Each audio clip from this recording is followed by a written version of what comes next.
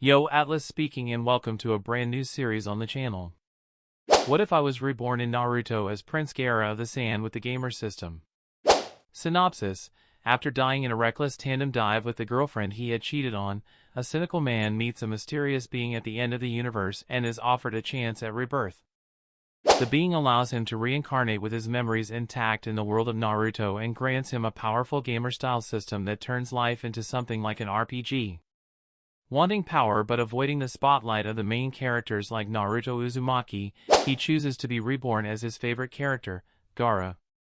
Thanks to gamer abilities that suppress the mind of the One-Tailed Beast Shukaku, he gains access to immense chakra and powerful sand manipulation without the madness that plagued Gaara in the original story. Growing up isolated and feared by the village, he spends his early years training and studying while being cared for by Yashamaru. Unlike the tragic Gaara of canon, this new version is calm, calculating, and fully aware of the future events of the series. When he finally enters the Sunagakure Ninja Academy, his gamer system gives him a quest to graduate within 1 year. Determined to grow stronger as quickly as possible, he accepts the challenge despite knowing it could disrupt the original timeline. With game-like powers and knowledge of what lies ahead, he begins his journey to reshape the ninja world, and possibly surpass even the legends who came before him. Make sure to check out the author linked in the description. Let the tale begin. Chapter 1. In hindsight, the answer was simple. I was here because I wanted to be. I could see it, clear as day. After all, what kind of psychotic idiot would choose a life like this one? Me, of course. I'd died that day. I'd died from a head wound, or bleeding out, or shock, or the half-dozen things that went wrong with my decision to introduce some excitement into my relationship by tandem diving. Here's a little bit of advice for you, my descendant reading this. Never go on dangerous trips with women you've cheated on. I mean, in my defense, she did say she'd forgiven me. But considering she was as good a liar as I was, I should have seen the red flags a mile away. That's enough of that, for now. Yes, I died, but that's not where the story ended. Dare I say, it was where everything started. Like all my life before death was some sort of prologue. Some first chapter of an infinitely long book still in the process of being written. The real story starts with the answer to the age-old paradox. Is there life after death? For me? Yes. For you? I have no fucking idea. Fuck you. When I died, I met someone, or something at the end of the universe, at least that's what it called it. It had worn my face as easily as I had and told me it had an opportunity to offer me. Rebirth, it had called it. Not even like the Hindus, but real rebirth with memories and shit in an anime world it had already chosen. I'd been tempted to say no out of hand, but once it had mentioned that I'd be ending up in the world of Naruto with the power to make my life not but a game, I'd been jumping at the idea.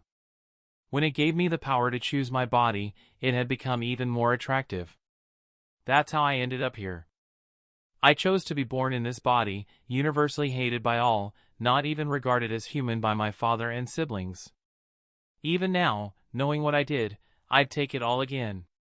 The options had not been numerous.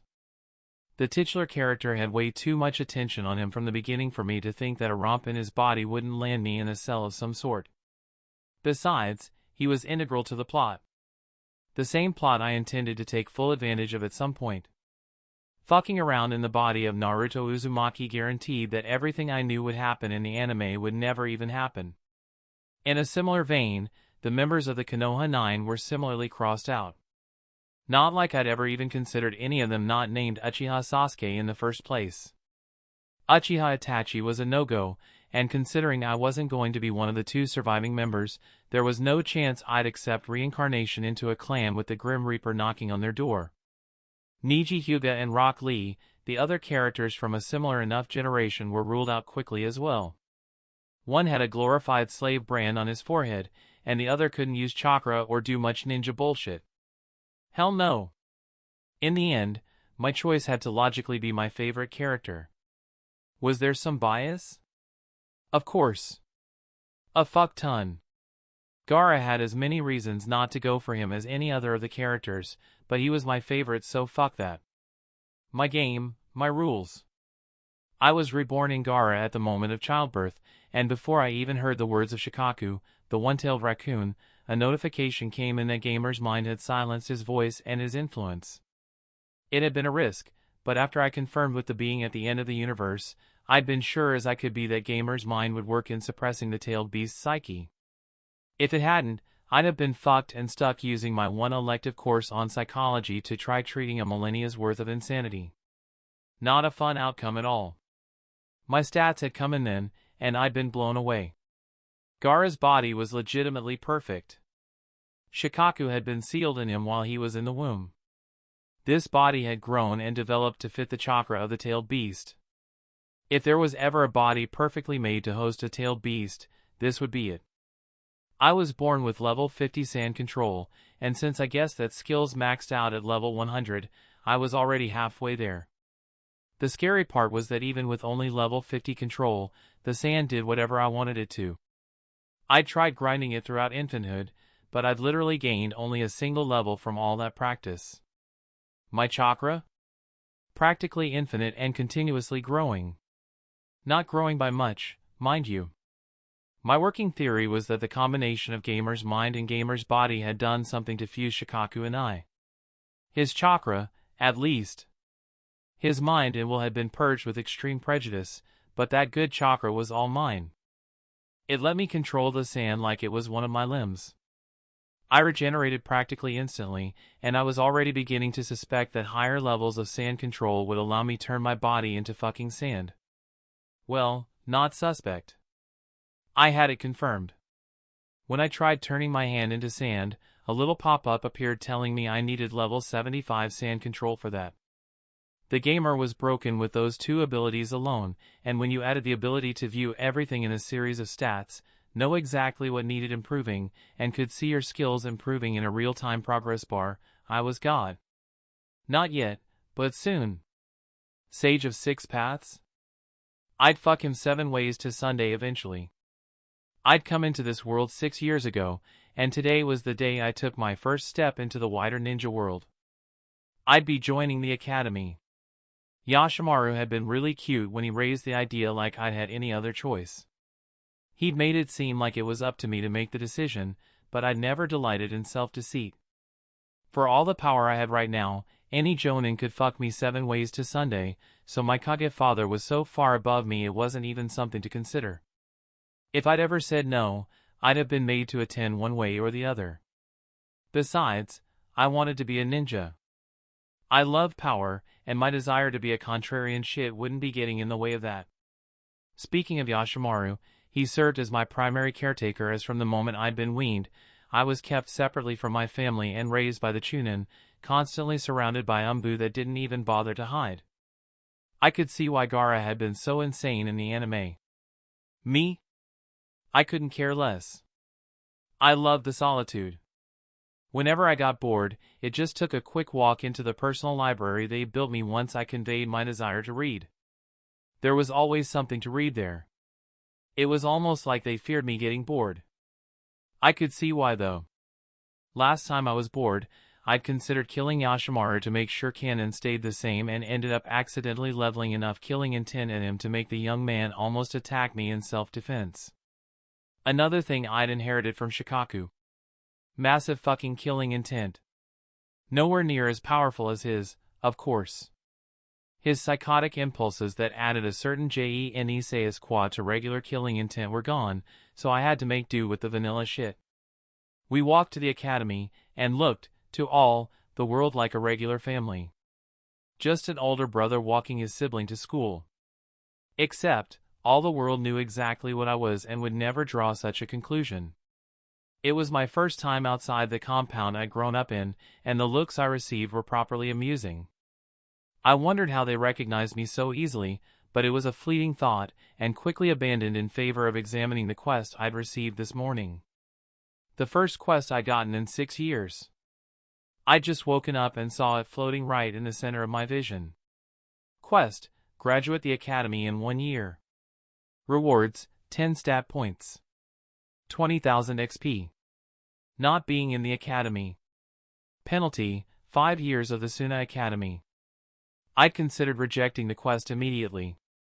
Graduating in 1 year was a massive middle finger to canon. I mean, at least I thought it was. It was unknown when Gaara actually graduated the academy and wasn't particularly relevant to anything, but the fact was that there was no way I'd be remaining a Chunin for 5 years if I graduated in 1. I'd be fucking with canon, and bad things happen to ninja who meddle with canon, Harry. But on the other hand, could I spend 5 years around a bunch of children? Maybe? That's why I decided to hold off on accepting or rejecting the quest till after my first day. Welcome everyone. This is your first day at the Sunagakure Shinobi Academy, and for this year, we'll be covering reading and writing, along with basic arithmetic and physical exercise, the teacher said as she handed out the syllabus booklets. Syllabi more like, since they'd not bothered to separate the outlines for each individual year.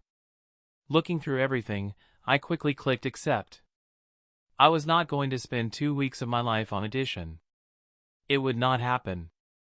Of course, after accepting the quest, I realized that I had no idea how to apply for quick graduation. Well, that's a massive oversight. In my defense, nothing. I had no defense. The lack of forethought was disgusting but not unexpected. This is exactly the kind of decision-making that had me making a sex tape with someone who very much wasn't my girlfriend and leaving it on my unlocked phone. Luckily, my problems were solved when the teacher, or sensei, I guess, asked those who wanted to test out of the first year to wait behind. I sat still, along with 3 other children, and tried my best to ignore the looks they kept shooting me. None of them, not even the Chunin teacher, were able to hide the fear they felt of me. She actually tripped as she walked over to the end of the class to hand me my question paper. I guess now that they were stuck alone with me without the safety of numbers, their fear was skyrocketing. It was almost sad. I looked through the questions and scoffed. It was all too easy. Much too easy. I mean, that was to be expected, considering I'd made it all the way to uni in my first life. I finished in less than 5 minutes. Any other child would have been met with a patronizing look and an offer to explain the questions if they'd gone to submit so early. For me, it was a look of fear and silence. That suited me just fine though. I walked out to Yashamaru and asked the Chunin, who looked like he'd been waiting there throughout the school day, a simple question. Can you teach me? Like taijutsu and all that stuff. School is boring. Of course, Gaara. Of course, he replied, ceding to my wishes instantly, and I received a notification that I'd completed the quest. What the actual fuck? Chapter 2. The Kazekage will see you now, the secretary said, as Yashamaru and I approached the desk. He'd woken me up today to tell me I had a meeting with the Kazekage for the afternoon. I guess they'd probably explain why that quest had shown up as completed. I mean, it probably meant that I graduated from the academy already, but that was a bit ridiculous considering I hadn't done any practical tests or anything of the sort. You don't just graduate from the Ninja Academy like that. At least, that's what the books had said. Gaara. The Kazekage, my father, said in simple greeting as I walked in. I was no stranger to the man. He came visiting every year, and when I'd first shown off my control over the sand, he'd come into the house the next day and asked me to show him all that I could do, which had been a lot. After that, he'd left, and not mentioned it again or even come to see me. Considering that had been 7 months ago, this was a bit too early for a visit. And calling me to his office was a bit too unusual. Kazekage-sama, I acknowledged without dropping to my knees as Yashamaru did beside me. The disrespect might have pissed off someone else, but the man across from me just cracked a smile. A thin one, but still a smile. I knew it. He liked me. He had to. You've done well, Gaara. Do you know why you're here? He asked, complimenting me and then asking a question in the same breath. I resisted the frown that threatened to break out across my face. Just like everyone else, he treated me like a wild animal. Instead of saying what was on my mind, I just tilted my head to the left, watching him. The test you took yesterday, you passed it. Perhaps with the best marks the Academy has ever recorded. He said, leaning back from the upright position he'd maintained since I walked in. I was careful to relax my posture in mimicry of his own. I had to show myself to be easily managed. They kept me around because of that. They gave me freedom because I showed them I was predictable and open to manipulation. His beige robes caught in the wind as he moved, and I watched as they moved in a distracting pattern. They were baggy, very baggy on him, like most clothes in Suna tended to be. The heat was too bad for anything else, and just like every other building in this desert, this tower was designed to maximize shade, as well as manage access to the wind. During the day, the wind cooled us down. At night, when the desert chose to stir, it could flay the skin from your bones. I left my thoughts behind as I noted everyone in the office staring at me. I just tilted my head further. Yashamaru, the one who understood me best, repeated what had just been said. The Kazekage said, "You've graduated the academy completely, Gaara," he said, and I turned to my father, eyes wide. "Yes. You passed all the academic requirements to graduate, and I have personally judged your ninja skills to be good enough to be recognized as a genin of the village hidden in the sand." He paused, waiting for some sort of reply, and I nodded to show that I was listening. He just picked up a headband on the table and tossed it at me. My sand moved of its own accord and caught the band in its grip before moving it towards me. I felt a cold sweat break out across my neck after that. Note to self, no letting the sand do its thing around trigger happy umbu. It felt to me like I'd just narrowly escaped sudden death. "That is your headband. Wear it with pride," he said grandiosely before pointing to the left, and a man appeared in a blur of sand. "This will be your Jounin instructor, Baki. He is an A-rank ninja of Suna and will be in charge of helping you achieve your full potential as Suna's weapon." I just nodded at father's rant before giving my sensei an appraising look. He didn't look very different from the guy in the anime. Same curtain covering half his face along with the incredibly tan skin and everything. Seeing him here actually made me relax a bit. It's possible that Gaara did actually graduate in a year in canon. Now, just to figure out what I'm actually supposed to be offering Yashamaru to keep things nice and steady. From then, I'd quickly found myself in a training ground alone with my new instructor. Yashamaru had hovered like a hen until the Jounin had told him in no uncertain terms that he was to leave. "Gaara of the desert. Do you know what you are?" The man asked me the question, and I just stared at him like he was an idiot. At least I stared at him until I felt something slam into my midsection. What the fuck? I couldn't see straight. My sand was everywhere. When I came to, in what might have been a minute or 10 hours, still clutching my stomach in pain, I found myself in a dome of sand. Of course. Impenetrable defense, my left butt cheek. "If you're done with your tantrum, get out of there. We'll have words." The psychotic ninja's voice sounded out from outside the dome. I dispersed the dome, allowing the sand to fall to the ground and turning to the idiot with a snarl building on my face. "What the fuck was that?" I said, my voice coming out in barely more than a whisper. "Good. You can talk. They told me you don't like to. That was your first lesson. When I ask a question, you answer," he said with a smug smile on his face. Sand took over my vision, a tendril of it heading straight for him and the rest of it moving to the left, where I felt he was most likely to dodge. Once again, my midsection exploded in pain. Fuck. This time, I was barely able to keep the sand in control. "Good. You can learn. I asked you a question, but I'll give you the answer. You, Gaara of the desert, are nobody. Nothing but a weapon for Suna to wield against her enemies and discard when its usefulness expires. That is the answer to the question. I am here to turn you from a useless weapon into a useful one. I am not your friend, I am not your brother. I am not your teacher. I am your blacksmith. And I'm going to turn you into something useful or you'll die trying." I just stared at the psycho. What the fuck is this? Canon didn't mention anything about Baki being insane. Now, we move to the first lesson, Taijutsu. You have no ability with the art, and without it, you have little utility as a weapon. Follow my movements exactly. If you fail, I will know and I will punish you," he threatened with some cruel mockery of a smile on his face. Okay, I am in that. It wasn't a threat. It had been a promise. He showed me the basic katas for the Suna basic taijutsu, a series of punches and kicks and grapples. Whenever I fucked up, my midsection exploded in pain. I checked my HUD after the third punch and was shocked to find out that the punches weren't actually doing much damage to me, and what little damage they did was healed in seconds. I just had shit pain tolerance. Like zero. None of it. How do I know? After the fifth punch, I got a new skill. Pain resistance, at a beautiful level 1, and after a day of training with Baki the Psycho, as he'd forever be known in my head, it had gotten up to level 5. Good, you can learn. Practice those katas for the rest of the day. Tomorrow, we will spar, and when you disappoint me, you will know pain.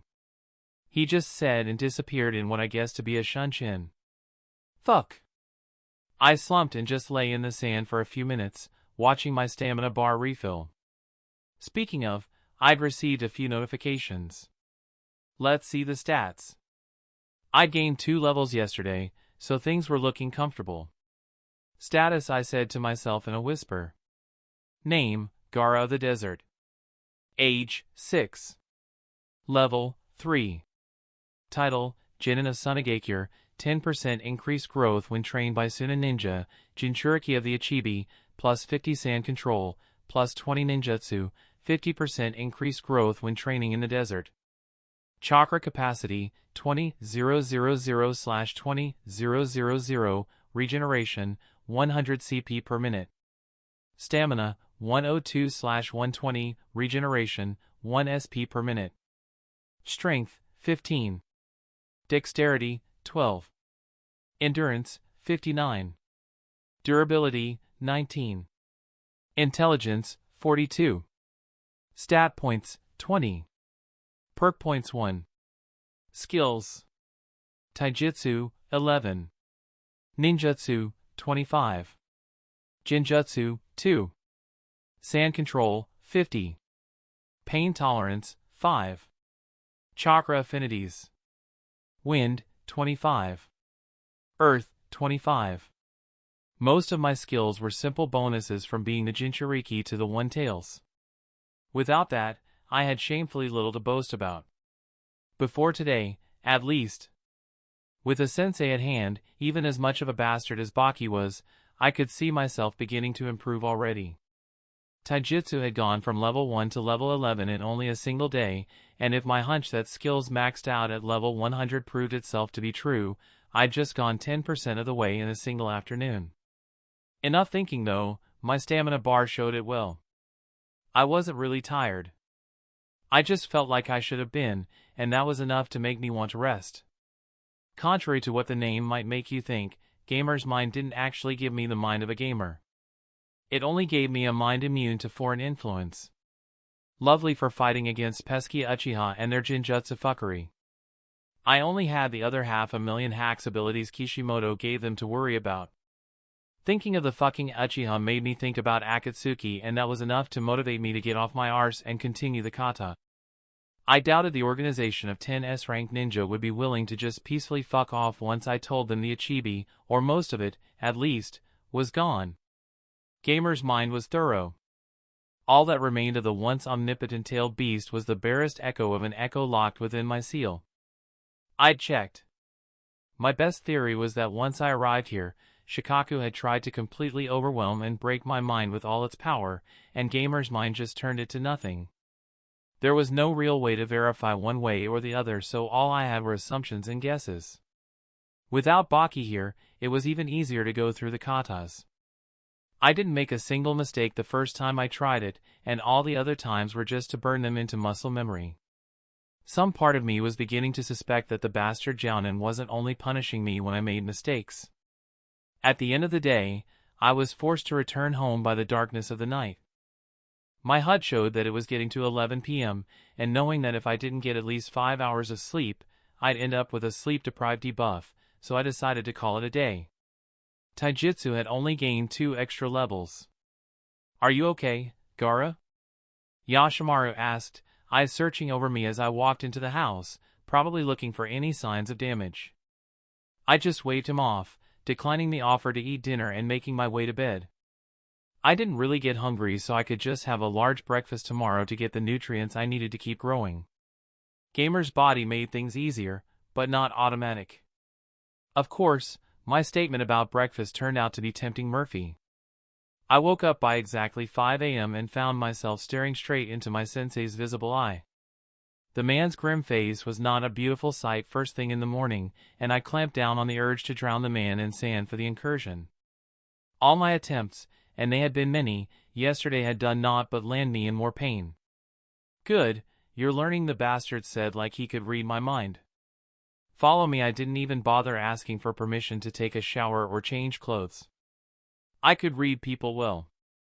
It was the one talent I'd been born with, and all the vibes I got from Baki told me he'd use even the slightest challenge to his authority as an excuse to punish me. He just smiled, a long, cruel thing, as I arrived at the training ground a few minutes after he'd woken me up. I jogged the entire way and was already working up a bit of a sweat. The Suna sun was beginning to rise, and in a few hours, it would be suicide for anyone to remain outside for any long period. The books I'd read and the little I'd witnessed from Suna Jinin showed that most teams did their training a few hours into the evening, when the weather was most favorable. In comparison, yesterday's training session had started in the middle of the afternoon. "Show me what you learned yesterday," was all he said as he settled into a stance. I mirrored him and moved in with a 1-2 punch, kick combo that he knocked to the side with contempt. I didn't allow it to bother me. He was a jounin. I just started learning taijutsu yesterday. Of course he'd be much better than me. He was content to remain on the defense, so I went through all the katas I learned yesterday and then some. I tried improvising different combinations, and got to feel by myself what would work and what wouldn't against a real sparring partner. An hour in, down to the minute, if my HUD was correct, it always was, the bastard switched things up. He went on a total unrelenting attack, and it took all I had to survive the onslaught. The fucker was ruthless. Even holding back as I knew he was, his punches still hit like trains, and his blocks were solid as steel. After I tried blocking the first punch, I never made that particular mistake again. We kept at it until I suddenly clutched my midsection. The pain was every bit as terrible as the first time, as I struggled to see through the tears that had automatically flooded my eyes. That's enough. Now, we will focus on chakra control. I've been told that you have no training on the subject, he said, backing off from me and plopping down on the ground in the lotus position. I followed his lead, doing my best to ignore the quickly vanishing pain. Follow my lead and do what I do. Close your eyes. Feel within yourself. Don't search for it, let it find you. I did my best to follow his instructions, and I was welcomed by a completely new sensation. It felt wholesome and complete. It felt like I'd been missing something my whole life. Like everything before now had been monochrome, and then suddenly, I could see color. Everything just became more colorful, more vibrant, more beautiful. Life just became life. The Kazekage. 2 months. Baki. I have given you Gaara for 2 months, and what have you achieved? I was close to screaming at this point. The man was prostrated on the ground before me, trying to explain what he had done for 2 whole months. His taijutsu is impressive, my lord. He learns at a speed I've never seen before. He learns, and he doesn't stop. He's well paced to become a taijutsu master beyond all in the village by the time he turns 10. The jounin said, clearly trying to divert my attention. Gaara is the Ichibi Jinchuriki. He is Suna's weapon. His taijutsu is meaningless. Teach him to use those chakra reserves for something beyond physical enhancement, or I'll find someone who can. Don't test me, Baki, I said, ending the conversation before rethinking things and adding one last bit. And Baki? I asked. The ninja, not having gotten up from the floor, met my eyes with him, and I flooded the room with all the killing intent I could safely muster within the village. Gaara is Suna's weapon, yes. He is also my son. Your training methods are not appreciated. Dismissed. I couldn't outright stop him from training his own jin and how he wished. I'd have a rebellion on my hands nearly instantly if I tried to do something like that. The ninja of this village cherished nothing more than their independence. I turned away from my desk and looked out towards the village. We were still surviving for now, but definitely not thriving. The idiot of a daimyo had begun sending out for foreign ninja for missions, and advising the rest of the court to do the same. He thought this would bring us to heel, bind us closer to him after he starves us out. I'd never seen such stupidity in my life. But the daimyo's foolishness was still beginning to hurt us. Clients were beginning to dry up. Not just the daimyo and his nobility, but even the merchant class of the Land of Wind were beginning to reduce their requests for aid and rely more on foreign shinobi to complete their missions. I had to do something, and soon. Sure, we could survive a few more years before things truly become untenable, but what kind of Kage would I be if I didn't solve the problem before me as it stood right now? Especially when the solution was so easily in sight. The next Chunin exams will take place in Kusa, yes? I asked my secretary to make sure. Yes, my lord, she replied, and I nodded, beginning to mull things over in my head already. The exams were 4 months away, and Gaara was already showing skills beyond the best of our Chunin. His taijutsu was something else. Excellent for his age and only held back by his body. His use of the Achibi's gift was also spectacular. He could control the sand almost as well as I could control my gold dust. 4 months was more than enough time to ensure he could dominate the exams. Total and complete victory on such a wide stage would neatly put our problems to rest for the short term, allowing me to come up with a longer-term solution for the daimyo's foolishness. Chapter 3. I stretched out my hand, allowing the sand to mimic my motions, moving from shape to shape as Raza had taught me last week. After 2 months with Baki focused only on taijutsu, Raza had begun to show up and help me with my sand. He gave me exercises and goals to complete. Everything he asked me to do was done with ease, but the more things he asked for at the same time, the harder it became to maintain. With how things stood, I suspected that the first 50 levels gave me total control over sand, but the true multitasking I needed to take things to the next level would be found in the next 25. In that same vein, I suspected the last 25 levels of the skill would center around transforming my body into sand itself and learning to fully transform into the one-tailed raccoon. Fuck, I could already drool at the awesomeness. Even with Raza's attention though, I still spent most of my days with the bastard. We didn't focus on taijutsu as religiously as we used to. Instead, we switched things up and were now working on nature transformation and chakra control. My wind nature had already gone up 4 levels in the past few weeks, and I'd learned a fuck ton of jutsu in a relatively short period. I'd thought jutsu had to be difficult to learn, but with the power of the gamer, it was easy as pie. I just had to perform the jutsu successfully once and then the jutsu was counted as learned. All I had to do was then train my mastery of the jutsu itself over time to increase its effectiveness and efficiency. Speaking of jutsu, I moved my sand into a barrier to block the wind breakthrough that Baki sent at me from the left. I kept a careful eye on the sand that was still going through shapes as it was supposed to. The first time Baki had tried a surprise attack like that, I'd fucked up the exercise because of how surprised I'd been and been forced to start the entire thing again to appease the bastard. Now, it was just part of the daily training. Speaking of training, I moved part of my chakra in a specific pattern, trying to use one of the few original jutsu I had in my disposal. The sand clone formed out of the ground beneath me, only to fall apart at virtually the last second. Fuck, sealless jutsu was still beyond me. I grinded my teeth together at the thought. Sand was easy. I could control sand. It was second fucking nature.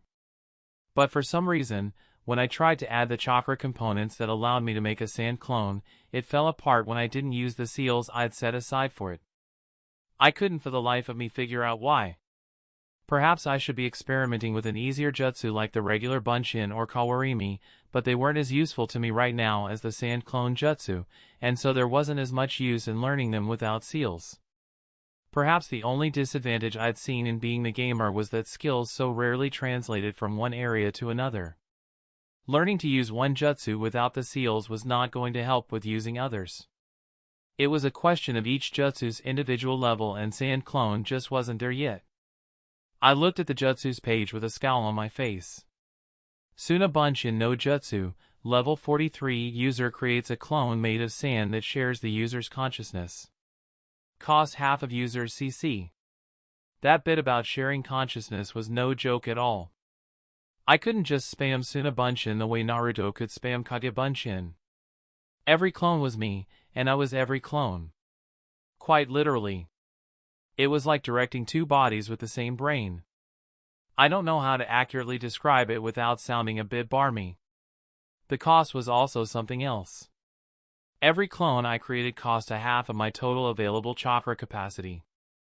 Even when I created one and then created another. I couldn't even try gaming the system by creating more than one at a time, it just didn't work. Even with all those downsides, I still felt like the jutsu I created was better than the one I was trying to reverse engineer. Baki swept right at me from the right, and I dodged away from him, picking up a kunai I'd begun to store on my person when he started whipping out the bladed weapons in our fights. Funny enough, kunai use in hand-to-hand combat still fell under taijutsu, so I hadn't gained a kenjutsu or even bukijutsu skill when I picked it up. His first attempt to kick my head off my head was denied as I dodged backwards again, taking a deep breath as I forced my hands to form seals around the kunai clutched in my left. Tiger, ox, dog, rabbit, snake, I mentally recited to myself as my fingers contorted themselves into the strange movements I'd been forced to get used to over the last few months. Wind release, great breakthrough, I thought to myself in the space between taking a deep breath and preparing to exhale. This jutsu shared similarities with the great fireball jutsu those Uchiha fuckers were so fond of. It was a C-rank jutsu at base, but with the right amount of chakra and skill, there was literally no limit to where one could take the move. With a literal nuclear reactor in my gut, all I had to do was stoke the winds I'd inhaled with all the power I could safely add and exhale a fucking hurricane. The winds blew apart everything in front of me, picking up the sand that had sat peacefully on the floor and creating a literal sandstorm. The jutsu was only level 40 so far, but with this much power already, I didn't mind the slow progression. I searched the area around me for the bastard. A quick check with my senses told me he hadn't gone underground. Not like anyone would be stupid enough to try anything like that against me, in the middle of the fucking desert. Not even being a fucking Jounin boogeyman would save the bastard if he immersed himself so deeply in my domain. I dodged to the left, relying on instincts I'd built from practice sessions, and found myself dodging right into a massive left hook. The punch sent me spiraling, seeing stars. Fuck. Level 17 pain resistance, and every hit still hit like a tank and hurt like a motherfucker. At this point, I was beginning to suspect that he was accounting for my growing pain resistance and modulating his strength to make sure every hit hurt as much as possible. It was just the kind of assholery I'd come to expect from the bastard. The wave of sand I'd instinctively sent at him had done nothing but slow his advance by a few seconds, and our taijutsu dance began anew. The better I got at the physical combat that marked taijutsu, the more enjoyable these were. I leaned out of the way of a punch, jumping and using my smaller size to my advantage to stay ahead of his lumbering hits. My kunai remained clutched in my hand as I took swipes and stabs at him whenever he slowed his attack for more than a second and gave me room to attempt countering. It was annoying how easily he fended me off, but still fun. I could no longer feel myself getting better as easily as I once did, but it was still there. I felt something when I changed how I punched or blocked or dodged in minute ways. Being the gamer was actually a fucking headache. The question of whether growing in levels would give me skill or whether growing in skill was the only way to level up was like a chicken or egg question. It was nearly impossible for me to pinpoint whether I learned things on the go and that helped me level up particular skills, or just leveled up skills, and suddenly gained the knowledge required to use them better. It was all irrelevant though, as I got hit by another moving train and dove straight into the ground. The amount of time I was allowed to spend in the ground was limited to 30 seconds. The bastard's face when I'd submerged myself and refused to come out had been the most hilarious thing ever. I gathered the sand around me and lashed out at him. He dodged away from the grasping tendrils, and I had the sand shoot me out straight at him. Fuck. I definitely didn't think this through, I thought to myself as I sailed through the air uncontrollably. I'd underestimate the power my sand could have as a platform, especially when enhanced by wind-release chakra. I flew at a speed beyond what I could even keep up with and didn't stop until I flew straight into a fist-shaped brick wall. I felt my body fold around the punch with the kind of detachment that only came with the most extreme forms of pain. I felt nothing but pain, and nothing at all in a few seconds. Fuck. That was just brutal. I don't need to tell you that that was a monumentally stupid idea. I'm surprised you could come up with such stupidity on your own. I ignored the bastard's voice ringing in my ear as I coughed and tried to find my feet. That is enough for today. Practice the other jutsu I gave you to work on. We will be going on our first mission tomorrow. I couldn't even gather the energy to be surprised by the declaration as I remained slumped on the floor, grounded by the debilitating attack. It felt like he'd actually broken a few of my ribs this time. My HP was slowly regenerating, so it was only a matter of time till I felt fit as rain, but this pain was still a bitch and a half to deal with. I stood at the training ground we always met in, waiting with frantic energy for the bastard. My first mission. It had to be something good. I knew it couldn't be a D rank. I remember Baki's reaction when I brought up the idea. Baki. When will we be going on missions? All the other genin have gone on a few? I asked while doing my 70th push-up of the day, resting on a platform of sand. Stupid monster. All the other genin are going on D-rank missions, he replied without even looking at me. So when will I be getting one of those? I asked, ignoring what was practically a term of endearment at this point. Never. You are Suna's weapon. Do you think the village will waste its resources by having you clean gutters and paint houses? You might bear the rank, but you are no genin. Don't get it twisted. When war breaks out, the other genin, as you call them, will be messengers, specially kept away from combat. Where do you think you will be? He asked, his tone getting into that unique flavor of disdain that I become accustomed to hearing from him. Right in the thick of it, I imagine. I said sarcastically. Indeed.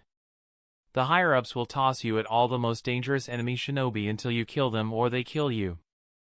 That is the sum of your worth, Gaara of the desert.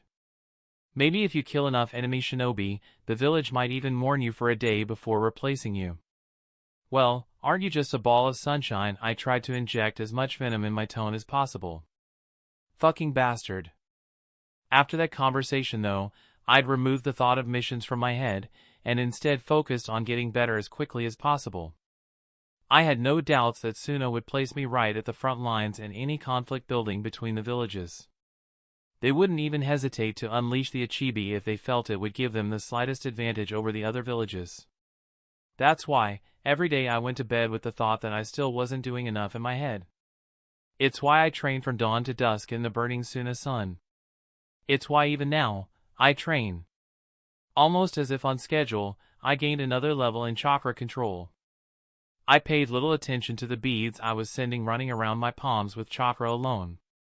Doing my best to both train my ability to focus on multiple subjects at the same time as well as my chakra control itself. It was good, hard work. I am the gamer. For me, hard work means more. I can see the fruits of my labor in real time. Every day, I feel myself getting better. Perhaps, without this advantage, I'd have given up already. Training to be a ninja was hard. No one ever said it in the anime, but jutsu were not easy things to learn or master. Taijutsu literally required you to beat yourself bloody day after day and keep going back for more. Genjutsu was even worse for me. As it didn't work on me, I had no frame of reference for making one. Baki didn't even bother teaching once he noticed what a drag it would have been. What use does a blunt weapon have for a tool as nuanced as Genjutsu, he'd said when I pressured him to continue the lessons. In case it hasn't sunk in for you yet, Baki is a bastard. With a capital B. The man was petty, vindictive, and most annoyingly, an actually good teacher. A good teacher for me at least. It hadn't taken him any time to figure out what things I excelled in and what methods worked best for helping me get even better at those things. In 4 months under his tutelage, I'd gone from being just on the level of the average Chunin to being able to take on Jounin.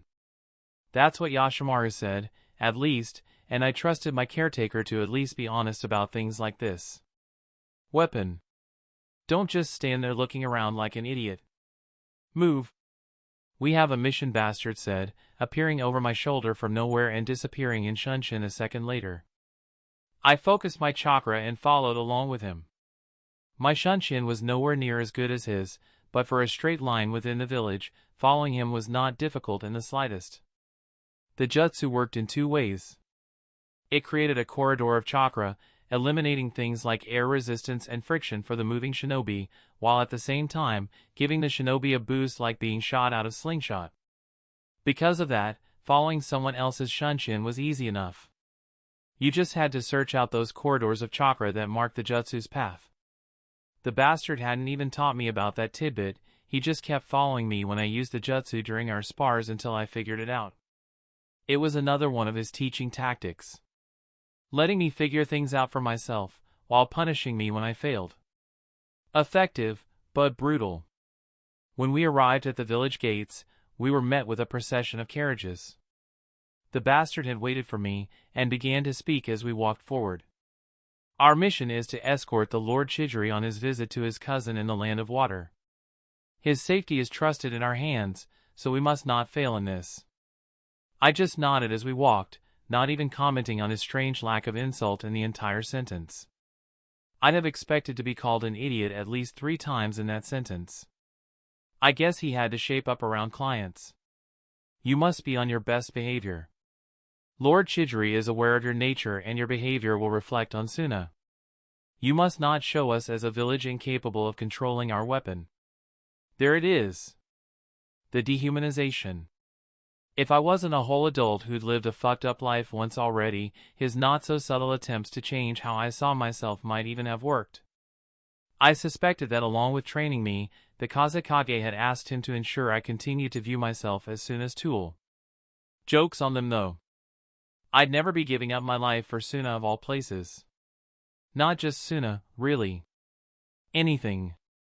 No one in this world is worth dying for. I'm the only one here who truly matters. They are 0, and I am 1. I could spot the noble from a mile away. Flowing robes, surrounded by samurai and staring at everything around him with visible disdain. The black eyes, pug nose, and obnoxiously high cheekbones weren't doing him any favors, to be honest. Not the most handsome of me, but not the ugliest I'd ever seen. The bastard took that throne. Why else would he cover half his face in a curtain? When we got to him, Baki slightly inclined his head, and I did the same. Shinobi only bowed to their Kage.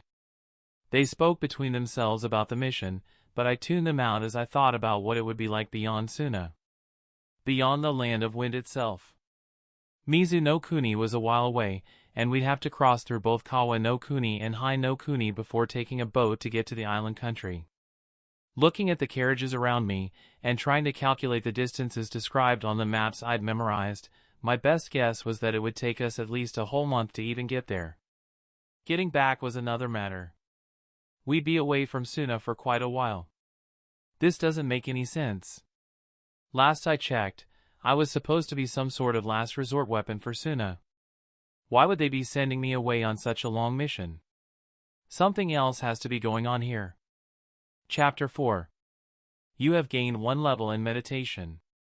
The system flashed at me as I leaned out of the lotus position before standing up and beginning to stretch. We'd been on the road for 6 days now, and this was one of easily 100 such stops we'd made in that period.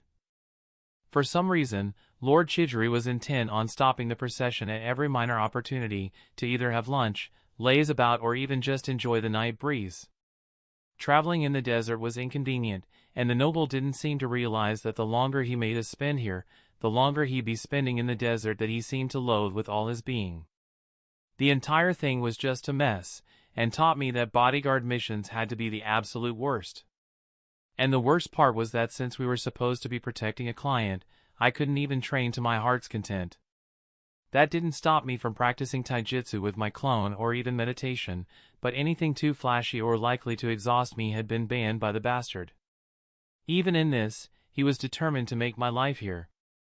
I'd understand the rules if he put them in place when we got to Kawa no Kuni, or even Hai no Kuni, but this was still Kaze no Kuni. We were still in friendly territory, and he seemed to be keen on making me waste the opportunity. My young genin friend Lord Chidori called from his carriage as he was being bustled in. "Would you care for a game of shogi?" I just nodded at him, making my way into the carriage to join him. Fucking Baki. Fucking Kazekage. Do not get it twisted, our missions here are different. I am to safeguard this carriage, a mission you are thoroughly unsuited for. You, however, will be entertaining Lord Chidori. He has a known preference for humans your age. Maybe he'll even mistake you for 1 inch, the bastard sneered down at me. If I were as-siled, I might have even missed the subtext of what he was saying. He was sending me to a known fucking pedophile? Is this a honeypot mission? I asked, trepidation building in my body. I wasn't yet ready to abandon Suna's protection. Do not be stupid. Of course it isn't. Any such advantages are to be subtly discouraged. All you need to do is make sure he enjoys himself on the journey and is more likely to seek Suna's services in future. That was a load off my back, but I still couldn't claim complete comfort with this idea. It was almost like Suna just had to find me the mission most likely to turn me into Nuknin. While I had no love for the shinobi village, I also wasn't quite ready to strike out on my own. Akatsuki and all the other deadly fuckers out there would be gunning for me the moment word got out. I couldn't see Danzo of all people allowing a Jinchuriki remain rogue without going after them. I also doubted Pain would hesitate to take me out even if he wasn't yet ready to go after the others. Since that day, of course, I'd been doing my best to advance in my skills, so when the day eventually came, I'd be ready to leave. I needed to become an S rank in the next 5 years. It was just what needed to happen. Because Suna was a fucking stupid village. They managed to engineer the assassination of one of their own strongest shinobi. They had a history of making bad decisions, and I would never allow myself become one of those. Left, right, wave it aside, step in, haymaker to solar plexus. I mentally recited to myself as I engaged my clone in a bout of furious taijutsu. After our client displayed an interest in watching me train, Baki had been more willing to lift some of the restrictions placed on me when the mission started. So now, I was allowed to work on some more interesting things like taijutsu and even minor ninjutsu. Of course, I couldn't do anything too likely to exhaust me or cause damage to the carts or even scare the civilians and their camels. Yes, you heard that right. Camels. The very first time I ever see them, and I'm not exaggerating when I say those things are fucking glorious. Just aggressive trolls in every respect. In 9 days of traveling, they'd already managed to cause 7 injuries to their minders. I'd fallen in love with them when one bit off a minder's ear in the middle of an attempt to calm it down. Turning my mind away from all that, I returned to the battle at hand.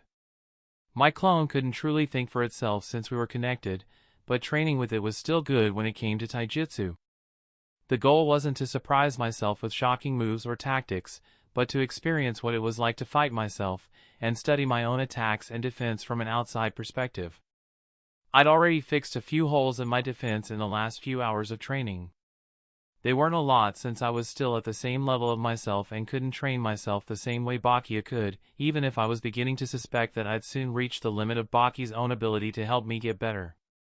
After all, he'd as much as admitted that he was no taijutsu master, and from what I'd seen with all the training Chunin I'd gotten to watch, I was already better than they were. I was probably knocking on the door of Jounin level. I guess that's the power of single-minded focus on a single field, a Jinchuriki's endurance and healing factor, as well as the power of the gamer. I dodged out of the way of a wave of sand and continued my barrage of my clone. Now, it was a 2-on-1 thing, with one of my clones being relegated to long-distance support. I needed more expertise with using my sand against actual targets. I was much better at Gaara had been in the first part of the anime, when it came to taijutsu, but my sand control lagged behind. Okay, that's a bit misleading. Not the sand control itself, but my ability to use the sand in battle. I had exactly 0 experience in that field since Baki barred it when he trained with me, and even when he allowed it, he was much too fast for me to have even the slightest chance. Speaking of speed, I did my best to barrel roll in the air to weave through the shuriken made of sand sent at me before landing and dodging out of the way of a kick sent right at my head. Fuck this, I thought to myself as I slid out of the way of the follow-up kick and began weaving seals. I ended with the bird seal and puckered my lips. Wind release, wind bullets, I said to myself as bullets made entirely of wind shot out of my mouth like a machine gun and went right for both clones. This jutsu would never make sense to me. There were no guns in this world, so where did the word bullet come from? One would think that if one wanted to make a jutsu for penetrating at a distance, they would have focused on making kunai or even arrows, which were the preferred weapons of this world. How did bullets even come into the picture in the first place? The thought left me as quickly as it had come, as my attack was blocked by a wall of sand. I took in a deep breath and weaved even more seals. My great breakthrough scattered the wall of sand into the wind, creating a sandstorm that surrounded the three of us. At this point, I was beginning to suspect that Baki would not be pleased at the end of this. He hadn't banned ninjutsu as a whole, but I had a feeling that the great breakthrough was one of those jutsus he'd intended me to avoid using. Well, serves the bastard right for not being more specific with his words. What did likely to cause damage to the carriage or delay our travels even mean in the first place? Nothing useful, that's what. I covered the ground between us, using the sand in the air to feel out my clones' locations as I made my way to them. The taijutsu clone swept in with an axe kick from above. I just made a shield of sand block his attack. He pushed off, using the sand as a platform and moved backwards until he was caught in another platform of sand. He pushed off that one, heading straight at me like a bullet fired from a gun. I used the sand beneath my feet to drag me backwards, away from the attack, and fired a gust of wind from my mouth to disperse a tendril of sand seeking to wrap itself around me. I smiled at the fact that I'd managed to do it seamlessly, gaining a level and win nature for my trouble. I moved in for the ninjutsu clone, dodging around some more shuriken made of sand and trying to get in for close combat. Of course, the taijutsu clone just had to interfere at that moment. Finally out of the land of wind. When I observed the borders between the two countries, I almost cried. We lived in a land of endless sand, wind, and hardship, while just across the border lay water. The land of rivers was named aptly. Even just a kilometer away from the land of wind, and I could see bountiful grasslands only broken up by streams and rivers that stretched as far as the eye could see. My eyes, at least. I didn't have the best eyesight out there. I wanted nothing more than to just jump into one of the streams and enjoy the abundant water supply, but a stern look from the bastard stopped those thoughts in their tracks. We kept moving for a few hours before we finally stooped. The land or rivers was quite a bit smaller than the land of wind. It would only take us a week to make our way through the entire country at our present speed.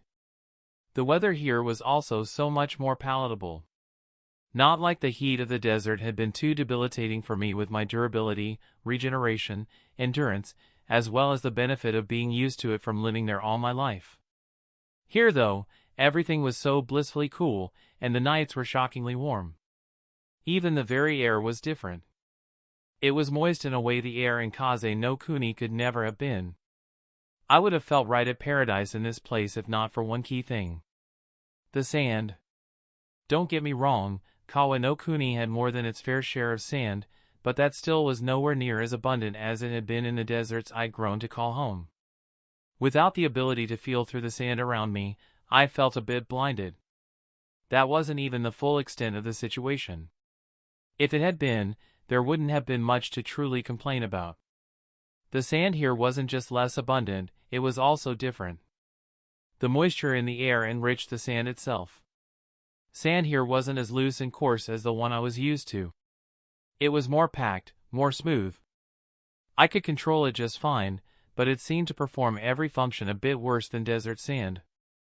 It moved slowly, sluggishly, and hit too softly. It was heavier, so that meant it had more mass to work with, but that also made it move slowly. I had to put way too much focus to get it to hit with the same kind of force I could get it with desert sand. Being in Kawa no Kuni finally answered the question I'd always had when I watched Gaara in the anime.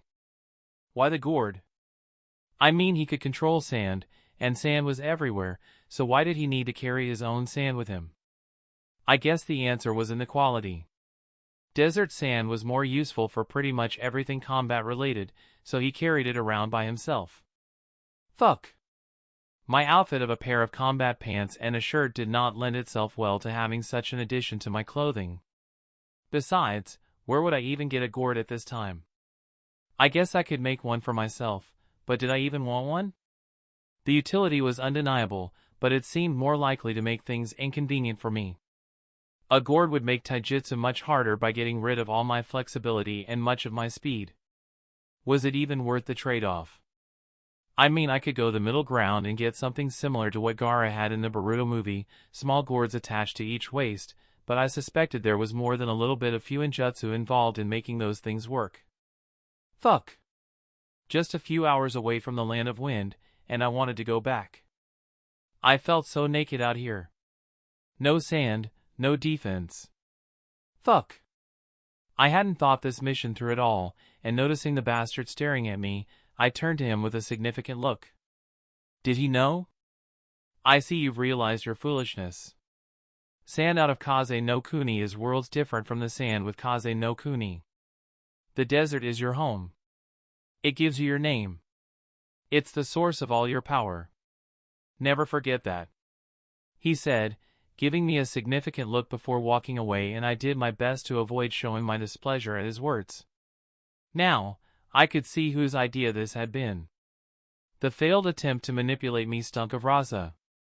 Of course, send me on a mission outside the village, leaving me stranded without my source of absolute defense to get me even more dependent on Kaze no Kuni, and thus, Sunagakure. I would have even respected their bullshit if it wasn't being directed at me. It was an admirable method of indoctrinating a child into a certain ideology and inspiring a sense of nationalism. It was also very fusing risky. Were they really going to risk me outside the village without my primary form of defense? I tried to think it through from their perspective, and I could already see the logic behind the risk. This mission was only a B rank because of the distance being covered and the fact that Lord Chidori was actual nobility. In terms of real danger, I found there was little to worry about. Lord Chidori was going to visit his cousin, and made this trip twice every year, and according to the bastard, there had never been an issue. The only real challenge would be the distance. I could see the rationale. Expose me to danger without actually exposing me to danger to teach me that Suna was safe, and everywhere else was not. Fucking bastards. I turned away from Baki's back and split off 2 clones from myself. Even forming clones from the sand here was a bit different. The moist sand lent itself well to being molded, so that was a bit easier, but the sand was still a bit heavier. In this case, it was actually a good thing since my chakra didn't have to do as much work in converting the sand sculptures into actual clones of me.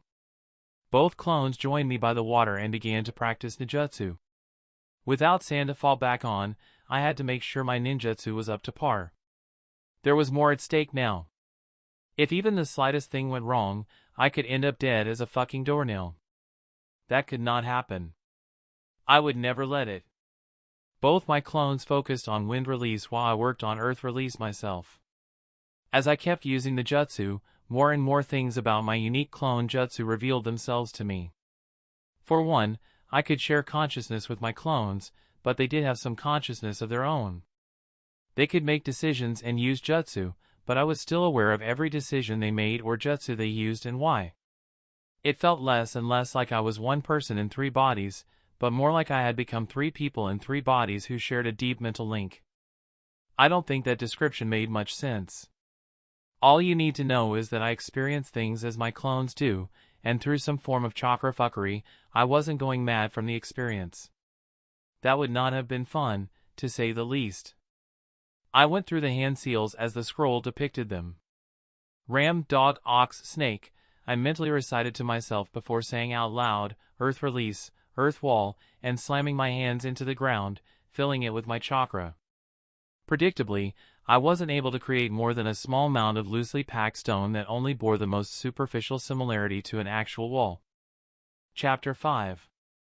Earth Affinity has gained a level.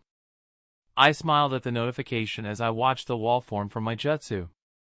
The clone across from me moved at my signal and went through hand signs before blowing a nearly invisible series of bullets from his mouth. I smiled as I noted that the wall was undamaged from my side. I jumped over it and admired the marks the wind bullets had made as they ravaged the wall. They'd failed to penetrate, but they'd come quite close. I exchanged a thumbs up with my clone as I finally considered myself passable with the earth wall jutsu. At least now, I had a good defensive option. With one of the jutsus in the scroll successfully learned, I opened it even further to look at the next one. Instead of a defensive jutsu, this one was more supplementary, and not for the first time, I wondered where Raza had gotten the scroll from.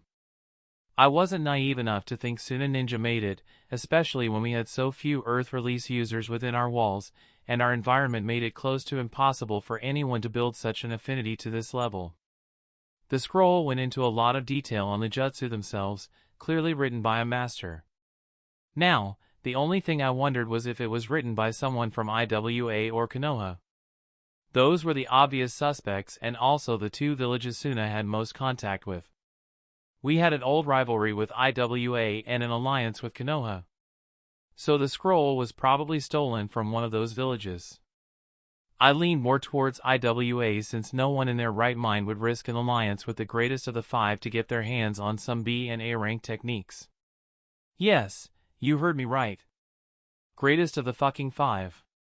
No matter how much the books might have tried to make me believe otherwise, knowledge of canon made it easy for me to detect the exaggerations in their portrayal of Suna's role in events. After all, one of the history books even went as far as saying the third Kazekage was so feared by Suna's enemies that they formed a coalition to assassinate him to challenge Suna's dominance.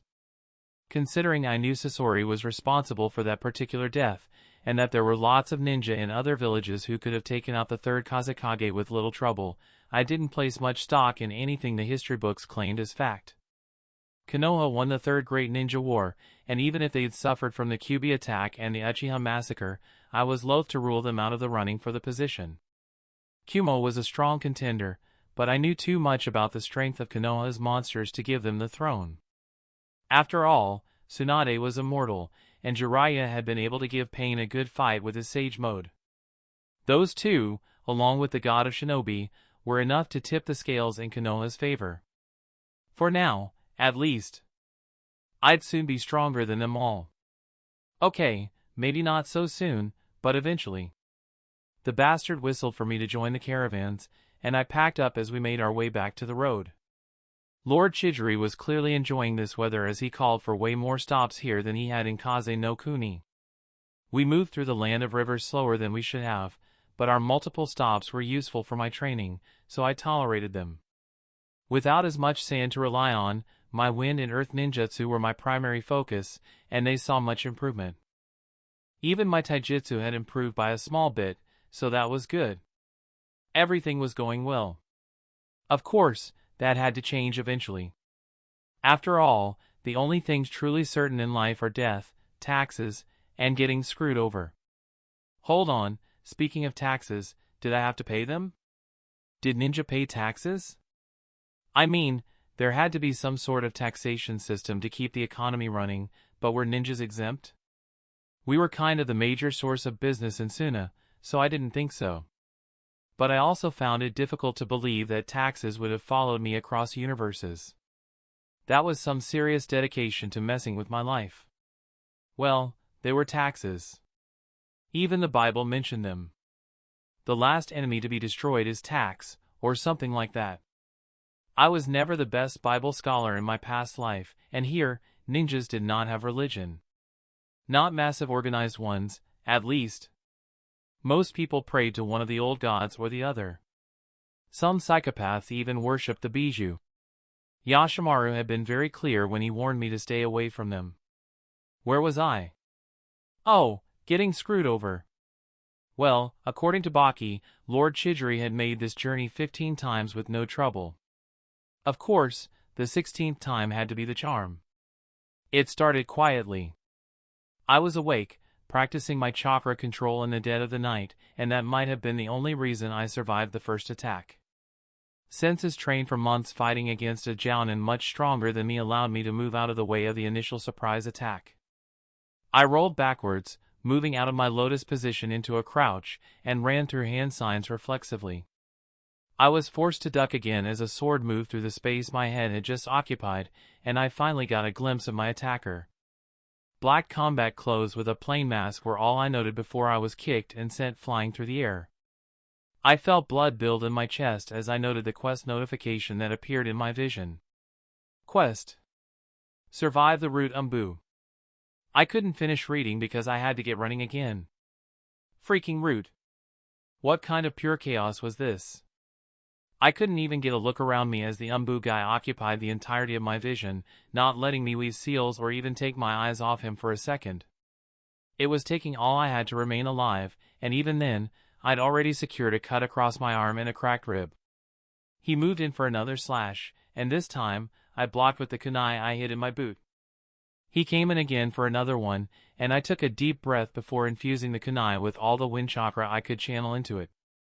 It was rudimentary and terrible, but the blade lit up to my senses, and when we next crossed blades, I cut through the Umbu's blade like it wasn't even there and forced him to retreat to avoid losing his head. With a second's respite, I formed the tiger seal with both hands and forced my chakra into the moist sand around me. I felt my chakra cut in half as I rose out of the ground in my second body. Fuck! Would this ever not be trippy? My clone shook his head at me, silently saying no as he moved after the ANBU member.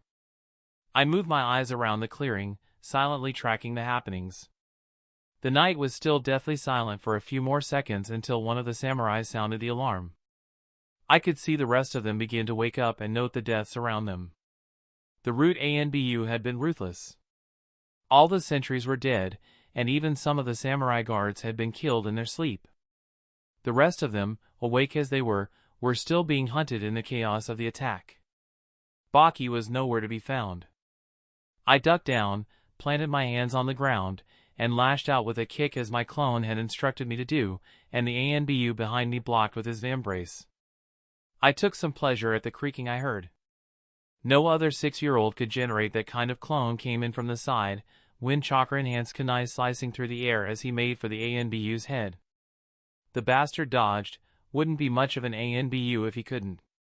He also dodged the extra edge created by wind chakra, so I silently cursed in my mind as I ran through hand signs, ending in the tiger seal and whispering under my breath, earth release, earth flow river, and slamming my hands into the ground to channel my chakra into the medium.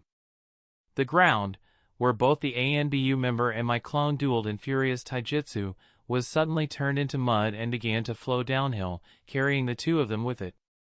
I smiled and executed the last bit of the combination my clone had whispered into my head, stretching out my hand and accepting control of my clone's body and thoroughly binding the root agent in sand. When I clenched my fist and performed Gaara's signature jutsu, I did it with a form of melancholy. Gamer's mind thoroughly shut off any form of guilt or hesitation I'd have felt at making my first kill, but I could still feel the gravity of the event.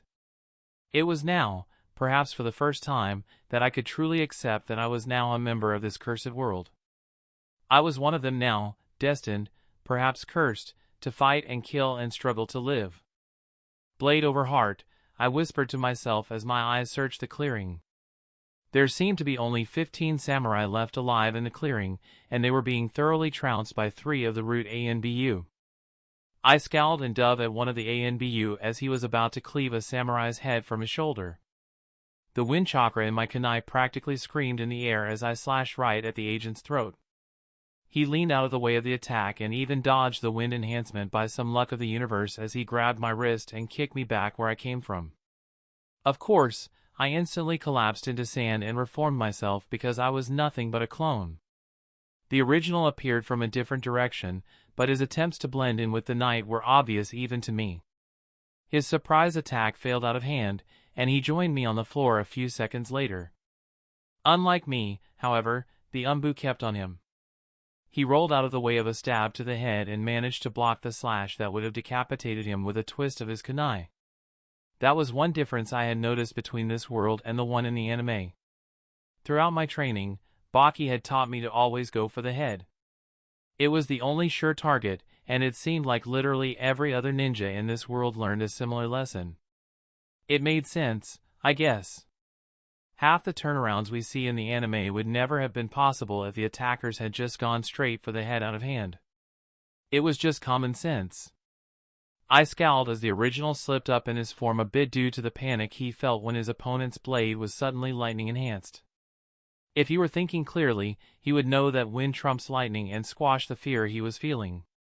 Sadly, he wasn't. I guess even with the gamer's mind, killing someone was always killing someone. I turned and dashed across the floor, joining the original as we pressured the root umbu. As we danced with our unwilling partner, I thanked Kami that we had spent so much time focused on taijutsu. Literally any other discipline, and we would probably already be dead. With taijutsu though? We were good, yes, but that wasn't the entirety of our advantage. We could also rely on being smaller than every opponent the umbu had faced in a long while. It was taking the bastard time to adapt, and that was a lapse I used to my advantage. If he wasn't fully ready to deal with me, then I had to dispatch him before he got fully ready. The original spun in the air as he lashed out with an axe kick for our opponent's head, and I wove through our opponent's feet as I reached to slash his hamstring apart. He jumped, while leaning back, to avoid both of our blows. In an impressive display of acrobatics and sheer chakra bullshit, he somehow managed to actually do that while landing on his feet. That still took time though, and we had the initiative as we finished going through our hand signs in unison. Wind release, great breakthrough. I shouted as the original shouted his own jutsu, earth release, earth flow river. Our quasi-combination jutsu took effect at nearly the same time as the ground around our opponent turned to mud while I created a veritable swarm of wind around him. The wind buffeted his clothes, but he dove right into the sea of mud before the jutsu could do any damage. I felt my head turn to sand as a blade cleaved right through what had been my neck. The original got the warning from my own attack and was able to dodge the attack that would have turned us into a very dead Jinchuriki by the skin of his teeth. With the attack avoided, we were barely able to begin a reprisal before another of the umbu joined the battle. Fuck. I guess things were beginning to take a turn for the worse. I could see the original's chest heaving as he did his level best to keep up in the life and death battle. I could already feel my chakra capacity approach dangerously low levels. Having to reform this body so many times was taxing, to say the least. Each reformation took nearly a fifth of the chakra I'd been granted at formation. Let's not even get into the crap load I was spending on physical enhancement to even let me keep up with this battle. The original was definitely going to feel the strain from enhancing his muscles so much in the morning. If we lived till then. I searched the clearing and found Baki where I'd last seen him. He was engaging 4 of the fuckers this time and still managing to maintain a protective encirclement around Lord Chidori's tent. It was impressive but managed to get on my nerves. I knew I was nowhere near his level, but a reminder like this one might have been a bit excessive, especially when it was coming off the heels of certain revelations about my strength. One of the umbu, the one on the left, spoke to the other in blistering quick sign language, and they both moved in seeming unison. Only my chakra-enhanced brain allowed me to pick up on the fact that the one on the right had moved first and the lefty just matched his pace. Fuck! They were even faster. I scowled at nothing as I swept my hand out, reaching into the sand around me with a practical truckload of chakra and forcing it to do my bidding. The sand blocked their approach for a few seconds, and I had a eureka moment right then and there. I jumped back, begging the original to take my place in the battle. I moved in to take my clone's place as he retreated to parts unknown. Not truly, but you get my point either way. His idea was impressive, and if it worked, it would mean the difference between dying here and cementing myself as a future Kage-level shinobi. The first of the umbu broke through the wall first, and he did his best to avoid engaging me on his lonesome. I guess they already figured out how deadly my taijutsu was. His efforts were for naught, though, as I was eventually able to force him to commit to a dawn macabre with me as blades of wind and lightning flashed across the dark clearing. In my seconds of clarity, I found myself wondering why this was so easy. I mean, I knew I was strong, stronger than any 6-year-old had any right to be, but umbu level? That was a bit of a stretch for even me to believe. Surely the combination of being the gamer and the Ichibi Jinchuriki couldn't just grant me so many advantages that I was rewriting what it even meant to progress as a ninja. The other route Umbu's success at breaking through removed my focus from that and forced me to consider other things, like how the fuck was I going to take on both of them at the same time, for one. The second consideration on my mind was whether the clone's plan was working. It seemed to be working, but it was a relatively slow process. Of course, that thought had me coming up with my own idea and sending it off to him. We both smiled in unison, as even though the root Umbu were beginning to put me on the back foot, for the first time since we entered the land of rivers, I was beginning to feel safe. I was beginning to feel like I could make it out of this unharmed. I docked under a punch, dismissing what felt like the 100th notification to pop up in my line of sight as I blocked a slashing blade with my own. The screaming electricity ground against whistling wind for a few seconds before giving way. Of course, he managed to get his blade out of our lock before I could begin to damage it. Fucking Umbu. We moved in again, and seemed to be right where we started. Chapter 6. We moved across the grounds, heading towards each other for the umpteenth time. However, this time was different because our ace was ready. I could feel it underground, just at the edge of my senses, a sea that felt practically limitless. Of course, it wasn't limitless, but with how little I had gotten to use in the past week, it was heaven for me. It was a form of safety that I could not overemphasize. We moved at great speeds, and right before our blades were set to meet, I stopped. I stopped right at the end of his swing, and as he prepared to block an attack that would never come, sand rushed out from the ground beneath him and surrounded him as he stood there, shocked. Yellow, almost golden sand burst out, and my heart sang. For the first time in what felt like an eternity, I was home. I was safe. I took control of the sand as my duplicate ceded to my influence, and I wrapped it around the first of the root Umbu before he could overcome the surprise at the move. The second one, cold as ever, calmly dodged out of the way of the first few tendrils I sent for him, but after that, he found himself quickly overwhelmed by their speed and number. Sand burial, I whispered to myself as I used Gaara's signature jutsu for the second time in this life, but on two targets at the same time.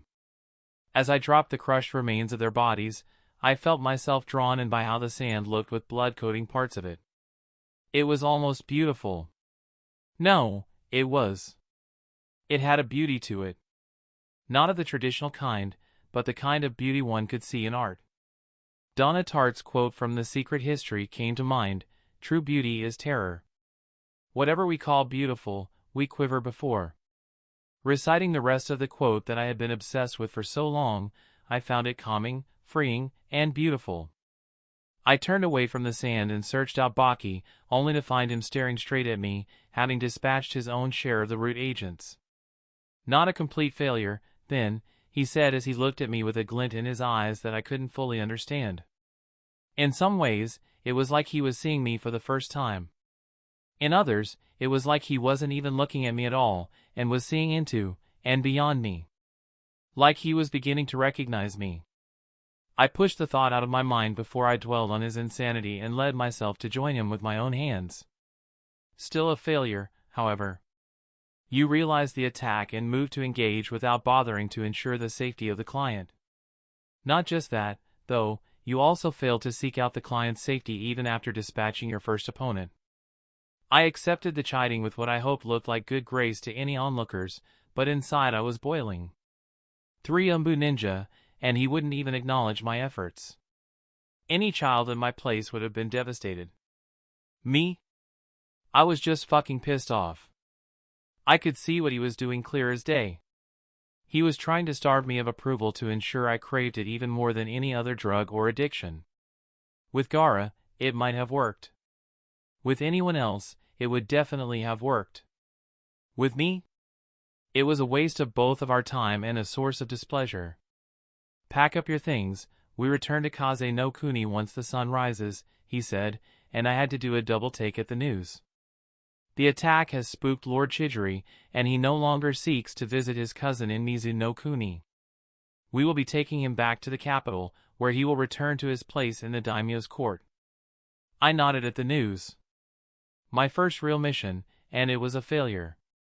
A failure on my very first try definitely wasn't the best start to a career that I hoped to crown with the achievement of becoming Kazekage. In any case, it didn't go according to plan, and it was not my fault. I'd done even more than I should have ever been required to. I'd done my share and then some. I turned away from the bastard and dismissed my clone, returning the sand underground. I'd move it under our feet as we moved to ensure I'd never be so unsafe again, and when we returned to Sunagakure, I'd definitely have to look into sealing as a way to solve the weakness of not being much use outside the desert. I could already fantasize about the idea. Maybe a gourd with the same kind of seals as a sealing scroll, able to contain an actual ocean of sand. Or maybe even something like the bandages Sasuke had in Shippuden with seals on them to allow me to basically call upon sand right at my fingertips. Not bandages, of course, that would look stupid. But I could just imagine having a tattoo right on my palm, allowing me to use my sand wherever I went no matter what happened. A notification to the side of my vision reminded me that I hadn't noted all the improvements I gained during that attack or even the success of the quest itself. Being careful to ensure no one was paying much attention to me or seeking me for any purpose, I took control of the sand and formed a dome around me before plopping down in the lotus position. In my first life, I detested sand with a passion. It was itchy and had the infuriating ability to get everywhere. Now, sand felt like home. It didn't itch, and it felt so fucking comfortable, even on my pale, soft skin. I checked out the quest rewards first of all. Quest success. Main objective, survive the attack of the root Umbu heavy checkmark. Rewards, 500 XP, 5 stat points, 1 rare loot roll. Bonus objective 1, kill 1 root Umbu heavy checkmark. Rewards, 250 XP, 1 common loot roll. Bonus objective 2, kill 3 root Umbu heavy checkmark. Rewards, 250 XP, 1 special loot roll, increased rep with samurai, increased rep with Lord Chidori. Bonus objective 3, ensure Chidori's safety failed. Rewards, nil. Bonus objective 4, kill Baki in the chaos failed. Rewards, nil. Bonus objective 5. Capture one of the root Umbu for interrogation failed. Rewards, nil. Well, the bonus objectives were a bit disappointing, especially since the game had been willing to reward me for killing Baki. I won't lie that the idea did not cross my mind at all, but I weighed the odds and found that even making the attempt was not worth the risk. I'd keep it in mind for the next time we found ourselves in a situation like this one at all. I'd be getting Baki's head sooner or later. Now, the rewards. The XP gains meant I leveled up twice. 1000 XP from the quest plus another 200 XP from each of the Umbu I killed was just barely enough to push me over the threshold for that double level up. That also meant I had an extra 10 stat points to play with from the level up itself. All in all, it was a good haul, and that wasn't even including the rolls. A rare loot roll was pretty much the holy grail. I could get anything from one of those. Well, not anything, that needed a legendary roll, but even the rare ones had some good stuff in them. Game, make the rare roll, I thought at the game and watched as a wheel appeared in my vision. The wheel began to move at speeds I couldn't keep up with, flashing intermittently during every spin. Eventually, it settled down, and I got a look at my reward. New affinity, fire type affinity unlocked. Fuck. Nice. A fire type affinity was going to get a world of use. I mean, it would be difficult to explain away, but I didn't really care right now. I just wanted the ability to set shit on fire on demand. Besides, call me biased, but all the really cool jutsu in the anime had been fire type. Just look at that fire release, Great Fire Annihilation shit Madara pulled out in the war. I wanted to be able to do that kind of shit. The rare roll didn't disappoint at all. Game, make the special roll, I thought at the game next, excited for the possible rewards I get from that one. A different will flashed before my eyes this time, and I patiently waited for the reward to get chosen. This time it was a jutsu. New jutsu scroll, Earth Release, Swamp of the Underworld. I looked through the scroll and whistled appreciatively. It had to be the jutsu Jiraiya had used so often in the anime. It was A-ranked, required only 2 hand seals, and the size of the swamp was entirely dependent on the amount of chakra the user pumped in. Was it the perfect jutsu for me to expand my earth release repertoire? Maybe, probably, most likely. It was ideal for my purposes and would probably be a challenge to learn, but that was fine by me. Now, for the common roll. Game, make the common roll, I called out in my mind and waited as it spun through what looked like hundreds of options. That was the thing about loot rolls, the names were deceiving. They had nothing to do with the availability of the items or boons, just the value. Rare meant I was getting something immensely valuable. No one can deny that a brand new nature affinity without any training is immensely viable. I'd received the boon and suddenly had the knowledge of how to mold fire chakra in my head. I could do it. If I wanted, I could pick up any leaf here and set it on fire in an instant, all without any training. The special roll gave me a jutsu used by one of the Sannin. Not knowledge of the jutsu, but a scroll. Knowing a jutsu without learning it might have been too valuable even for a special roll. The common roll gave me a sealing scroll filled with kunai from the land of iron. That wasn't bad at all, I thought to myself as I took a good look at the blade I had in my holster. Enhancing it with wind chakra had worn through the metal, and clashing so much against a blade enhanced with lightning chakra had not done it any favors. It was brittle and would probably break if I applied any force to it. Kunai from the land of iron, though, were something else. Made from stronger, purer metal, they'd last even longer than the ones I'd been previously using and would resist wind chakra enhancement. They weren't made of chakra metal, though. If I wanted any of those beauties, I guess I'd have to save up and buy them myself. That was something I actually looked forward to. The pay for this mission would be a good addition to my bank account. Okay, I don't actually have a bank account. Did ninja even have banks? But you get what I mean. There are very few things money won't be able to buy, maybe even a few ninjutsu teachers since I needed knowledge of the art to take my sand carriage to the next level. A gourd would be inefficient, cumbersome, and make my taijutsu close to useless, considering that was my second greatest weapon behind my sand control. Speaking of weapons, I took a look at what had happened to my skills during the attack. Stat sheet, I thought at the game and whistled at the improvements. Name, Gaara of the Desert. Age, 6. Level, 7. Title, Genin of Sunagakure, 10% increased growth when trained by Chunin Ninja, Jinchuriki of the Ichibi, plus 50 sand control, plus 20 ninjutsu, 50% increased growth when training in the desert. Chakra capacity, 20,000/20,000, regeneration, 100 CP per minute. Stamina, 102 of 120, regeneration, 1 SP per minute. Strength, 15. Dexterity, 12. Endurance, 59. Intelligence, 42. Durability, 19. Stat points, 40. Skills. Taijutsu, 38. Ninjutsu, 41. Genjutsu, 2. Sand control, 63. Pain tolerance, 19. Meditation, 13. Chakra affinities, wind, 36, earth, 30, fire, 25. Jutsu. Sand release, sand clone, 54. Wind release, great breakthrough, 42. Wind release, wind bullets, 26. Earth release, earth wall, 10. Earth release, earth flow river, 17. Shunshin no Jutsu, 41. I gained 10 levels in taijutsu alone in just those few minutes. My evolution in the Shunshin Jutsu was also noteworthy. I had been using it throughout the fight to keep up with the ANBU operatives and even move ahead of them, not to mention all the use my clone got out of the jutsu.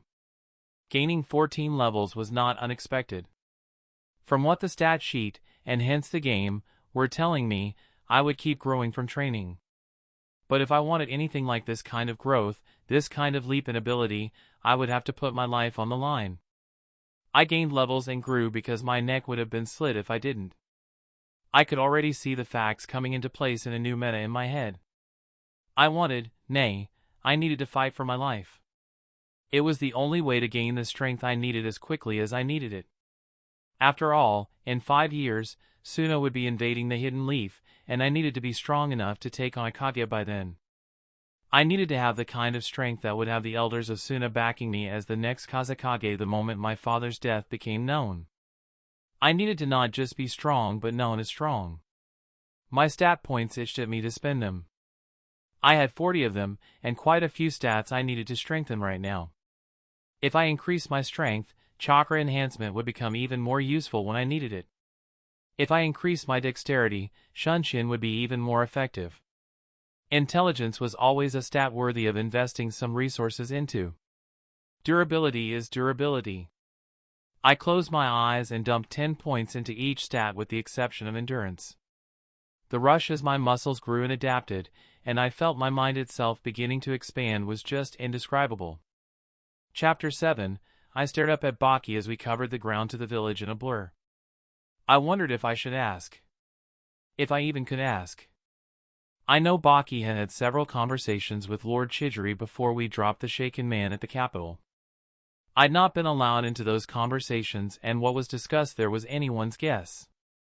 If I was a gambling man, I'd wager that they'd at least discuss the attackers. Baki hadn't even broached the subject with me. Beyond giving me the duty of sealing up the bodies for return to Suna, he hadn't even acted like the attack had happened at all. I led with, trying to get his attention, but remaining hesitant as to how to raise the topic exactly. Use your words, boy. You should at least be capable of that much, he said in reply, ticking me off and making me blurt out my next words with much less care than I would have liked. Who were those ninja, and what did they want? I asked bluntly. Perhaps too bluntly, because the bastard just turned to me with a raised eyebrow. The face curtain covering half his face swayed a bit in the wind, letting me make out the scarred visage that lay beneath. I didn't flinch.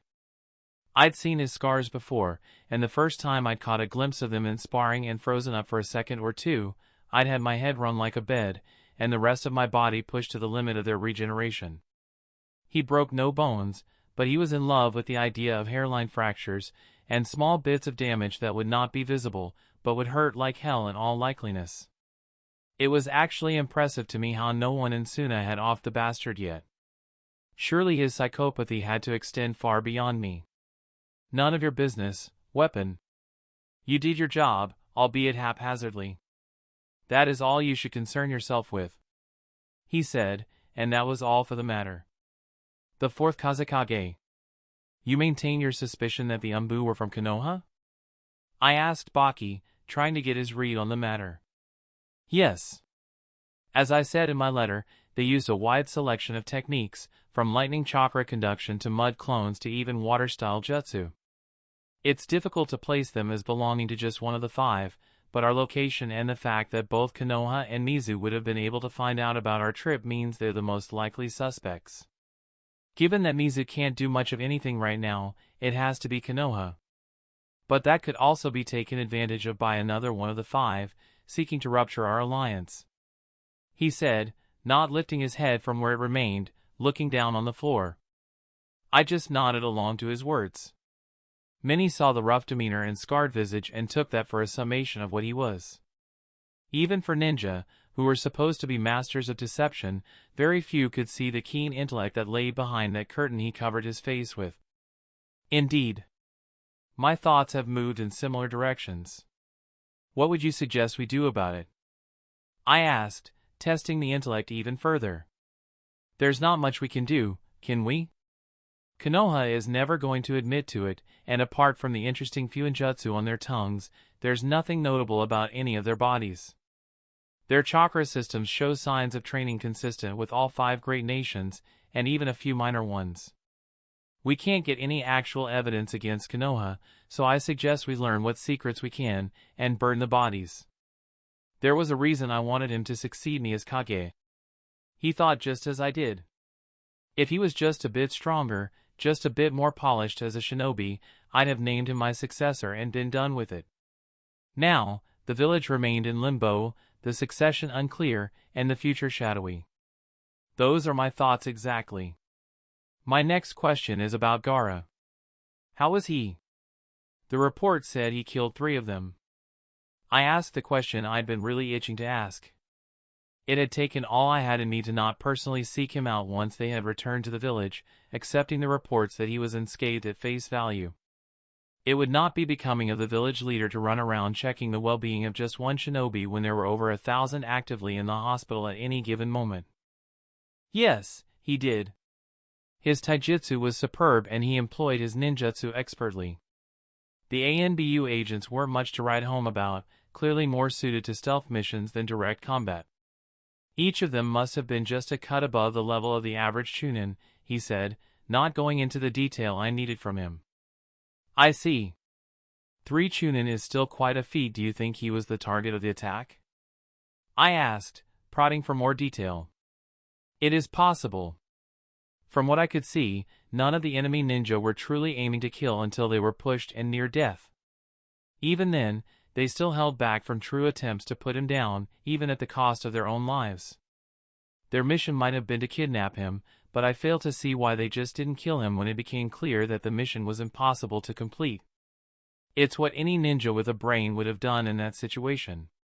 And what about his sand? You said he made a breakthrough, I asked again.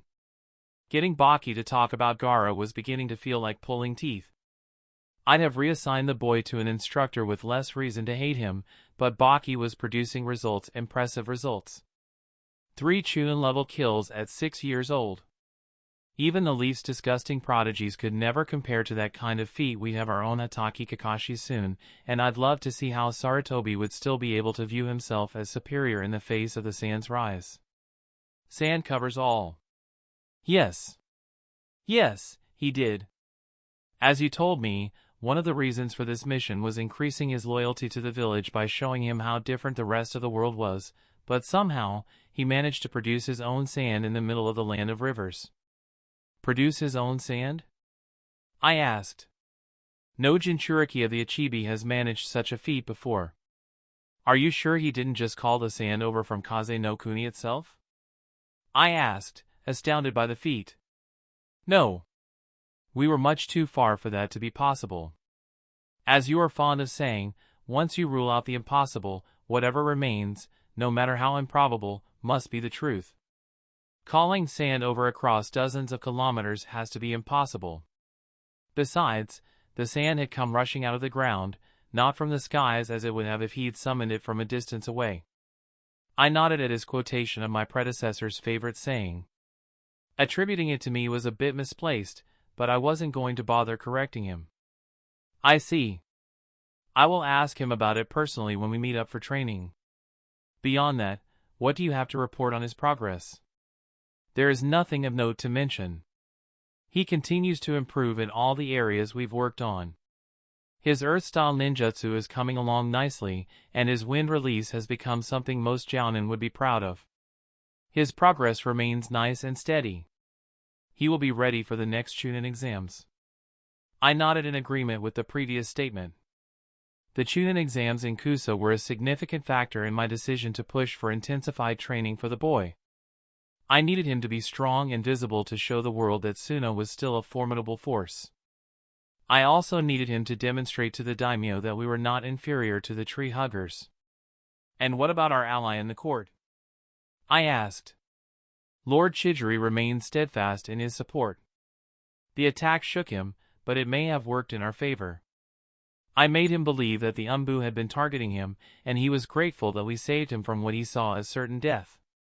But he still terminated the mission. As a side effect of making him believe that assassins were sent after him, his paranoia has increased.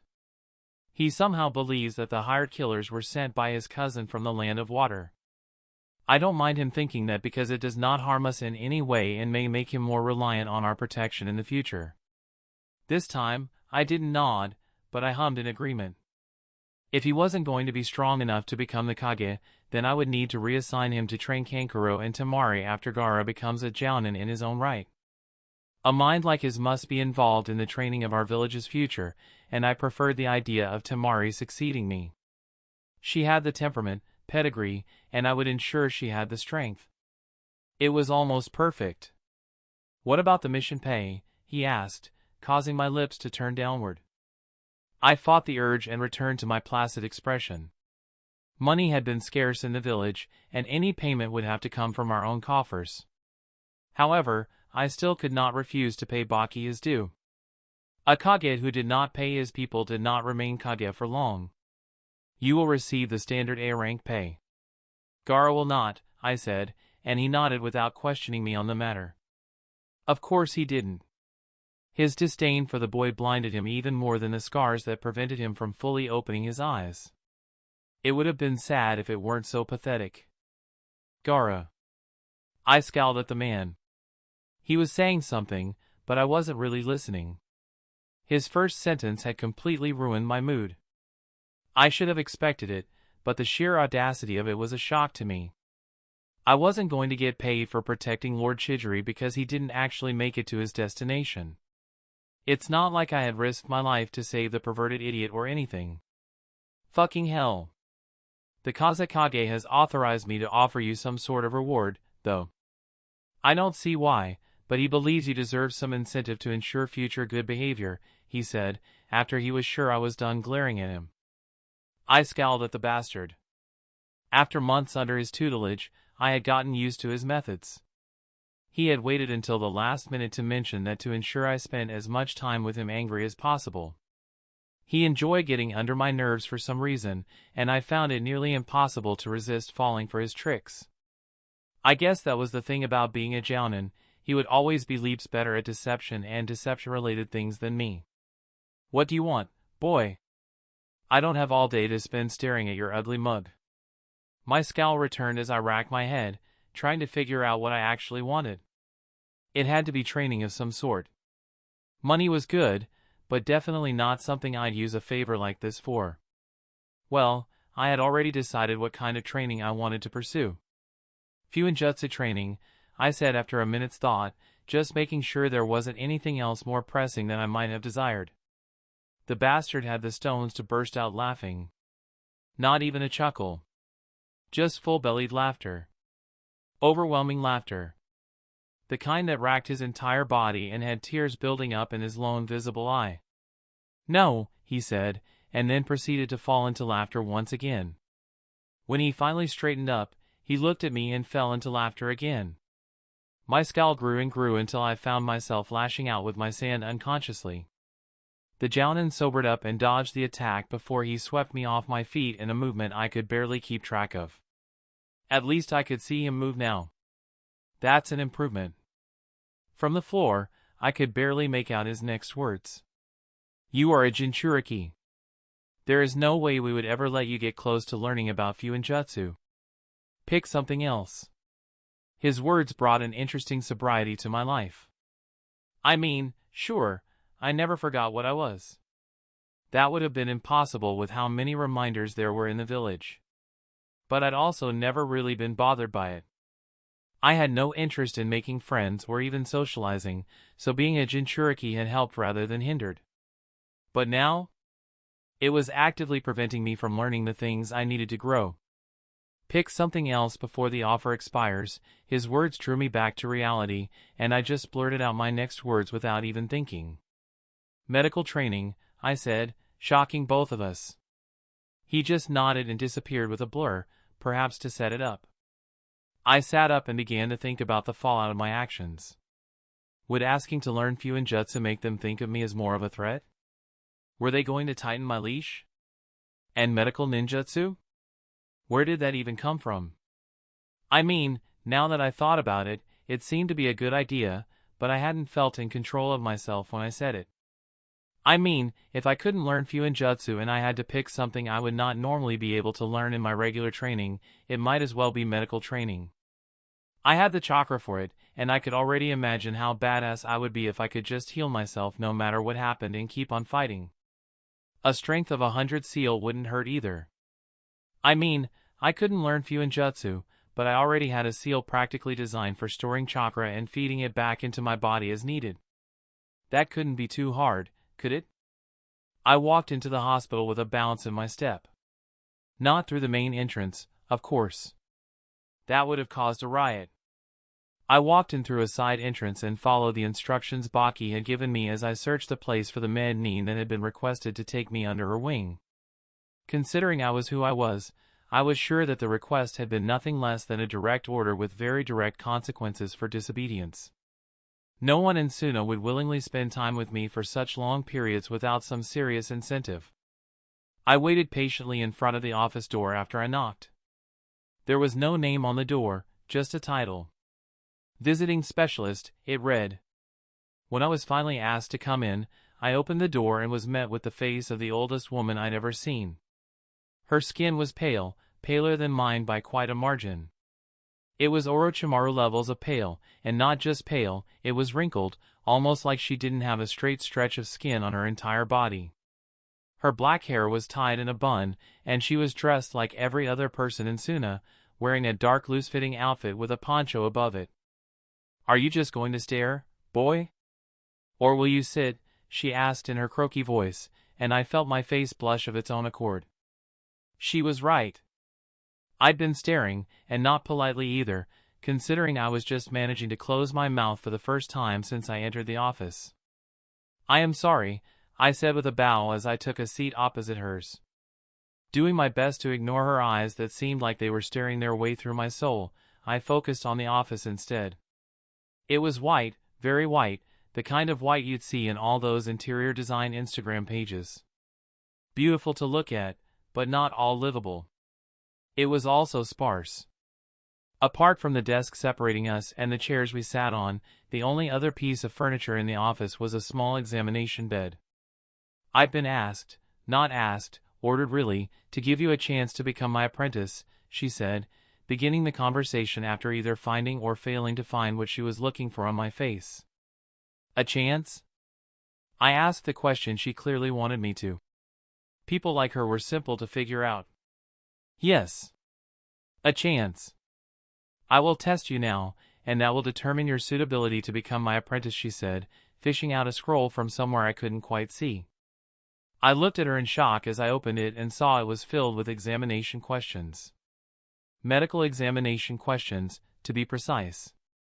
"I have no medical training, sensei," I said, unsure as to whether the woman had gone senile or was just misinformed as to my capabilities.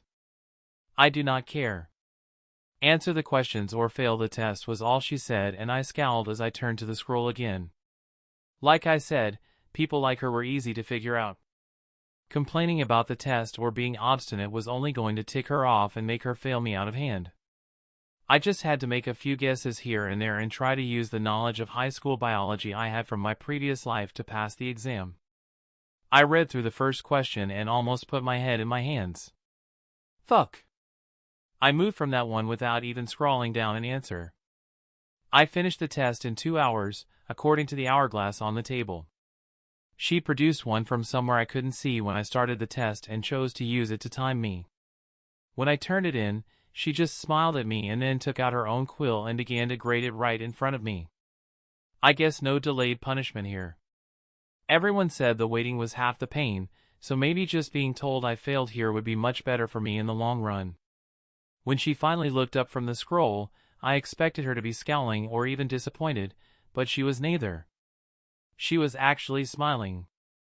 "Your grasp of anatomy is basic, but serviceable. Everything else is complete trash." "Very good," she said. "Good?" I repeated after her, sure the woman was cracked in the head. "Yes. Good. It means you have nothing in your head I'll need to take out. Your cup, as they say, is empty, so I just have to fill it up with the right knowledge." I just stared at her, still unsure what to make of her assessment.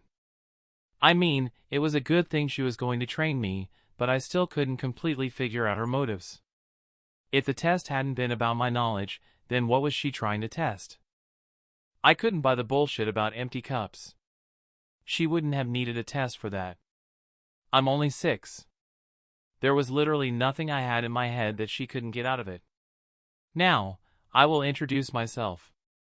Be honored, boy, for you sit in the presence of Chio of the Hidden Sand, famed Kunoichi, leader of Sunagakure's legendary puppet brigade, and medic Nin, she said.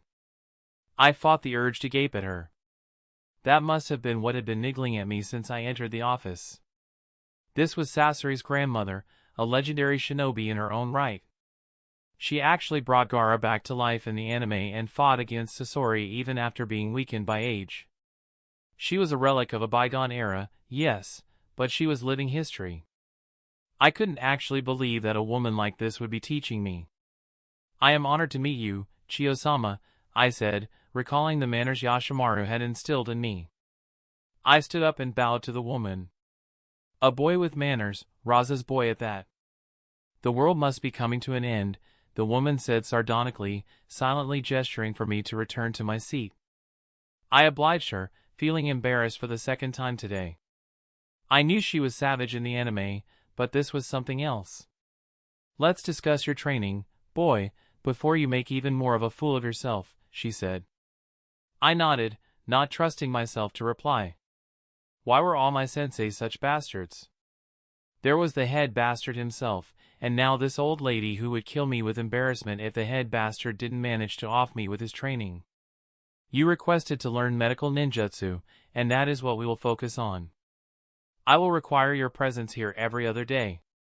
Traditionally, medical nin training is not something one embarks on part-time, and it definitely isn't something you see many 6-year-olds trying, but I've been assured of your intelligence and determination, so we shall be putting both of these things to the test. She fished out 2 thick books from a place I, once again, could not see. This was getting ridiculous. I chanced to glance at the titles of both books and felt my eyebrows lift of their own accord. Secrets of the Body and Production of Medical Chakra, a guide were the names of the books, and I could already tell what each of them was for. You can read, I am told. You will have to have finished both of these books by the time you return to me the day after tomorrow. Do not skim them, for I will know. Digest the knowledge and return to me with a few drops in your cup. She dismissed me with a wave of her hand. I stretched my chakra through my sand as I moved it around me in a spinning tornado. The goal of today's training? Nothing. Just perfecting various movements with the sand. My high level of sand control meant I had no real difficulty doing whatever I wanted with it, but things I'd done before were also much faster and smoother to execute. This probably had something to do with chakra memory. The book on producing medical chakra had mentioned it offhandedly in one of the chapters.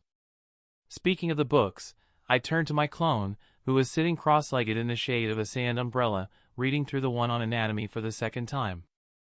I was able to get the first read of the thick book down by essentially making a clone to stay up all night reading it while I went to bed. It was one of the freakiest things I'd ever done. I could actually feel myself both sleeping and awake at the same time. I couldn't even describe it without sounding like a complete and total nutcase. Just take my word for it that it was strange. Still, I had finished each book once, and only had one more read to go before I felt totally confident in my knowledge of the text.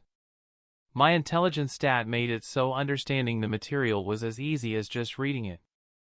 I could also virtually recall 40% of it word for word. The second read was just to cement what I learned and raise that number up to 90%. I had no idea how I knew that would be the most efficient way to study the text.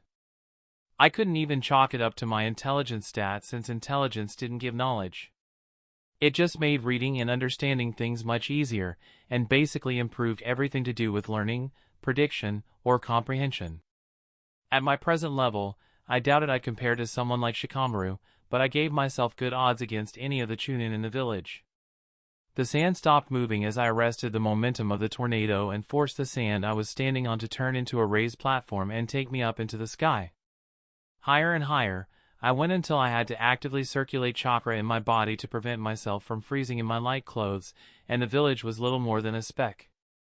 Chapter 8. I scowled at the fish in front of me. Even after hours of trying to pump it full with medical chakra, it still remained in the state of suspended animation that Chiyo had placed it in with only a tap from one of her fingers. Good. Finally, something you are truly terrible at.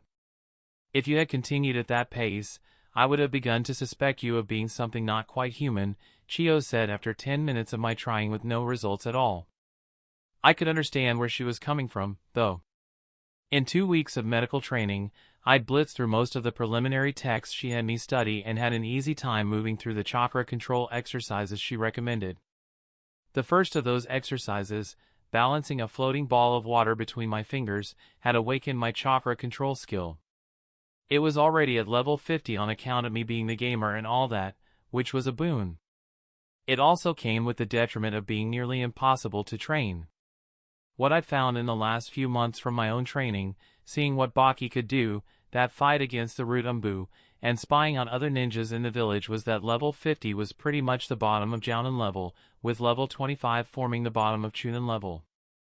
Other people didn't have levels since they didn't have the gamer's body, letting them live their lives like games, but that didn't mean I couldn't gauge their abilities with pure observation. I had Jounin level intelligence, after all. Maybe you should try a different method, Chio commented as she entered the office and still found me struggling to revive the fish. Different method? I asked, repeating her words, a habit I'd picked up recently because of how much it seemed to annoy the woman. Less than 10 total hours spent together, and I was already beginning to pick up on the woman's tells and hints. Your impersonation of a parrot is no more amusing now than it was the very first time you tried it out, she said, scowling and drawing closer. Yes, a different method. Now, you are trying to use your chakra and guide it to go where it instinctively wants to go. That is how most medical ninjutsu works. You only need complex knowledge of anatomy to make sure you don't accidentally break anything in your attempts to ensure things get back to working. However, there is another method. More advanced, but maybe more suited to you. You must learn the exact nature of the injury and use your own willpower to heal the injury. You must not let your chakra flow as it wishes, you must instead force it to do what it needs to, she said as she finally reached the fish in front of me. Maybe that will work just a bit better for you and get some actual results, she said before leaning over and humming at the fish. Or maybe you're just a complete idiot, and the fish died over an hour ago. I looked up at her, eyes wide. Nanny? She shook her head at me, bursting into laughter. Today, Baki showed up to training with a form that was already filled in. He only showed it to me to affix my signature to it and make sure the information there was accurate. It was a Chunin exam form, and I almost sighed in relief when I saw it. The bastard had been getting more and more abusive with his training methods, and I was just about done with dealing with him for any long periods of time. A promotion to Chunin was just what the doctor ordered. Good, you're interested. It would have been a pain to force you, he said with half a scowl visible. I looked at him and resisted the urge to act. For some reason, his words were beginning to get on my nerves even more. It might have been my frustration with medical ninjutsu bleeding over to the rest of my life. It might also be that I just had enough of his bullshit over the years. The exams will be held in Kusa. Your training from now henceforth will be aimed at polishing off every dull edge in your fighting style. You will be the only ninja from Sunagakure sent to this exam, so your victory must be a foregone conclusion. We risk much for you. The reward must be equally great, he said before blurring into motion and making for my head. I backflipped out of the way of the attack before catching myself in a cocoon of sand to avoid the follow-up that was sure to catch me midair. What do you have for me, 3? I asked the ANBU agent kneeling on the floor, the head of our counterintelligence operations. The other villages are aware of Gaara's participation in the exams at Kusa. Their spies sent the reports last week, and word from our spies is that even isolationist villages like Kumo are mobilizing to send their representatives. Gaara's participation has stirred the hornet's nest, he said, and I smiled. All was going according to plan. Beautiful. And the daimyo? The Wind daimyo has been convinced to attend, and he has similarly sent out letters to all his cousins to attend the exams. There was nothing I loved more than a plan coming together. All the great nations danced according to my tune, and at the end of the day, sand will land on top. Thank you, 3, I said before looking to the other side and facing Baki. Is he ready?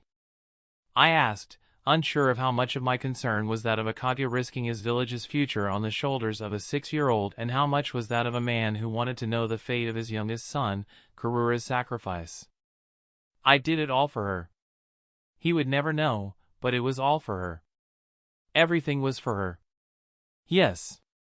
He might not have the strength of a Jounin, but he is more than crafty enough to kill one if it comes to it. It won't. He will be facing Chunin and will be the strongest of them all by a fair margin. I nodded at Baki's words and waited for him to continue.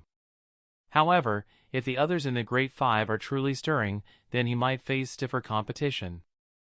I have no doubt that each of the other villages would have their own monsters ready to face him down, he said, head still bowed and tone doubtful. I could understand the doubt. It was unbelievable that there could be other Chunin as strong as Gaara out there. He was a Jinchuriki, and one with almost perfect control over his creature's gifts. The only other village with a chance of having even a similar weapon was Kumo, and it was well known that they would never endanger their weapon beyond times of war. Might I ask why, my lord? The ninja bowed in front of me, bringing my head from my thoughts, and I gave him a look before ceding his request. You may. Suna is not in a good state. You of all ninja can see this. Our position in the Great Five has never been more at risk. Kusa stumbles and grows bolder and bolder every year. Konoha whispers of reevaluating our alliance. Our own daimyo contracts other villages to fulfill his missions. This village has never been in more peril, but we've also never had such an opportunity to turn things around before, I said, taking a deep breath before continuing as my sense of his chakra told me he was paying rapt attention. Gaara is strong. I have never seen a Chunin so strong. He is, without a doubt, the future of Suna. If he sought it, this seat would be his one day and I would never deny him. He is strong, and he is young. That is why we are sending him out now. A 6-year-old at the Chunin Exams will draw eyes. A 6-year-old at the Chunin Exams alone would draw even more eyes, and that same child winning the entire thing would be the show of the century. Gaara's victory will secure the future of Suna. That is why I am so willing to risk her present. Chunin who ought to participate in this year's tournament will be forced to wait another 6 months. I will stall their development for Suna's future, and their sacrifice will be nothing, I said, standing up at the end and projecting my voice. I had my own doubts about the plan. I had my own worries, but I needn't have bothered with them. The plan will work. It just has to. Yes, my lord, Baki said, and I nodded before dismissing him. I pulled out the drawer on my desk and took out the photo frame within. It was Karura, heavily pregnant as she was, and smiling with the radiance of the sun. All for you, my dear. You dreamed of a supreme Suna. I will deliver. The exams were slated to be held in Kusa, so that meant I had to deal with lessons on how to fight in the grassland, as well as even more brutal training sessions with the bastard. The good part was that every single one of my stats had seen visible, measurable improvement. The downside was that every day, I tested the limits of my natural healing factor and endurance. I still had not been cleared to use medical ninjutsu on myself, so I had to deal with the pain for the few minutes it took for my natural healing to deal with the bruises and light cuts. The bastard always lived up to his name, but at least he had the good sense to avoid causing any damage that would impair me for considerable lengths of time. After all, I was essentially taking on the role of 2 different people, studying dozens of medical textbooks and journals while training to become the youngest Chunin in Suna's history. I was more than strong enough to beat virtually any Chunin out there, but we still trained because Baki was a bastard, and I would never turn down an opportunity to improve. God will descend in 10 years. That was the phrase I repeated to myself whenever I was tempted to quit, slow down, or take care of myself instead of charging full speed ahead in self-improvement. Whenever the temptation arose, the knowledge that I was nowhere near strong enough to even be a blip on Madara's radar was enough for me to throw myself back into my training. Sure, it might have been nice to be knocking on the door of Jounin level, but Madara had cut through hundreds of Jounin with no difficulty. Maybe one day, I'd be strong enough to match up to a Kage, but Madara had taken all 5 of them without breaking a sweat. Hashirama was even worse. I had virtually all the benefits of being a perfect Jinchuriki for the One-Tails, but Hashirama had beaten 9 of them and sealed them up. He'd taken on the strongest one while still fighting Madara at the same time. Madara and Hashirama. Those were the monsters I aspired to match and surpass, and I had just 10 years to do it. I had even less than that before pain would come for me.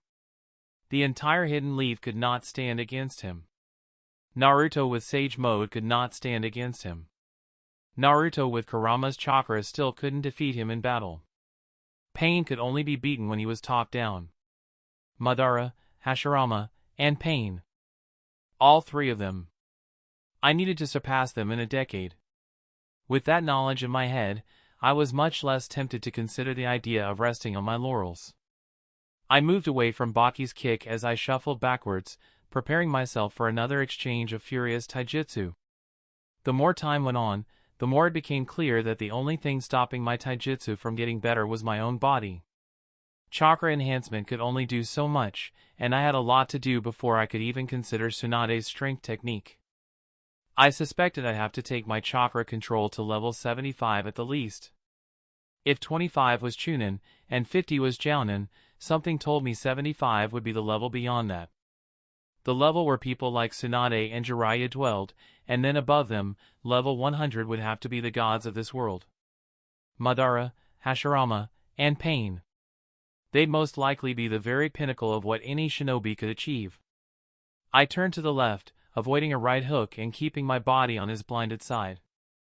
I moved in for my own counterattack, trusting him to block and preparing a surprise if he did. My punch hit nothing but air as he dodged, maybe sensing my plans. I twisted underneath his returning kick and bolted back up with another punch. Once again, he dodged, moving out of the way with ease and ignoring how my punch distorted the air. Your chakra enhancement is sloppy. I can sense it from a mile away. Any ninja worth their salt will be able to do the same, he said as he moved across my body and slammed into my midsection with a kick. I had already started moving backward, so I didn't get the full brunt of the attack. Regardless, I was still sent flying back and had to twist midair to land on my feet and rush toward him in a shunshin to prevent him from gaining the upper hand. At least, your control is no longer so sloppy, Chiyo said as she watched me try to revive the fish for what felt like the 100th time this week. After my first experience, she had me go back to the drawing board. I could produce medical chakra, but I couldn't direct it, and unlike virtually every other medic in the world, my medical chakra had no natural inclination to head to the affected areas and solve the problems. Chiyo said it had something to do with the malice of Shikaku influencing my chakra's instincts. I couldn't tell her there was no malice to speak of, and my personal theory was that the gamer's body had somehow purged me of all that. I couldn't tell why or how. I just had to accept it as it was. The solution to the problem, though? Chakra control exercises. Lots of them. Tree walking and water walking were too easy, so I did menin grade techniques. Manipulating chakra strings and senbon with only my chakra were just the beginning of the training. I did anything and everything I could with my chakra to ensure my control was actually improving, and I had seen some rewards in the past few weeks. The day I was to leave for Kusa was quickly approaching, and I had been forced to come to terms with the fact that I would not be able to make good headway with medical ninjutsu by then. Chiyo had offered me a place at the hospital after the exams, though. With all the free time of a Chunin whose expenses were borne by the state, I had nothing to lose from spending months or even years by her side, getting the training I needed. Yes, medical ninjutsu was just that important to me. There were 3 sannin. 2 of them were fuinjutsu masters, and 1 was a master of medical ninjutsu. Considering I would not be able to learn the former, the latter was where I would shift most of my energy. Especially since the thought of dying filled me with paralyzing dread. I had experienced it once before, and then gotten blessed with a second shot. I would be using this one for all it was worth. Good, just like that. Guide it. Don't let it wander on its own. Force it to go, and it will follow your lead, Chiyo whispered as I felt myself beginning to succeed. I did all I could to prevent myself from being distracted by anything as the fish began to show some signs of movement. I laughed in joy when it began to flop around on the table. It was only Chiyo's cough that brought me back into reality enough so I could actually run a diagnostic check on the fish. All problems solved, Chiyo-sama, I said as I turned to her with a bow. The old woman just smiled. You might have some future in this field after all, more than I'd ever expected, the woman said, offering me a rare compliment and making my face turn completely red as I nearly exploded from embarrassment. Now, Let's move on to the next exercise, she said, taking out another fish from the basin she had moved into the office we used for our training. I just smiled at the challenge. This was getting good, very good. You leave tomorrow, Raza said as he stood next to me, staring at the massive sea of sand outside the village. Our training had been moved outside the village as he began teaching me larger and more impressive maneuvers. I do, I said, agreeing and answering as if he had asked a question. You are smart. I'm sure you already understand the situation you're in. You will be the only Suna ninja being sent to this exam. Over a dozen Suna Genin are losing their chance at a promotion for the next year to grant you this chance. You have to deliver. Failure is not an option, Gaara. I nodded at his words. From the moment I found out I was the only Genin going to write the exams, I had figured that the entire thing was a power play. I wondered how bad things had already gotten if Raza was taking a risk like this. I knew that in canon, they had been forced to attack Konoha because their economy had been shot to death, but was it already beginning to head downhill? I hadn't noticed any signs of things getting worse for the average Suna resident, but I wasn't exactly an authority on how things were for the average Suna resident, considering I never did any actual shopping, and all the things I wanted were paid for and supplied by the state. You are strong, much stronger than I was at your age. Strong enough to win. Strong enough to send a message. That is what I want you to do. Go there, and don't just win. Send a message. That is your mission, Gaara. Succeed, and this hat will be yours one day, he said, making me double take as I turned to him in shock. The look in your eyes when you look at it. I can see how much you hunger for the position. Maybe it's the power, maybe it's the freedom. Maybe you just want to serve our people. The reasons don't matter. All that matters is this: succeed, and you will become Kazekage one day. With Raza's promise, my motivation to do my best on the exam skyrocketed. Sure, I had every confidence that I would eventually become the Kage and have all of Suna at my beck and call, but the support of the present Kage could not be underestimated. Oh, what I would do to have that kind of influence behind me. Just Raza naming me as his successor before meeting his death at Orochimaru's hands was enough for me to be sure of my position. It would happen, one way or another, and I just had to make sure I was the one to come out on top when the dust settled. I stood by Baki's side as we set off for the exams. There wasn't a flashy send-off or anything of the sort. We departed at the break of dawn and expected to be out of Kaze no Kuni by dusk. Our journey to Kusa was not expected to take longer than a few days. We'd be traveling at shinobi speeds for most of it, and I had the endurance to keep up with the punishing pace Baki could set. The anime hadn't spent enough time establishing it, but Baki was a physical powerhouse very few people could match up to. I felt it whenever I punched him, and whenever he punched me. Here I come, Kusa. It's time to show the world that I am here. Chapter 9, and once again, Danzo, you come to me with nothing but failure. I sighed at the man sitting in front of me, taking a sip of my tea. My agents at Root had reported the mission to me the moment it was authorized, but I had turned a blind eye, hoping to see my friend's impetuousness finally achieve something useful for the village he was sworn to serve. Of course, it hadn't yielded any real results. I would hesitate to use that word, the man said, pretending to take a sip of his own tea. Danzo was far too paranoid to drink anything he did not prepare himself. Even watching my secretary as she made the tea in our presence was not enough to assuage his constant fear for his life. Others might have been offended by his lack of trust, but not me. I found it cute that he believed I would resort to poison if I wanted him dead. No, I would crush his skull between my hands and watch his life drain away on the ground. Every day, I fought the temptation, waiting for him to outlive his usefulness or for his audacity to overshadow it.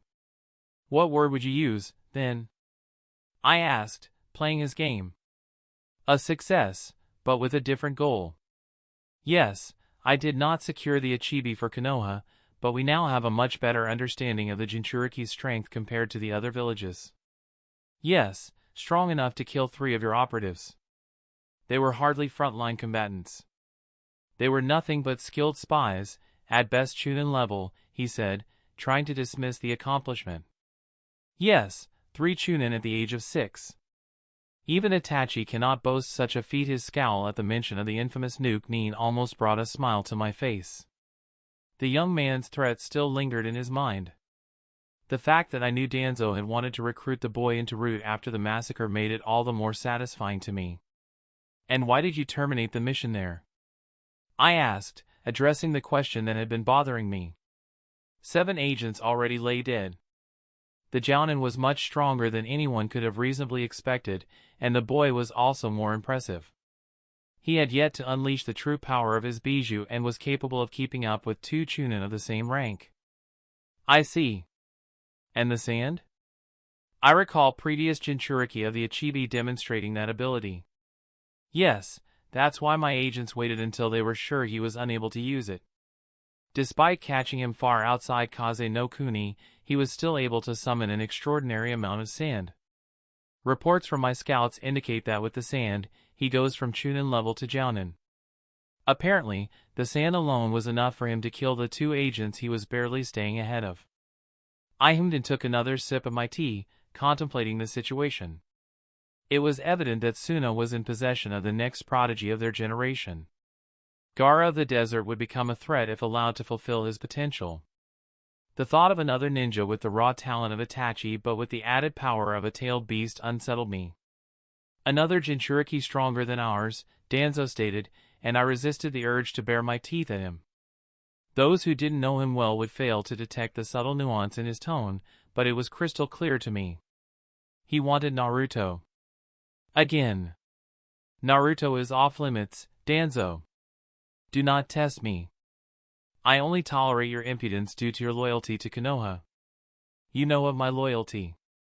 You are the Kage, Hiruzen. You know that to make the great tree flourish, a few branches must be sacrificed. The Nine Tails is one such branch. The attack from its Jinchuriki put us in this situation, and now, with over a third of our shinobi force unable to fight in a war, and no Jinchuriki to speak of, we might be the weakest among the 5. I didn't point out how he was clearly leaving Mizu out of his assessment. He was right. I felt the weight every day. During the last war, we had Minato, Orochimaru, Tsunade, and Jiraiya running interference, and we just barely made it out intact. By the time the other villages sued for peace, we were on our last legs, barely able to maintain the facade of invincibility. Now, without most of those S ranks and with our forces nearly cut in half, if war were to break out today, we would be the victims, not the victors. Despite that, Naruto was off limits. I made a promise to Minato years ago. His son would know the dream Hashirama-sensei and Tobirama-sensei gave their lives for. No. Not Naruto, I said, shutting down the idea. Then the Uchiha, he said, and I resisted the urge to laugh. Itachi would kill both of us before letting Sasuke anywhere near Root. Danzo also reconsidered the idea and quietly sat. Increase funding and recruitment for Root, then, he asked. I saw where he had been leading. Danzo was perfectly capable of playing the fool when he wanted to get his way, and now, he was going to. I reevaluated and analyzed our entire conversation in my head once again.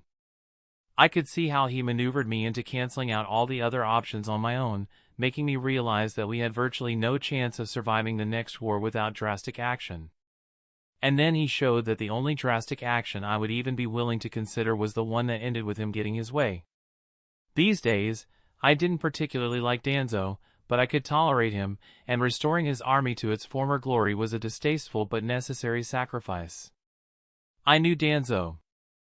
I could trust Danzo. Danzo was my friend, Gamer. I looked around as we jumped through the trees. From the moment we set off, we hadn't slowed down for a second, except for a brief pause for me to create a gourd at the end of the desert, marking the boundary between the land of wind and the land of rivers. I felt it floating behind me as I jumped. I had declined to tie it to my back like Gaara from the anime, not just because I was too short to have the one I made tied to me, it was taller than I was, but also because I didn't feel like sacrificing my flexibility. Baki had commented that having it like that would give away my abilities, but I couldn't care less, and it seemed he didn't either. After all, everyone already knew who I was.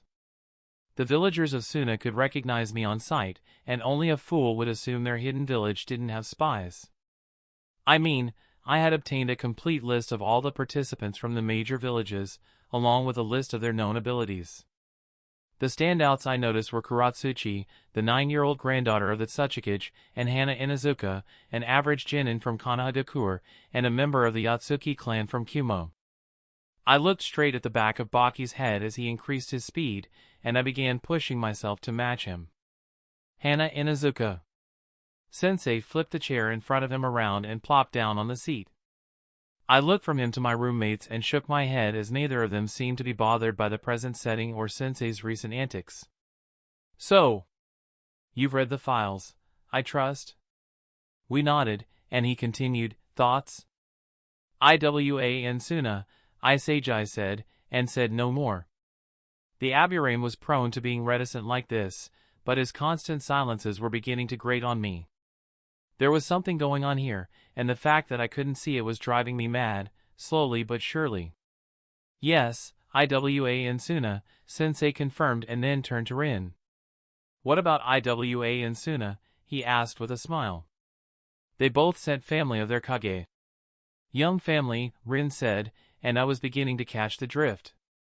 Gaara of the desert was only 6, and Kuratsuchi wasn't much older either. I was older than both of them, and I was still the youngest ninja from Konoha. Yes. Reports from both villages show that they're prodigies of a unique caliber. Both Gaara of the desert and Kuratsuchi of Iwa are said to be strong enough to be strong contenders for these exams, he said, and then gave me a look, silently asking me to ask the question on my mind. That was one of the things I hated about Bakura-sensei. He could read us like open books with those eyes of his. The Byakugan wasn't active, but even without them, those pupil-less eyes of his always saw more than I ever wanted to show. But why? Why are they here, and why does it matter to us? I asked, and instead of Sensei, it was Rin who answered me. They sent prodigies to the Chunin Exams. Remember the speech Hokage-sama gave before we left? These exams are a substitute for war, and 2 of the Great 5 sent their most promising ninja here. 3, Sensei corrected absently. When we all turned to him, he just shrugged and pulled out a file from his own folder. When he flipped it over to me, I could see a name underlined. Noel Yatsuki from Kumo. I'll take over from here, Rin. Thank you. The truth of it is this. The other villages have sent their strongest jin in here in the hopes of making a statement and also getting a feel for the other villages. Suna sent only a single ninja, but reports show that he's at least as strong as a jounin. I felt my jaw drop at that statement, and even high and mighty Isagi was shocked. A jounin? The same as Sensei at just 6 years old? Half our age and more than thrice as strong as us? Yes, I see your shock. I'll teach you a simple lesson. There are ninja younger than you but stronger than me. Gaara of the desert might even be one of them. He isn't the only threat here, though. Kuratsuchi of Iwa is another threat. She's the granddaughter of the Tsukage and has been trained from before she could walk to be the next leader of her village. Whispers in the wind say that Tsukage himself announced her as his successor a few months ago, and these exams are going to be her debut to the wider world. The more sense I spoke, the more I could see I didn't belong here. A genin as strong as a jounin? The next Tsukage? And the third one? Rin asked, pulling me out of my thoughts, and I noticed that Sensei had taken a pause. He just smiled widely and showed the name once more. Noel Yatsuki has been a genin for 10 years. He was promoted at the age of 7, and since then only attempted the Chunin Exams once when he was your age. Back then, he had dominated the competition and beaten all the competitors before becoming the winner of the exams. Somehow, that wasn't enough to get him a promotion from his village, but reports show that his strength has continued to grow since then, and he's clearly been going on missions far beyond the genin level. Of course, the last one had to be another monster. 3 monsters, and we were going to be fighting them? No, you probably won't have to fight any of them. I'm sure you noticed something off about Konoha's role in these exams.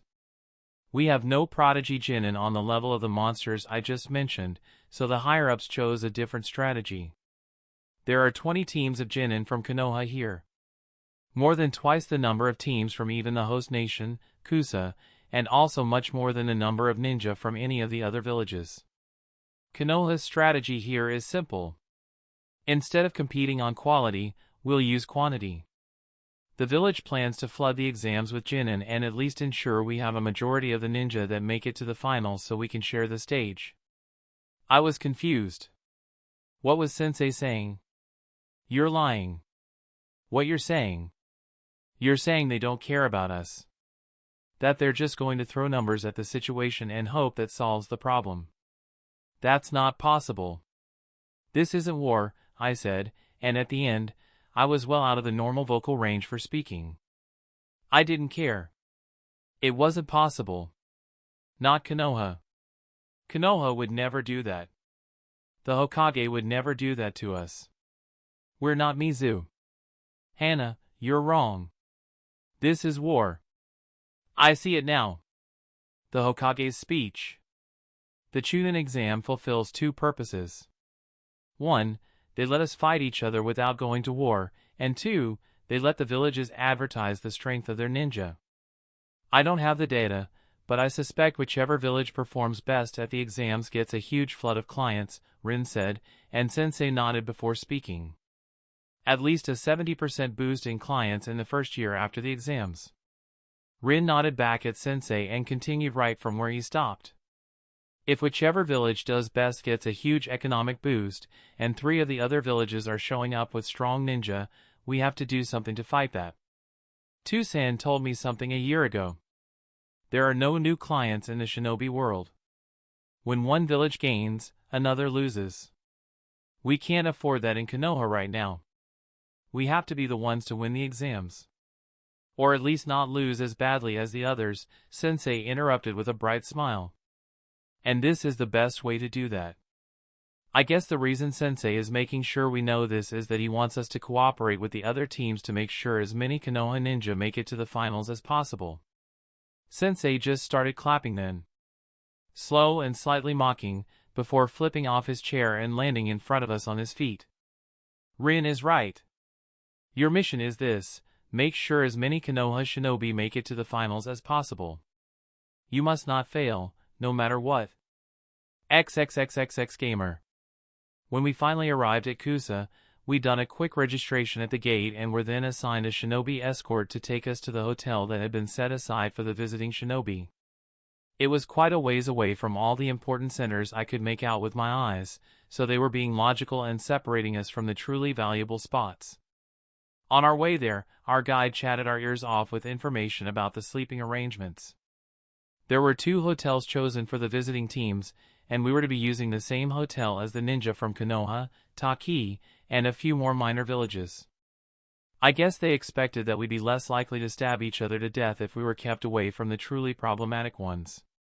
When she finally left, after showing us to our rooms, I went into mine and swept through it with my sand. After I was sure every nook and cranny was clean and that I wasn't being spied on from within the room itself, I walked to the curtains and took in the view of Kazekage from here. The hotel was quite a few floors high, so I could get a good view of most of the village. It was definitely much more active at night than Suna was. I could see figures moving across the streets, shambling from place to place. When I had my fill of people watching, I shut the curtain and went to bed. Not to sleep, but to train. My meditation skill had slowed down its growth quite a bit, but I still worked on it whenever I could get a second of free time to myself. One day, Senjutsu would be open to me. The first task is simple: there are 20 clues hidden in this hall, apart from the one each team has been given. The clues spell out a message. 5 clues will be enough to get the message. Use any means possible to get the clues, the message, and make your way out of the hall. The first 20 teams to make their way out will advance to the next stage, the proctor said, running his eyes across the large hall we were in.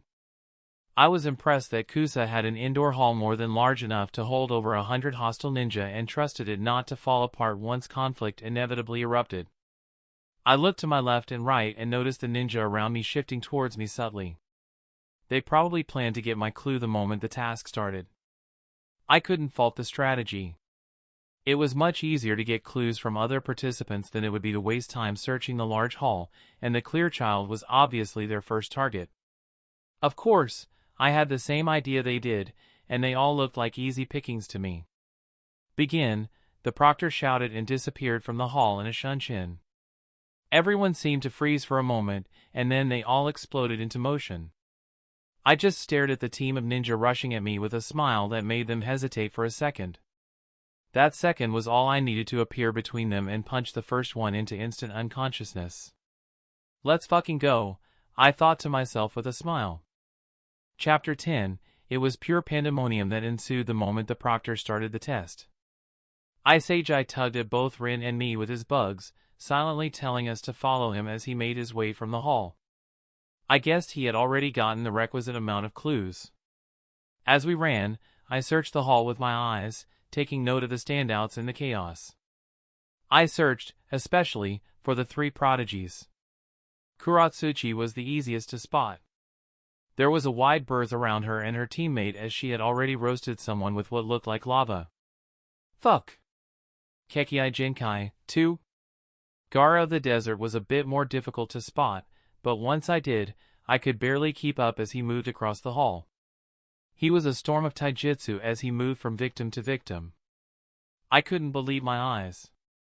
When I first saw him, with that gourd floating beside him, I had assumed it was his primary mode of fighting, but just watching him tear through adults like they were nothing was terrifying.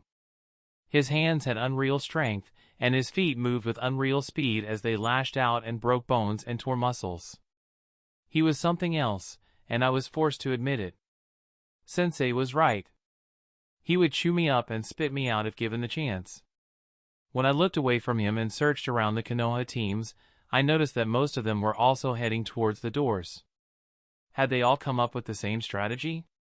Get to the door and steal people's clues as they attempted to leave the room. Not a bad strategy, of course. Just something I would never do. I saw a flash out of the corner of my eye, and when I turned, I saw the blonde-haired, muscular Noel Yatsuki standing in front of the prone forms of 6 different ninja. He turned to me and stretched out his hand. I watched in shock as a disc appeared right in front of his hands. Motes of light gathered within it, and Kazekage suddenly shouted right behind me. Get down. I obeyed, almost as shocked to hear my teammate actually shout as I was to see, or rather not see, what happened next. There was a flash of light that nearly blinded me, and when I could open my eyes again, 7 of the ninja that had been running for the door by our side were slumped on the floor twitching. They had been electrocuted. What the hell? Noel Yatsuki. Kazekage covered us in his kikaichu, and they fell to the floor, roasted, a second later. I watched, my heart in my chest, and nothing more than a puppet in my own body as Kazekage grabbed both Rin and me and dragged us the last few feet to the door. When we finally made it out and I could breathe again, I nearly burst into tears. Only thoughts of Rin's mockery stopped me. Right in front of us, sitting down and looking to all the world like he was having the time of his life, was Gaara of the Desert. I looked behind me and saw him still tearing through multiple Chunin. But I looked in front of me again and saw him sitting down. I lost sight of the Gaara in the hall as the door swung closed once more. Well, that was interesting. Gaara of the Desert. How do you do? He asked, stretching his hand out to us. I looked at Rin, only to find him staring at me. I scowled and took the boy's hand. And when I took it, it truly sunk in that he was nothing more than a child. His skin was pale. Much paler than I had ever seen, and his red hair seemed to shine with its own glow. He was also small. Very small. Barely more than half my height and strong enough to just tear through me if he wanted to. What kind of world did I live in? Inuzuka Hana, I said, giving him my name. I didn't see any harm in it, and while I was at it, I introduced my teammates. These are my teammates Aburame Kazekage and Yamanaka Rin. We're from Konoha. He nodded, like I had just given him some serious secret. The look on his pale face almost made me awe, but I caught myself in time. My mind just flashed with images of him shoving his knee into someone's face and catching a thrown kunai from another person in midair before shoving it into his opponent's shoulder. Cute, but very, very dangerous. I took my hand back once he let go and waited for him to say the next words, but he only smiled and pointed down the hallway. You should probably get going if you want to turn in your clues. You do have clues, right? You don't seem the sort to have run out just to escape the crazy lightning dude. Ignoring the strange last word, we nodded and thanked him, not keen to pick up any more conversation with the boy. Monsters. The lot of them were monsters, and as we left him behind, I was grateful to be done with them. How was it? Bakura-sensei asked as we left the building that the first task had been held in. We passed was all I said, and I left the after-action report to Rin. He and Bakura-sensei were two peas in a pod, after all. I just couldn't wait to get back to the hotel room and see the triplets. They'd been down with a nasty case of food poisoning, so I couldn't take them with me for the task. It would be fine, Sensei had said. Nothing but a test of our wits, Sensei had said. I guess that showed me. Never listen to Sensei. Sensei always lies. Always. That was the lesson I was taking away from the first task. I looked to my left and right as I walked through Kusa. I had been guided to the merchant corner and supposedly left on my own to do some browsing. I couldn't detect the people watching me, but I knew they had to be there. Of course, they had to. It would take a special kind of idiot to leave a foreign Jinchuriki wandering around unsupervised, especially with the other people in this district with me. I didn't need special senses to pick out the Kumo, IWA, and Konoha delegations in the crowd. With the exception of the Konoha team, both the other teams to note were duos. They still all moved in huge crowds of their countrymen, though. I was not surprised by it at all. Safety in numbers and all that. Of course, Baki wasn't enthused when I told him of my desire to head out, but he wasn't interested in tagging along for himself, so here I stood. Why was I talking about this so much? Because the Kumo team was walking right at me, with a certain someone at their helm. Noel Yatsuki. I looked at him, pale skin contrasting heavily with the darker skin of the rest of the contingent, and blonde hair slicked back. He was physically imposing. I'd never seen a man with muscles that dominant in this life. He looked like a bodybuilder, except that the muscles clearly weren't for show. He had thrown grown men and women around in that exam hall, and when he found me in the crowd, I had been forced to disperse my clone to avoid giving him too much information for when we eventually faced off, but it seemed he had found me again. Gaara of the desert, he said in greeting, and I inclined my head to him before reciprocating. Noel of the Atsuki clan, I said, stressing the clan name and giving him an obviously evaluating look. I wanted to know more. That storm release had been the real deal. He had turned the entire exam on its head with one jutsu, and from there, it was off to the races. We were about to start our conversation when we noticed the IWA contingent making their own way over to us. The Tsuchikage's granddaughter, I commented to Noel, not bothering to ask him to introduce the rest of his countrymen. I knew their names, and they were all irrelevant. What I needed was to fish for information on how things stood there. Kuratsuchi of the Blackstone. Her lava release is interesting, he said, but did not volunteer anything more. Not as interesting as the storm release. I'd never heard about it until I saw you at the exam, I said, fibbing the truth just a bit. I had, but never in this life. The files I was given had nothing on that. My best guess was that he had hidden the Kekkei Jinkai until his village felt him ready to defend himself. Bloodline theft was no new thing to the shinobi world. That's how Kumo had gotten the lava release they tended to be so proud of. It was also how they had acquired what few magnet release users they had. It wasn't guaranteed to bear fruit, but any chance to have such a unique advantage would be taken by any of the villages. Kuratsuchi and her people finally arrived, and the young girl was much more abrasive. Noel. Gaara, she said in greeting, and we repeated her name with inclined heads. No need to be rude just because she wasn't being completely polite. I expected you to be taller, she said, turning to me, and I let the comment flow off my back like water on stone. I just smiled placidly and replied, I am only 6 years old, after all. I think my height is no problem. Besides, if anyone should be talking. I left the last bit pointedly unsaid as I looked up at Noel. The man was not just muscular. He was also very huge. Kuratsuchi was quite a bit taller than me, but she was just a bit above his waist. I was on his waist level, so I could just imagine how tall he was. Easily 7 feet, I suspected. I was 3.5 feet after all. Noel just chuckled at my retort before looking down at us with a smile on his face. Prodigies are getting younger and younger, aren't they? When I won the exams 4 years ago, they called me a prodigy. Just look at you now. 6 years old and stronger than I was back then.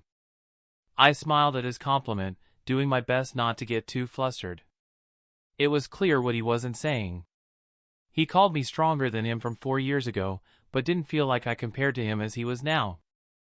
I found it difficult to doubt that assessment though. He was strong.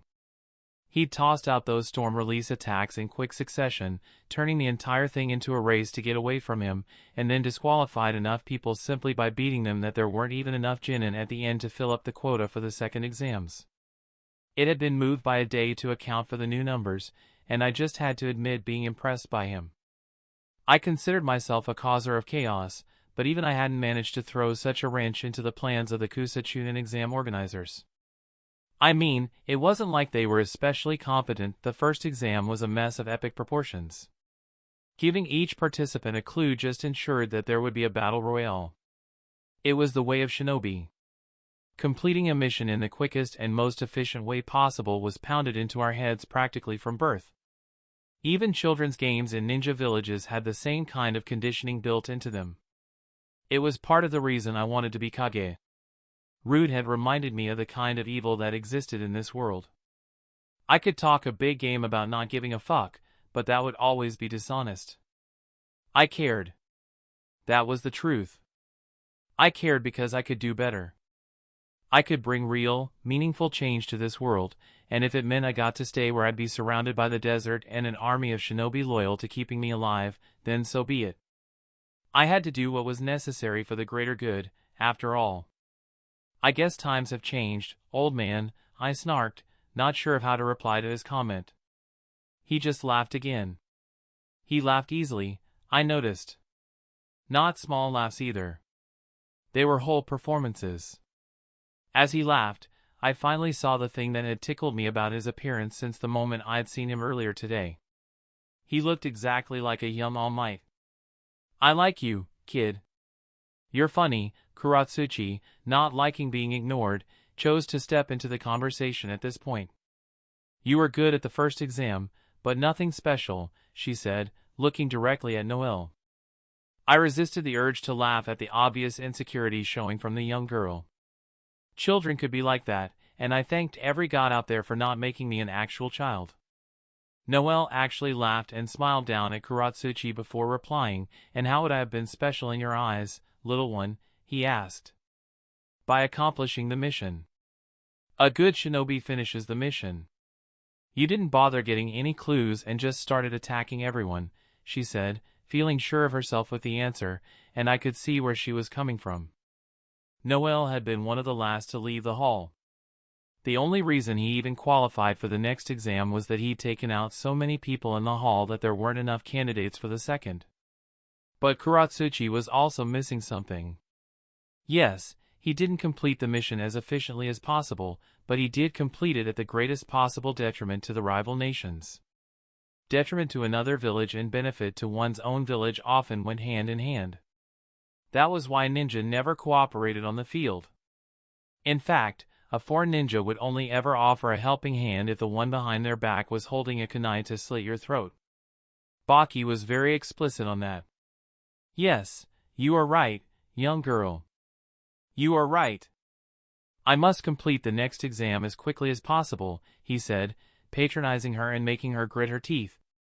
She was young, but not stupid. She could hear the mockery in his tone. He just leaned up and looked at the moon, not saying anything more to the obviously displeased girl. I'm afraid I must leave now, he said, and did not wait for a reply before leaving with the rest of the Kumo contingent. That just left me staring at a crowd of IWA ninja. I was suddenly reminded of the age-old rivalry between my village and theirs. Considering I didn't have my gourd on me, I beat a hasty retreat after saying my goodbyes. I passed by the Konoha team on my way back, and beyond complimenting Hana Inuzuka's dogs, I didn't spend much time around them. I could have warned them about the ticked-off IWA princess on the prowl, but I couldn't be bothered, and it would be entertaining for them to cross paths. The second stage of the exams was something even less complicated than the first. On the outskirts of Kusa was a gate that led to a place the denizens had affectionately named the Plains of Sorrow. From what I could see, it was just a stretch of grassland that led to a very tall tower at the end. I had no idea why their geography got weird over there, as the grass there was much taller than what could be found anywhere else I'd seen in the land of grass so far. The grass was taller than even Noel Noah. If there was a stage of this exam just tailor-made for me, then this would be it. At least, I'd thought so, until the proctor began listing out the rules. None of them mattered to me, barring one. No flying, she had said, while pointedly not looking in my direction. Of course, the rule had been aimed at me. I was the only one at these events with any ability to fly, and they were clearly trying to neuter my advantage. I couldn't see why Kusa would care though. All their teams had fallen in the first stage. Most of them had been fried by Noel at some point during his rampage, and a few of them had found themselves on the wrong end of my fists. I was a bit sad. Just a bit. It also meant Kusa had no horses in this race, so why were they trying to fuck me over? It made no sense. I turned my mind away from that and towards the task before me. The strange grass seemed to spread in a circle with the epicenter being the tower, so we all started from different parts of the perimeter. The proctors assured us it didn't matter who started well, except for those who started in snake territory. Of course, the first thing that had happened to me after I stepped into the area was getting attacked by a snake. A viper, or something like that, sprang right at me the moment I took my first step. My sand caught it instantly and crushed it. The screams I heard from my left told me not everyone had been so lucky. I waded through the grass and moved forward, trying to be quick but not exhaust myself. The rules for this stage were simple, just make it inside the tower. That was it. That was the entire thing. No scrolls, no tokens to gather, nothing. Just the first 8 people to make it inside would get to advance to the next stage. Chapter 11. I moved at breakneck speeds across the field, not allowing anyone or anything to catch up. My mastery of the Shunshin had grown with time, so now I covered the space between me and the tower at a speed that most Chunin would have difficulty keeping up with. Of course, everything would go wrong shortly. Very shortly. I moved, and it was only a sudden voice in my head that helped me stop in time to avoid running right into a clothesline. However, the person in front of me didn't stop and crashed into me. I scattered into sand, quickly reforming before he could take advantage of my dispersion and search for the original. I could only thank the gods for the forethought in setting a decoy trail. If that was the original, he would have been very dead. Noel Yatsuki just looked down at me from a few feet away, and I resisted the urge to scowl. "Thought you were finishing this task as quickly as possible?" I asked, snarkily. "Oh. Did I say that? I'm sorry. I meant I'd be finishing my mission as quickly as possible, and I'm sure you're beginning to realize what that mission is. Of course, it had to be to kill me." I had no idea who put it in Raza's head that this was even a vaguely good idea. Sending me here alone was taunting the other villages, and if there was any village that would not take well to that, it was Hot-Headed Cloud. The fuckers wouldn't hesitate to just off me. I checked my surroundings for any other attackers, and that was all that allowed me to duck in time as a kick lashed right over my head. Noel Yatsuki had come in a team of 2 and had another Cloud team tagging along with him. That meant there were 5 ninja with me right now. I tried to game out the task in my head, and all I could see was that this entire thing was a very bad idea. Either a bad idea or a genius one. Either Kusa didn't realize what would happen by shunting all the genin in the most tense Chunin exams since their inception in an unsupervised area with a simple goal, or they realized and intended for this to happen. With no other objectives beyond reaching the tower, what was stopping all the genin from deciding to settle whatever long-standing grudges they had with their fellow shinobi?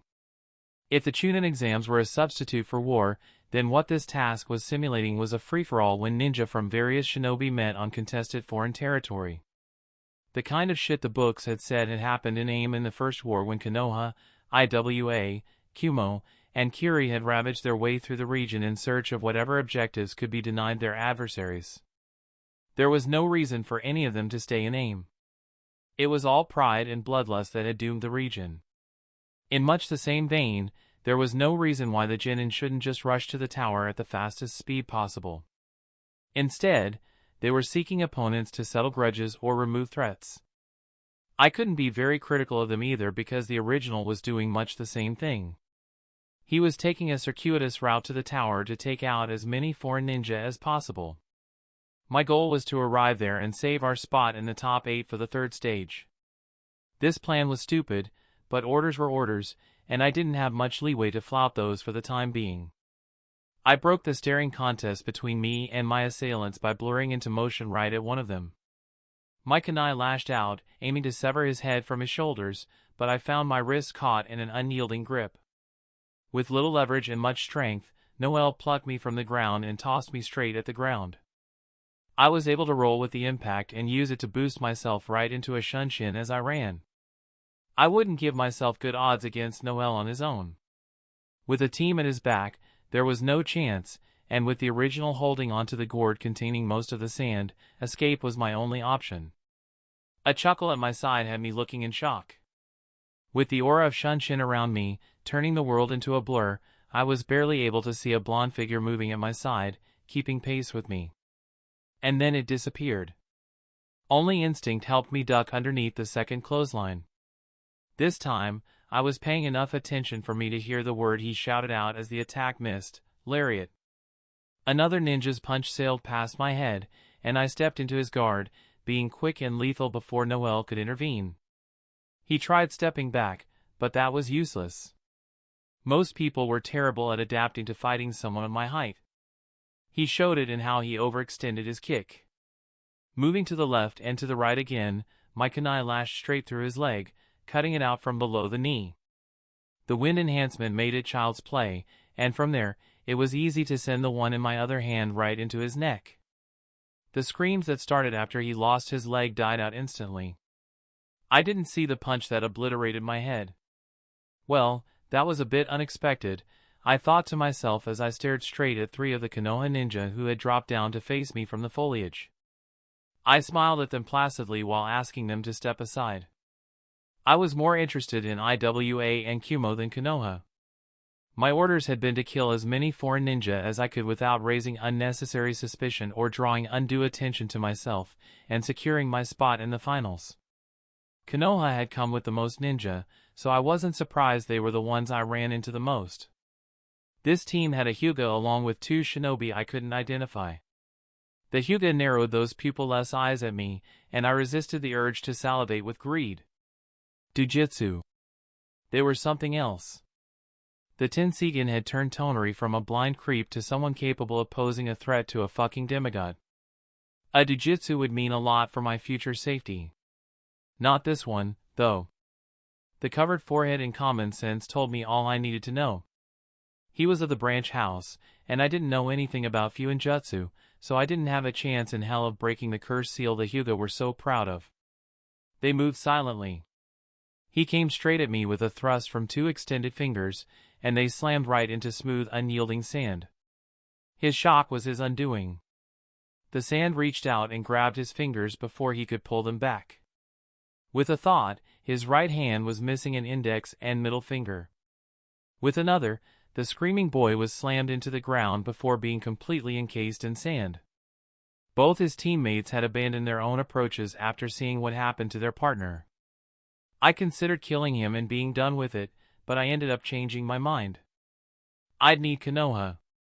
There was no way to turn Suna around without a positive relationship with our closest neighbors and allies, and while I doubted this would do much to help, I had a feeling that killing these particular ninja would cause me a headache down the line. I will let you all live. Do not forget my mercy here today, I said, doing my best impression of an anime villain before walking away after releasing the Hyuga from my sand. I thought through the conflict with Noel and came to a simple realization. He was stronger than me. Stronger by a wide enough margin that I was actually beginning to have doubts about my ability to win the exams as things stood now. From there, I moved directly towards the tower. This time, I was less inclined to stop for anything beyond the absolute necessities. Of course, it was difficult for me to ignore all the curious things I caught from the edges of my vision or the various things my sand helped me sense. Speaking of sand sensing, I had to figure out Gaara's sand jutsu.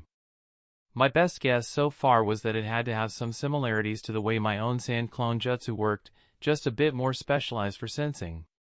Scratch the espionage bit, please. A giant I made of sand wasn't going to be spying on anyone remotely worthy of being spied on anytime soon. Very few people were that stupid. I quickly passed Kuratsuchi and her team, and I was lucky not to run into the Kumo squad as I made my way to the tower. I had little doubt that they'd be most upset at me for offing one of their own. In hindsight, it might have been better to disperse the clone and forget about that front, but the opportunity to learn more about Noel Yatsuki had stalled my hand. While I learned a lot, I might have actually succeeded in turning the man from a reluctant rival to a most vehement adversary. We'd see how it turned out, though. We'd see eventually. The tower was tall and brown. That was the best description I could honestly come up with. I entered and found that the only team to have beaten me here was the Konoha team with Hana Inazuka, but minus a member. One of the boys, Rin, I think. I avoided bringing it up as I exchanged greetings with them and moved to find one of the rooms set aside for recuperation. I had a jutsu to reverse engineer. I had been proven right. Most of the ninja were still in the plains, fighting amongst themselves to settle petty and mostly inherited grudges. I guess stupidity ran in the shinobi world as strongly as it did in the one I'd been first born in. I noticed a clash between some Kumo and IWA ninja, and I took the time to peer in with my eye and noticed that Kuratsuchi was the one at the tip of Iwa's spear. Noel was nowhere to be found. He had been the first one I searched for when I finally figured out the Sandai Jutsu, but he was nowhere to be found. Either he was deeper in the foliage than my eye could peer from this vantage point, or he had arrived at the tower sometime between me retiring to this room and figuring out Gaara's trademark sand scrying jutsu. Returning to the battle at hand, Kuratsuchi was nothing if not deadly. She was weaker than me, I'm sure of that, but not by as much as I had thought. Her taijutsu was nothing to write home about. The one time a random Kumo nin had managed to get close enough to her for hand-to-hand combat, she had been sent scrambling and had to rely on her teammate, the burly one, to save her. It would have been pathetic if I didn't also see the kind of ninjutsu she was throwing around. Streams of lava burst from her mouth, causing chaos and redesigning the landscape wherever they landed. It was a fantastic display of skill and power. Her teammate was also impressive in his own subtler ways. He was older than her by a fair bit, which made him more suited to close combat with the other ninja who appeared to be around his age. With fists cloaked in stone, each punch he managed to land was a battle-ending shot on its own. Eventually, the IWA contingent dealt with that group and split up to make their way to the tower. I would have expected them to guard Kuratsuchi until she arrived, but it turned out they had different plans. Following a few of them with my eye, I noticed that they weren't even attempting to approach the tower. They were seeking other ninja. Of course, they were. If any exam was a terrible idea, it was this one. And the worst part was that it was too bad for me to dismiss it as stupidity. Kazekage was making a play here, and it was difficult to pinpoint what it was. Isagi had been the one to point out what was wrong with the exam. With only one objective that looked to be easy enough, the overzealous foreigners would create their own objectives for themselves. We could already hear it in how violence had broken out across the fields. Our plan was simple, to ignore everything and make our way straight to the tower. We had no need to fight anyone here, and hopefully, all the monsters would fight amongst themselves and eliminate each other before we had to meet them in the third round. A fight between Gaara of the desert and Noel Yatsuki had to be at the very top of my prayers. Metaphorically, of course. Inuzuka did not pray. Mother had been clear enough on that point. The only god we worshipped was the one who had given us our animal partners, and the only way to pray to him was through a good fight. Sadly, I wouldn't be doing any praying here. I scrapped that assessment as a trio of IWA Jin and landed in front of us. They were older than we were, late teenagers at the very youngest. That was one thing I had noticed during these exams. Most of the other villages had sent older teams than Konoha had. With the exception of the prodigies, I was the youngest Jinin at the tournament, and my teammates weren't much older than I was. Rin was the oldest of us all, and he was 6 months older than me. Of course, the dumb rockheads had to point it out in the most annoying way possible. "Look at these itty-bitty tree huggers," one of them said in a sing-song voice, clearly attempting to rile us up. I turned to Kazekage, and once I received the signal from one of the Kakachu I had allowed to tag along on my collar, I moved with the triplets following me instantly. The first one to fall was the idiot who had spoken. He was big and wearing the traditional IWA outfit.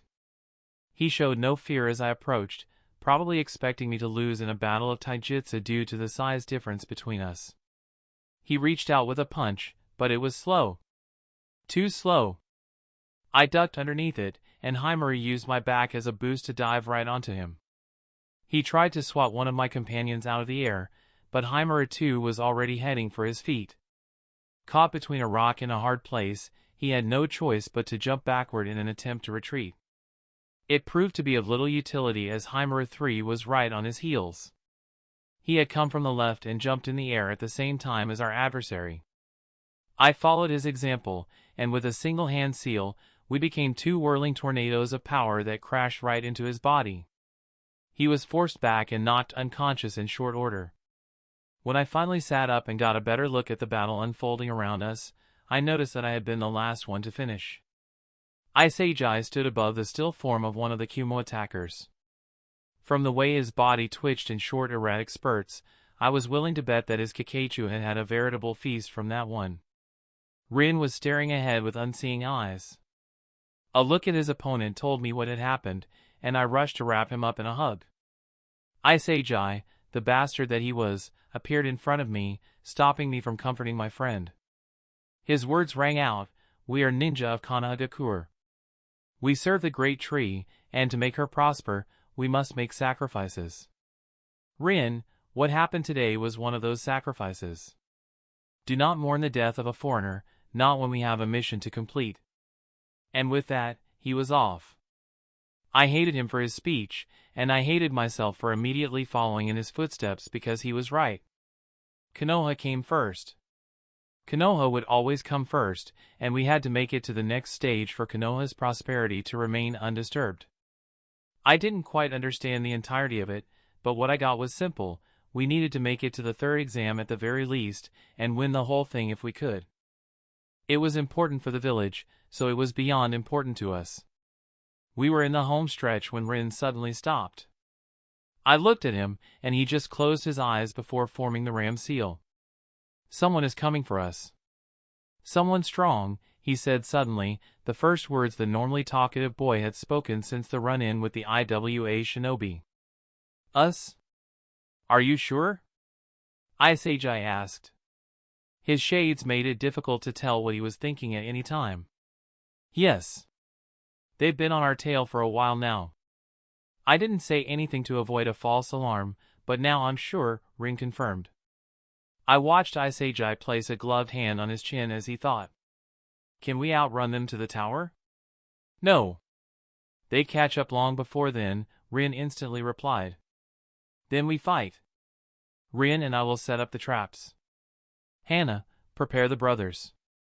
"You will take point," Kazekage said, a plan coming together in his head. I nodded in acceptance of my own role in the events that were to follow. Kazekage and Rin moved through the grasslands, setting up a host of traps. Spring-loaded kunai wire traps were spread out with no clear logic to their positioning beyond whatever Kazekage saw with those eyes of his. Rin laid out a host of other traps, most of them of the explosive variety, as his own contribution. The blonde boy even managed to produce a bear trap from somewhere. When all the traps were finally placed, we stood in a line and waited for our assailant. Some part of me hoped it was Gaara of the desert. He was the one most likely to leave us be, but I knew it couldn't be. Rin could recognize his chakra anywhere. He had memorized the feeling like his life depended on it because one day it might. When Noelle Yatsuki landed in front of me, I could barely resist the urge to scream out an expletive. Chapter 12. I asked no questions when I was called down by one of the Kusa Chunin. The task must have been over. The day had given way to night hours ago, and even the most aggressive of Genin had made their way to the tower. Even Kuratsuchi had returned a few hours ago. The IWA team had continued their reign of terror until they matched up against a Kumo team. The same Kumo team I'd robbed of a member in my first clash with Noelle Yatsuki. They had no interest in dicking around, and the IWA team didn't get that memo until one of them had been beheaded by a pissed-off kunoichi. The fight that followed had been nothing if not interesting, and I got to see so many ninjutsu I'd love to try my hand at recreating. Another revelation I'd gotten from the fight was that none of those shinobi were Genin level. They couldn't be. They were only a bit weaker than the Root Umbu from a few months ago. Was Konoha the only village that actually bothered sending Jin into this thing? Speaking of Konoha, they'd clearly been a target in these exams. The only team to make it to the tower was the one with Hana Inuzuka, and they seemed to have even lost a member. I got to see the Yamanaka's charred body when I took a look around the fields. My best guess was that Noelle Yatsuki had gotten to him at some point. I was impressed that even two of them had managed to escape from him with their lives. I stood up from my lotus position and took a walk down the stairs before ending up in a hall with the rest of the finalists. 8 participants in the finals left us with me, the 2 Konoha Nins, Noelle's team of 3, and Kuratsuchi's team of 2. It was almost like it was fate that had it so only those I'd shown interest in ended up making it to the finals. We were all quiet and facing the proctor, with the exception of the Konoha team as they glared daggers into Noelle. I guess that's evidence that he was the one who took their teammate from them. The next round will be the public tournament. To decide the matchups, we will be using our random selector, so please turn your eyes to the screen, the proctor said in a voice barely above a whisper that still echoed in the silent room. The only reply he received was a scoff from Kuratsuchi, and I was forced to agree with her. Only a fool would actually believe that the matchups would be random. Kusa was playing a game with these exams. A game I could not see, but a game nonetheless.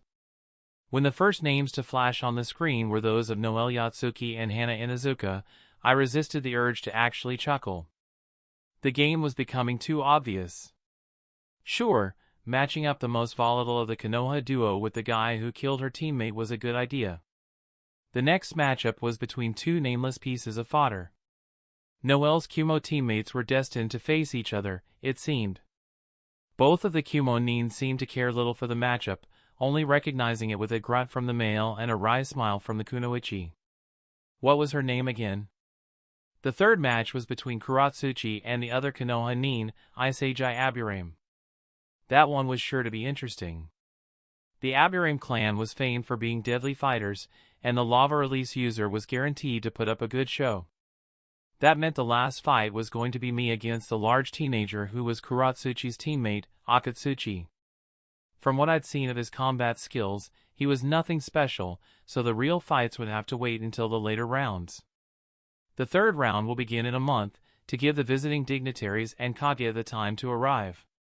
Now, you may leave, the proctor said and disappeared in a shunshin after those parting words.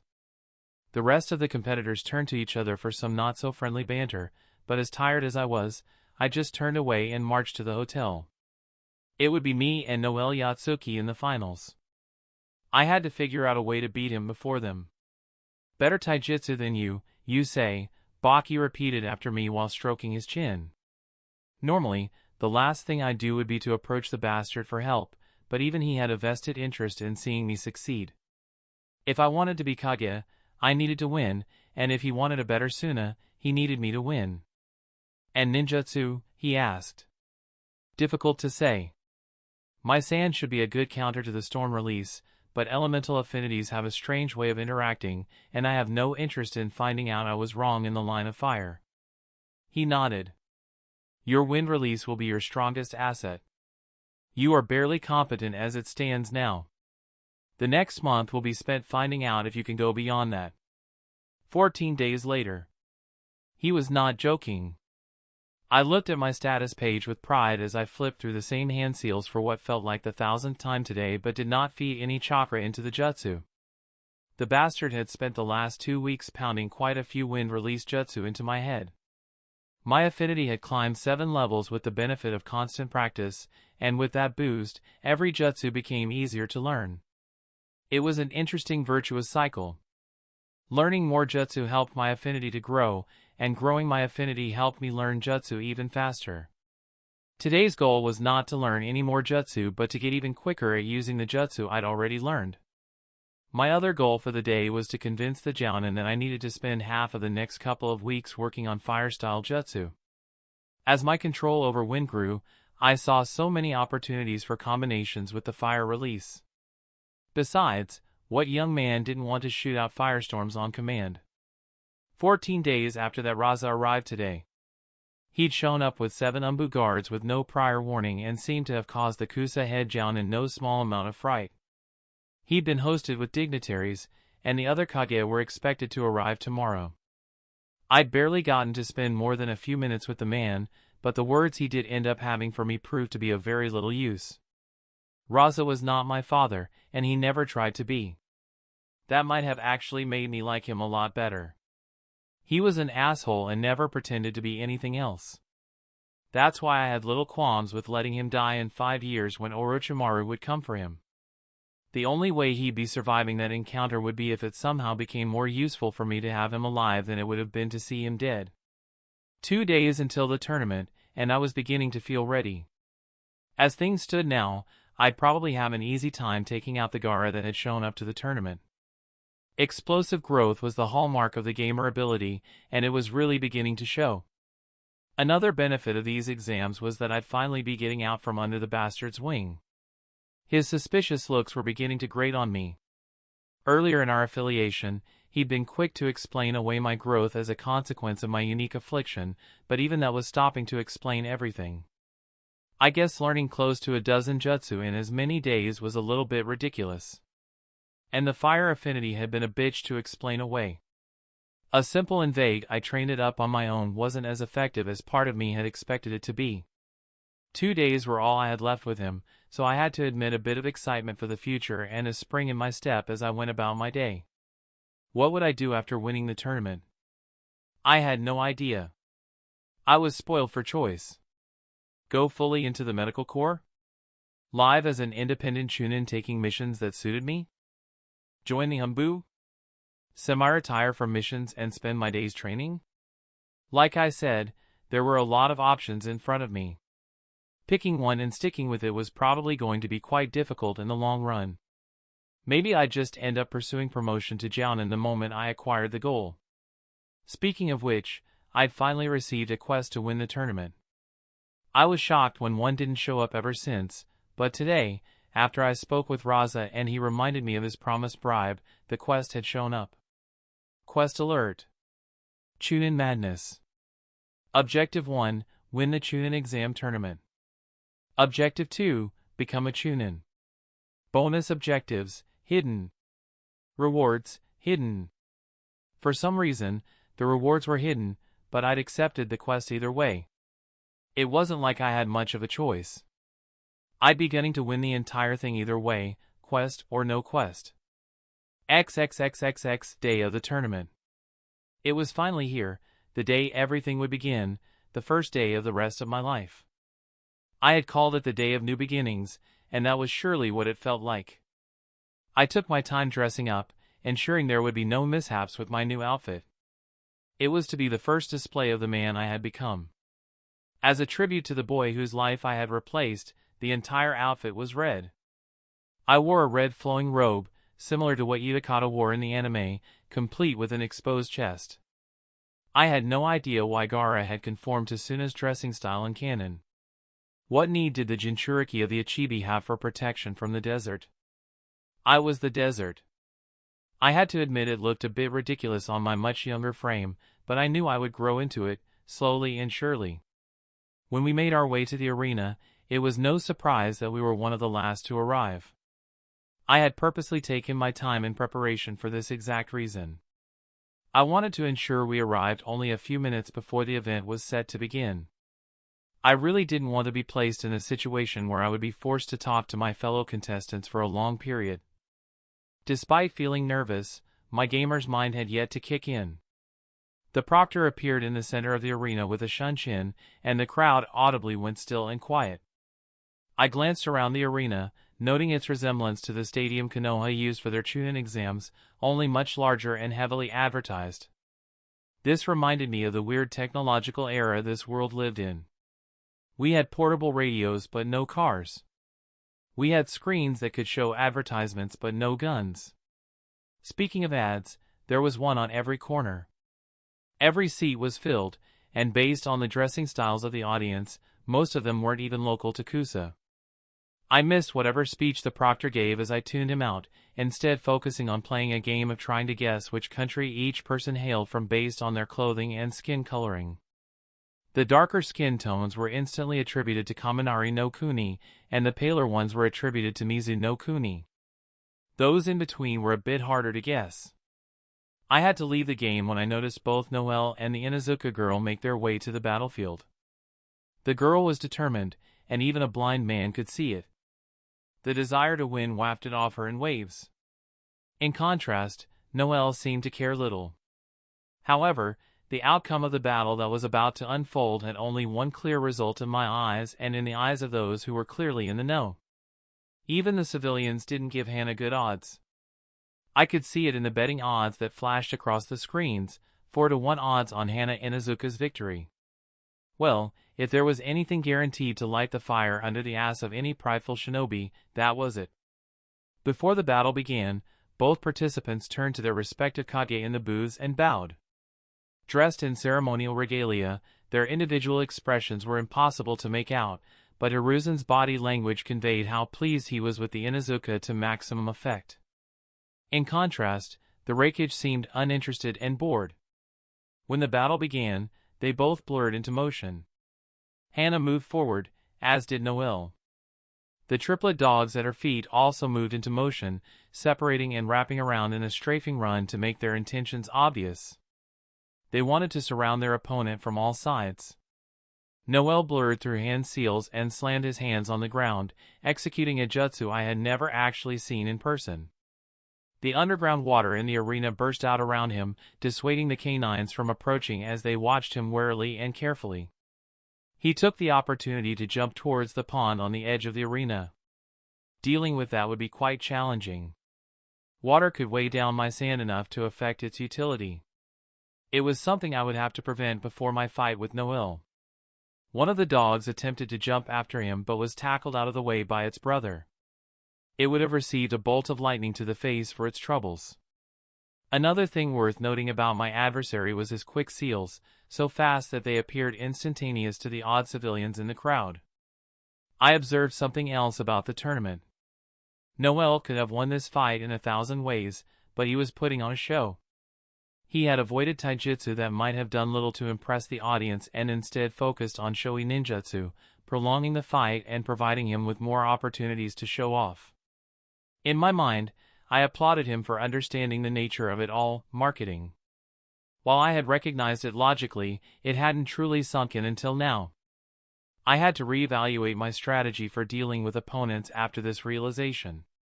Winning as quickly as possible was no longer the goal.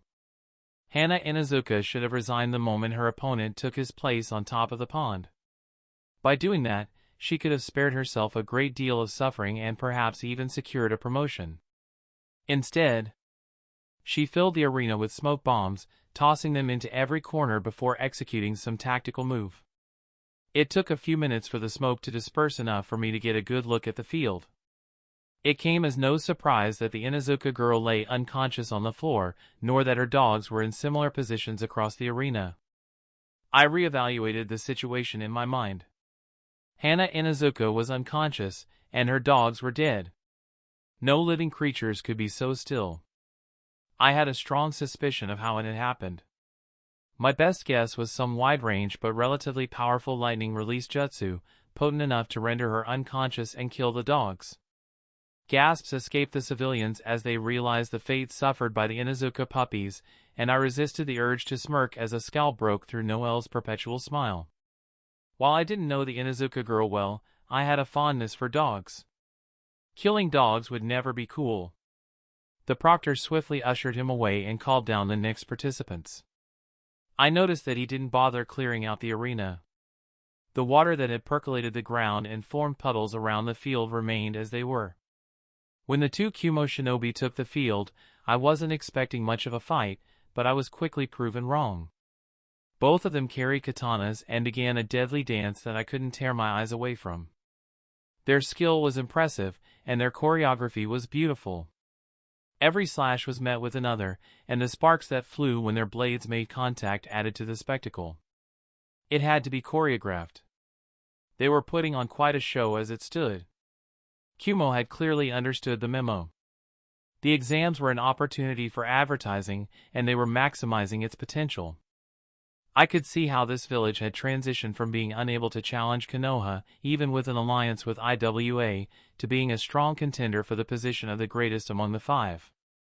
At the end of it all, after 5 minutes of riveting, fast-paced combat, one of the shinobi, the kunoichi, took a bow and surrendered to the other. The crowd was ecstatic. A standing ovation? For a fight between two non-entities? I couldn't see his face, but the rakeage radiated pride to all who looked. Fucking Kumo. They seemed intent on taking the crown for these exams. The next fight, between Kuratsuchi and the Aburame boy, was scheduled to begin after a brief intermission. The intermission wasn't as brief as advertised, and the remaining people in the competitor's booth weren't the most talkative bunch. Kuratsuchi and her partner spoke in hushed whispers. The Aburame boy was still. Very still. Noel Yatsuki was smiling brightly and attempting to engage his teammate, but the teenager seemed very reluctant to participate in Noel's very loud assessment of the combat abilities of everyone remaining in the tent. When the next fight was called, both the Aburame boy, Isejai, and Kuratsuchi were eager to leave. This was a battle guaranteed to interest me. I didn't honestly feel like Hana had stood a chance against Noel. The Kumo shinobi didn't truly fight. They put on a show. Now, it felt like a real fight was about to unfold. Isejai Aburame carried the weight of his entire village on his shoulders, and he bore it well. His back was straight, and his head was held high beneath the high-collared coat he had chosen to wear for this stage of the tournament. Paired with the shaded sunglasses he wore, he looked every bit the man of mystery. Kuratsuchi's bow to the Tsukage was shallow, perhaps a show of her position as the heir to the throne. Isejai's own bow was met with an actual nod of encouragement. Even the Hokage could see the pressure the boy was under and seemed to have tried to mitigate it. When they faced each other, Kuratsuchi seemed incapable of resisting the urge to speak. "Surrender now. No need for you to suffer as your friend did." Her words received no reply, and when the proctor began the battle, she immediately started weaving seals. In contrast, he stood still. I would have killed for the ability to sense chakra right now because I was sure the boy was doing something. Kuratsuchi finished her seals and spat out a stream of lava straight at the Aburame. The attack missed as he finally went into motion. His hand flashed from his coat, and I noticed the pellets clenched in them quickly enough to close my eyes. That had done nothing for my hearing, though, as I could hear the faintest ringing in them once the flashbangs went off. Those had been powerful. Kuratsuchi was dazed by that attack alone. She definitely had not been expecting it, and Isejai used it to the fullest, swarming her with the bugs the Aburame clan was famous for hosting. It became a bug storm as they all collapsed on her at the same time, draining her chakra. Her hand seals were barely visible from within the storm, but the effects were not nearly as easy to hide. A grand fireball flowed from her mouth, clearing a way through the swarm, killing quite a few insects. She used the opportunity to attempt to make her way out of the storm, but the insects followed her as she ran. She dove into the pond, but even inside, they followed her. My best guess for the rationale behind the tactic was that she mistakenly believed the water would dissuade the bugs from pursuing her. She surfaced just as quickly once she realized they were still following her. Her fingers flashed in hand seals, creating another ball of fire that incinerated a chunk of the bugs following her. That mattered little, though, as there were still so many chasing her down. The same fingers flashed as she dove into the ground, using what seemed to be the subterranean voyage jutsu. Even there, the Aberrane's insects followed her, but with the ground turned into a sludge-like fluid, their speed was greatly hampered. She used the opportunity to head for the Jin in directing the insects. Kazekage Aberrane appeared to be taken aback by her sudden approach, and she shot right out of the ground, intending to punch him with her fist cloaked in stone. The attack made contact with his head, only to pass straight through the bug clone. She found herself surrounded again, and this time, she couldn't form the seals for any jutsu to escape in time as she was drained of her chakra and fell to the ground unconscious. The entire battle had taken just over 2 minutes. It was fast-paced, quick, and aggressive. The crowd loved it. If the Kumo shinobi had them excited, then this had them electrified and intoxicated at the same time. I couldn't deny sharing a bit of what they had felt. That was an upset if I ever saw one. A true underdog victory. I had expected him to fight, to put up a good fight and lose in the end, but as Kazekage Aberrane emerged from the foliage he had hidden in, I was forced to give him his due. He deserved it. When he returned to the box, the first words he received were from Noel Yatsuki, who appeared oddly serious. "You cheated," was all he said as the boy entered. Akatsuchi, who had been staring at the ground in shock, suddenly turned to them, fully attentive. Chapter 13, I don't know what you're talking about, Kazekage replied as he walked past Noel, further into the booth, but the teenager from Cloud would not be satisfied with that. "Those insects of yours. They were already in the arena before you even got there. You were preparing the stage before you even set off for your battle," he said, and Akatsuchi looked ready to explode. Well, wasn't this interesting?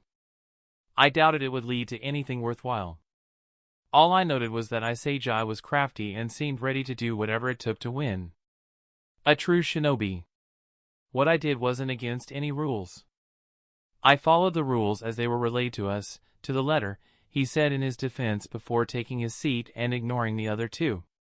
Noel appeared disappointed, as if he somehow had not been expecting shinobi to cheat at a shinobi exam. Akatsuchi looked furious. It was the barest of luck that we were called down for our battle when we were, because I am unsure if the boy wouldn't have exploded at Kazekage if forced to spend even more time in the same enclosure as him. As I took the long route down the stairs and towards the field, I contemplated my strategy for the battle in front of me. Each of the previous battles had shown something. Noel and the Kumo wankers had shown that the goal here was to put up a show. Kuratsuchi had taught me the value of not underestimating one's opponent.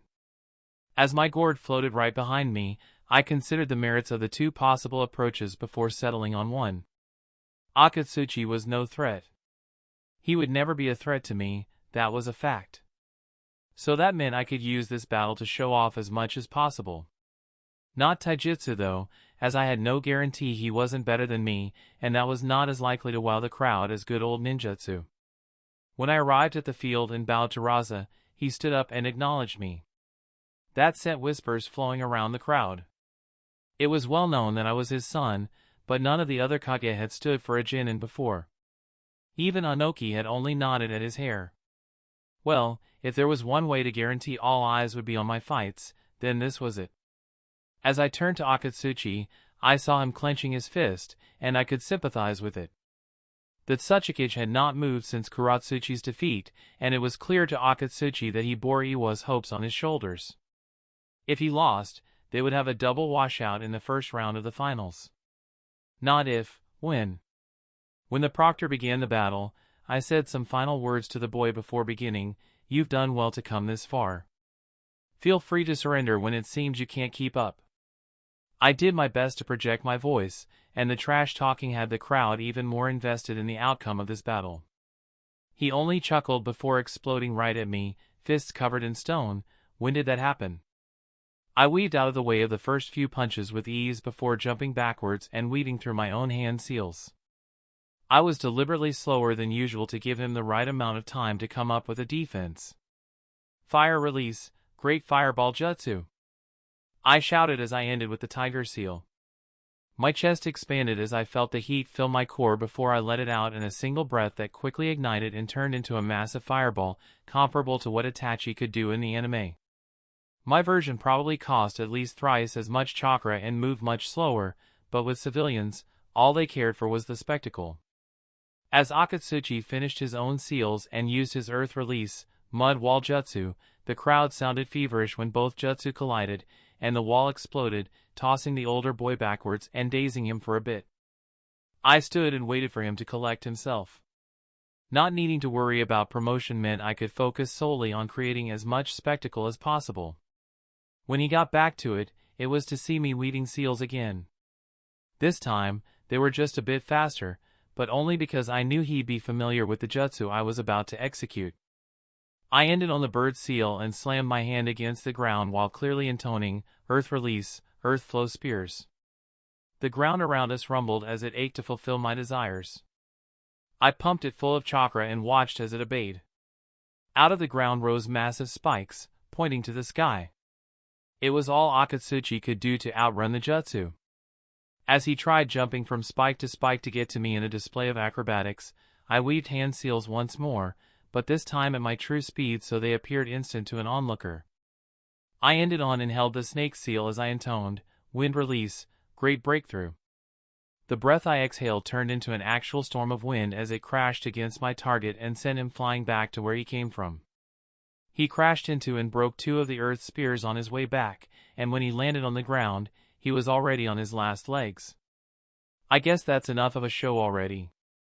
I waited for him to surrender, or for the proctor to end the battle, and as neither option happened, I knew something was wrong. It was only instincts trained from months of fighting against Baki that allowed me to dodge his uppercut as he shot right out of the ground like a bullet. Shocked at seeing his surprise attack fail, he was in no position to oppose my taijutsu. Dismantling him at close range was shamefully easy. A dodge here, a punch here, a kick there, and he was well and truly battered. At the end of it, it was no difficulty for me to send him flying with another wind release jutsu. This time, as he lay on the ground, I was sure it was the real him. Surrender? I asked him, and he only grunted in reply, clearly considering the merits of attempting to stand and continue the battle. I couldn't let that happen. People loved an underdog, and I would not be giving them one to root for. The sand rushed out from my gourd like a tsunami, and I reveled in the shocked gasps of the audience as it reared up before rushing towards the IWA boy as if it were to crash upon him. He screamed out his surrender with visible fear in his eyes, and the sand stopped right above him. I wouldn't have gone through with the threat of killing him if he hadn't. I'd have been in quite a bind if he hadn't, actually. With my battle over, it was time for me to return to the booth. Before I did, I gave Raza another bow, and then bowed to the crowd, enjoying their excitement. The proctor announced a 30-minute intermission to allow the participants to rest, but as the ads on the stadium flashed the odds on each participant every other minute, I was willing to bet that it was mostly to allow the audience to place even more bets. No matter who one bet on, the house always won. Your son is something else, Kazekage Dano, I said, in a voice that didn't give much away. The man had clearly grown from the impetuous boy I'd clashed against a few times in the last war. Indeed. He is talented, I concurred, only for a snort from Anoki to interrupt me. I turned to the Tsuchikage, and he saved me from having to ask as he began speaking. Talented? Bah! You have a prodigy on your hands. Taijutsu like that, and ninjutsu like that? He's good.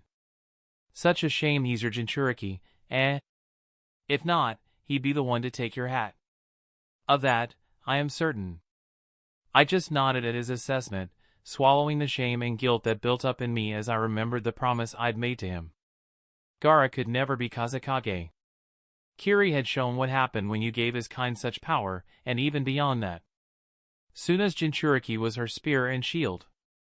Combining such a position with that of the Kage would be extraordinarily foolish. Neither the civilians nor the ninja would even stand for it.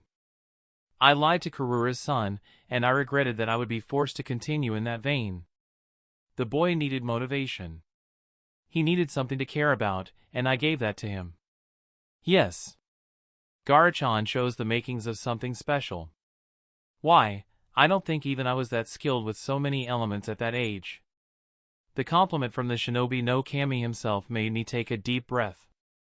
Hiruzen was said to have mastered over 1,000 jutsu from every element. It was an obvious exaggeration, but the spirit of it still held weight. Elemental mastery was his thing. Enough of the boy. There's another I wish to speak of. The Aburame. He cheated, Anoki said tersely, and there was a sudden spike in temperature in the room that we could all feel. It was almost like that Kazekage had not wanted to broach the topic, but hearing Hiruzen's voice was guaranteed to set him off. Nothing he did was against the rules, Anoki. Spare me that bullshit, monkey, that Kazekage replied instantly, placing emphasis on the offensive term. He set up the field to gain an unfair advantage against my Genin and prevailed only by the most unconscionable of means. You seem to have forgotten what we are, Anoki. Shinobi. We cheat for a living. I seem to remember quite a few traps and surprises laid out for me on these very plains all those years ago. Turnabout is fair play. And if you would believe the gossip, they'd tell you Konoha and their precious will of fire are above that. If only everyone knew you were just as deep in the mud as the rest of us. Only pigs roll in the mud and forget to wash themselves, Anoki. Don't blame me for being better at washing than you. There was something in their dialogue. They spoke in metaphors and with a context I could not relate to. From his body language, I could tell the Reikage was in a similar state of confusion. I almost scared at how easy the man was to read. I guess that's what happened when all of one's negotiations were engaged in with fists and not words. The next round will begin shortly, the proctor's voice echoed through the arena. I checked the clock and saw it had only been 21 minutes. A look at the stationary head jounin of Kusa told me all that I needed to know. I could sympathize with his situation. No one wanted two Kage fighting within their village, and if one wasn't accustomed to interactions between these two, they'd assume a fight was destined to break out. The proctor wasted little time in calling out the next fighters to the field, and Hiruzen and Anoki paused their constant sniping at each other to focus on the next fight. Noel Yatsuki and Kira of Kumo stood facing each other in the arena. After the customary bow to their Kage, who remained still, barely acknowledging them, they began the fight. Like the first fight between two Kumo nin, this one was more for show. Although, this time the goal was to display taijutsu and not kinjutsu. A ninjutsu battle would have been a more exciting display for the crowd, but none of them had the required chakra reserves to pull off something like that and have enough in the tank to face Gaara in the next round. As a show fight, the outcome was never in doubt. Noel Yatsuki was a taijutsu powerhouse. I saw it in the way he held back to allow his countrymen to shine. I saw it in the way no hit ever even came close to touching him. He was strong. I had predicted that he and the IWA girl would be Gaara's greatest opponents in these exams, but IWA, like always, was fated to disappoint. When Noel Yatsuki finally disabled his opponent, the crowd was ecstatic to have witnessed such a great show. However, their reaction was nothing compared to their response to Gaara's ninjutsu. Fire, wind, and earth releases in quick succession, combined with his massive chakra reserves and chakra control to execute them with such speed. Gaara's promotion had never been in doubt, never. I turned to the field as he took the stage once more. When he bowed, I stood and bowed to him again. It was a display of humility not traditionally expected from any of the Kage, but multiple consultations had confirmed it was the right course of action. Gaara was my son, and very few would find it odd for me to acknowledge him in such a manner. Besides, if they assumed it was an acknowledgement of Gaara as my heir, then all the better. The hat would belong to Temari one day, but until then, Gaara would serve as an excellent red herring. As the Aburame boy faced him, I noticed Gaara's eyes narrow, and the gourd floating behind him twitched. It was impressive that he had gotten this far barely even using his greatest weapon. He was well on track to becoming Suna's most powerful Jinchuriki in history. None of the previous Jinchuriki had been well-rounded shinobi. Gaara would break the mold comprehensively. The moment the battle started, Gaara's hands were off. The fireball he breathed out flashed right through the space where his opponent had been before the Konoha Jinin dived away. Something in Gaara's eyes must have given away his intention to attack. The boy was nowhere to be seen. He had dived right into the ground the moment Gaara's attack passed over him, using the distraction of the flames to execute his disappearing act. Gaara searched the arena with his eyes before bending to one knee and placing his palm on the ground. The Aburame boy would learn a valuable lesson today. Only fools use subterranean voyage when in battle with superior users of the Earth release. Of course, there was a method to the madness. Several of the Kakachu insects, the Aburame's pride, swarmed Gaara in the blink of an eye. However, the Gaara they swarmed collapsed into sand, and I tracked my son to a tree in the mini-forest within the arena. He weaved hand seals at great speed, and I tracked them, ram, horse, snake, dragon, rat, ox, tiger. The build-up of chakra was so palpable that I could sense it from here without even trying. It was evident that a powerful jutsu was being prepared. My lack of knowledge on fire release would need to be remedied sooner or later. I watched as he took a deep breath while holding the fire seal, and 3 blasts of fire shot out of his mouth in quick succession. I traced their path through the field as they curved in different directions. One went straight into the swarm and exploded, destroying most of the insects. Another blast hit the area of the ground where the Aburame boy had jumped into, and another hit him just as he dove out from a different area. It blasted straight through him, destroying the bug clone and leaving little hint of where the boy had gone. No fight had gotten the crowd as excited as this one. Gaara's fight against the IWA boy had been a one-sided beating from start to finish. This? Yes, Gaara wasn't in any real danger, but he had yet to land a single real hit on his opponent. The gourd in the center of the arena twitched before a veritable tsunami of sand shot out of it, scouring the arena in search of its target. When Gaara found him, it was obvious from the way his head twitched. He turned right behind him, and this time I recognized the jutsu from the very first seal and the feeling of his chakra. The great breakthrough tore apart the entire forest behind him, and this time, it was clear that Kazekage Aburame had taken a direct hit. He lay still amidst the destroyed foliage, but no one allowed that to deceive them.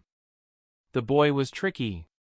Instead of approaching, Gaara sent out a tendril of sand that wrapped around the boy's wrist and lifted him off the ground.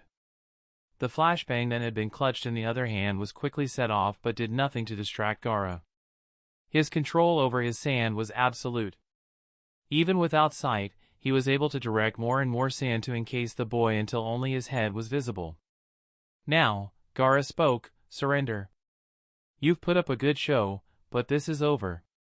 His high-pitched voice echoed around the arena, serving as a reminder to all involved that he was just 6 years old, 1/3 the age of the average Chunin exam participant, and well on his way to winning the entire event. "I surrender." "You win," Kazekage Aburame said to the applause of the audience. When Gaara guided him down to the ground with his sand and offered a handshake to the boy, the crowd erupted in applause. The display of sportsmanship had them captivated. One thing was certain, both Konoha and Suna were going to experience a significant boost in business after this. I just had to ensure that we were the ones who gained the most from these exams. The matchup for the finals was announced, Noel Yatsuki vs. Gaara of the Desert. Chapter 14. When I squared up against Noel, the last thought on my mind was how to make the fight interesting, how to turn it into a spectacle of some sort. I had no need to waste my energy figuring that out, it was practically guaranteed. I was to face off against the strongest genin at the tournament. If the show wasn't good, then that would be my fault. When the referee started the fight, Noel wasted no time in blurring across the arena, rushing at me to engage in taijutsu, as if I would ever allow that to happen. This time, I didn't hold back in my hand seal speed as I flipped through them, ending in a bird seal and focusing on my chakra. Multiple bullets of air screamed across the arena, slowing down his approach and forcing him to dodge and change direction suddenly. That did little to completely halt it as he came either way. The first punch was waved to the side as I backflipped to gain some space. As I landed on the ground, it was with my legs as much as it was with my hands as I slammed my palms down, pushing my chakra into the earth beneath us and forcing it to obey my will. Spikes shot out of the ground, forcing my opponent to also jump back to avoid being impaled by the attack. He kept dodging as two massive bullets of fire followed his escape. I was never more thankful for my nature than when I unleashed my ninjutsu. With the amount of chakra I'd pumped into those 3 jutsu just now, the average Chunin would have been on his last legs. Me? I was just getting started. Noel jumped into the water, but what did I care that a water release user was in the center of his element? Before this fight, I thought it would be a problem, but now I knew it didn't matter. He would never compare to me in a battle of raw ninjutsu. As I thought, my fingers flashed and moved through hand seals, ending on the bird seal again. I tried to snipe him in the water with the wind bullets I could create. I sent them screaming into the water blindly, but from the lack of blood pooling on the pond, I'd failed to make contact. When Noel surfaced and stood on the pond, he looked messy. His hair dripped down to his shoulders, upset from its previously slick-back style. His outfit, in many ways the traditional clown nin outfit, was riddled with holes and tears that told me my attack had gotten closer than I'd previously thought. My gourd exploded into action, and the sand pooled next to me as I prepared my next move and his inevitable counterattack. He would not remain on the defensive forever. Even I could see that as clear as day. He could not maintain a defense if I did not relent. He spread his palms out at me, and the smile on his face looked bittersweet. 2 discs of light formed around his palms, and I waited for the storm release. This was sure to be a fight to remember. Storm release, laser circus, he shouted for the heavens to hear, and suddenly, the world was bathed in light. The discs in his hands served as a launching base for an actual swarm of laser beams.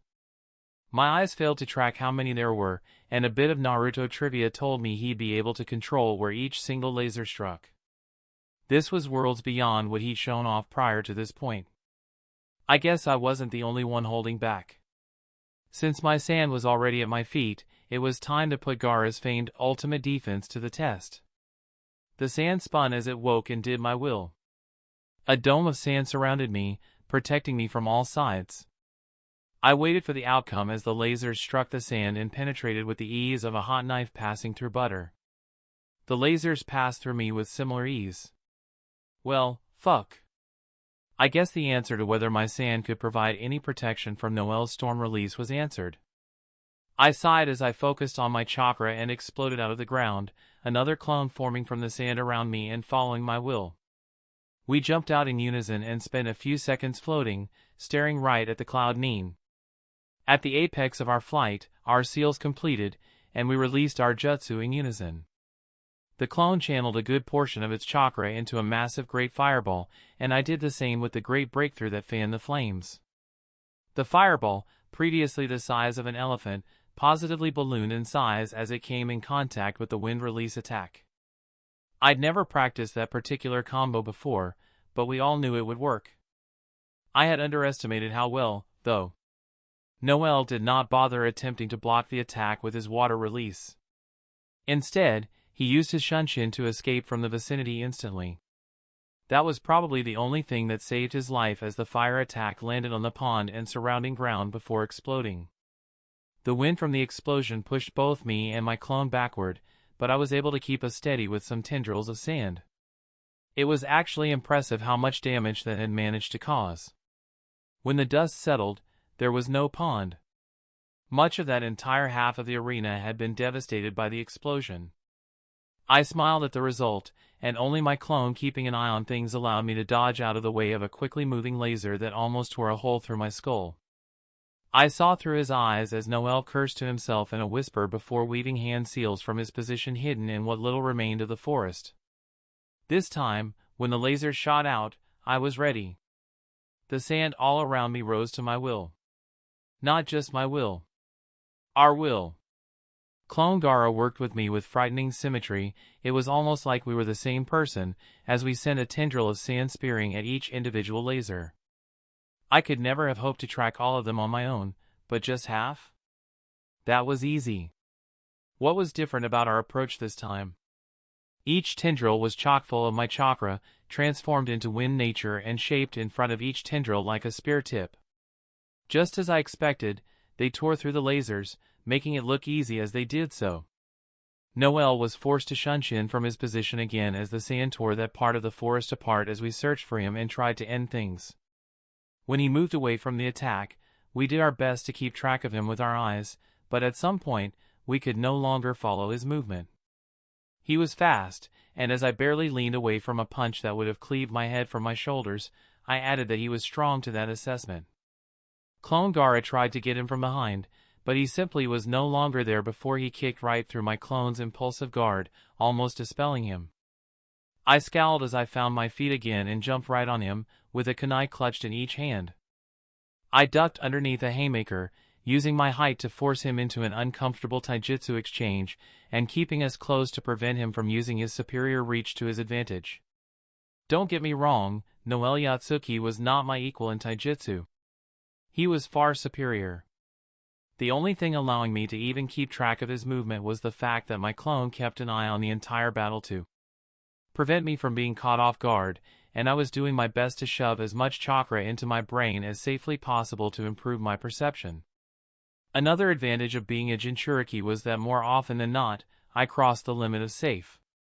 Only my healing factor prevented the fight from ending on account of me falling to the ground brain dead. I jumped into his line of sight, attempting to shove one of my kunai into his left eye. He leaned backward to dodge, and I used the opportunity to stab down with my other kunai. The steel plates on his gauntlet screeched as he waved my kunai away with one of his hands. I avoided a standoff by flipping that same kunai into the air and spitting a blast of air that sent it sailing right for his head. As he dodged and retreated, I followed him, keen on preventing him from gathering his composure and making this fight any harder than it already was. Even on the back foot, it was all I could do to ensure he remained there. A single slip-up, and I'd be either dead or lost. In spite of that, though, I was smiling. I was having fun for one of the first times since I woke up in this body. What I felt was not an emotion. It was something deeper, more primal. My body sang to be in combat, to lay everything on the line in every exchange as my opponent tried to kill me and I returned the favor. Of course, all things were destined to end. Out of nowhere, Noel began to move even faster. I could see he loved to be pushed like this, as he slowly began to overwhelm me, and I went from having him on the ropes to being in that position. I narrowly escaped death from a sudden kick to the head by a shield made of sand that rose from the ground in my clone's direction. He took that as his cue to jump into the fight. Facing two of us, he held back a bit less, and he moved faster than either of us could react to. Only instincts trained from combat with Baki, who was similarly superior to us, allowed us to remain alive and intact as he turned his attention to us. As we fought, we silently strategized between ourselves on what to do next. That's why we were able to come up with the perfect plan in seconds. As Noel spun into a roundhouse kick that was sailing straight at my head, Clone Gaara jumped right into the path and clutched onto that same leg before collapsing into sand. I took charge of the sand instantly, using my chakra to amplify its weight and prevent Noel from retreating as I swarmed him with sand, capturing him in a sand coffin. "Surrender?" I asked, stretching a hand to control the sand while taking deep breaths as the tension began to leave my body. He just smiled at me placidly. "Surrender?" he asked, repeating my question. "Oh. I should be the one asking you, Gaara of the desert," he said before his chakra suddenly began to skyrocket. A single explosion sent all the sand flying off of him, and similarly sent me flying off, only caught by a platform of sand. I searched for him through the dust, and what I found sent my heart dropping to share space with my stomach. I'd never seen that jutsu in this life, but after watching the anime, reading the manga, and also reading fanfiction for years, I'd recognized that jutsu anywhere. The jutsu that allowed the third Reikage to tangle with the eight tails on equal footing. The jutsu that the fourth Reikage used to survive multiple encounters with the world's most notorious killer of men, Minato Namikaze. The pinnacle of the lightning release. The lightning armor. It sent his hair that had flowed around his face spiking straight up, and I watched in a mixture of awe and dismay as he took his first steps in that glorious form. So, Konoha was the only one to bother sending actual Jin into the tournament, the Hokage commented idly, seemingly making a casual observation, but the rest of US could hear the accusation in his tone. The Chunin Exams were created by a treaty that expressly forbade what we had done here. Furthermore, the treaty ignored the impossibility of proving the occurrence of the prohibited actions. IWA came without any monsters like those, Anoki grunted, staring at both Gaara and the Atsuki boy with hardened eyes. I could predict what was going through his mind. He was observing the future of the two other villages and found no examples in his own village that could match them. However, I wasn't surprised. Gaara and Yatsuki were clearly exceptional talents. The fact that both of them were competing in the same Chunin exams was statistically improbable, making this exam likely to be remembered for that reason alone. Nonetheless, neither of them would become a Kage. Gaara was a Jinchuriki, and Noel had been born into the wrong family. In Kumo's history, the Reikage had always come from the same family line as the first. The first and second Reikage had been cousins, the second was an uncle to the third, and the third was the father of the fourth. Kumo operated more like a monarchy than any of the other villages. Even Konoha, where every Kage had been a student or a student of the previous Kage, was more egalitarian. Gaara is a genin. I can submit the necessary documents. I am unaware that it has become a crime to send exceptionally talented genin to the exams, I said, slipping into the defense I had expertly crafted. Nothing we did was illegal because Gaara truly was a genin. In fact, he had been one for more than a year. However, we all knew that the innocent had more to fear from the law than the guilty. I only grunted and remained silent. He clearly had no interest in proclaiming his innocence as he watched the Yatsuki boy assess himself in the lightning armor. I was genuinely impressed by how well the boy had performed. The lightning armor is beyond what any of us expected to see here, I commented, doing my best to imitate the Hokage's casual and idle tone. I grunted again, and the Tsuchikage decided to add his own input. Indeed. Witnessing a genin wield the pinnacle of lightning release rubs me the wrong way. Are we to consider this a declaration of a successor, Kazekage Dono? His comments were directed at I this time. Don't waste my time with that. The boy is strong. He's good. I taught him the jutsu because I believed he would excel with it. It doesn't mean anything, I replied, revealing his inexperience in this field. We both became Kage in the same generation, but while I had to navigate the Wind Lord's court and all the perils it entailed to ensure Suna's security, I had everything handed to him. He had no idea how to maneuver in this political sphere, which was why he told such a terrible lie. The lightning armor represented the pinnacle of hidden jutsu, only learned by those in line to become the Reikage.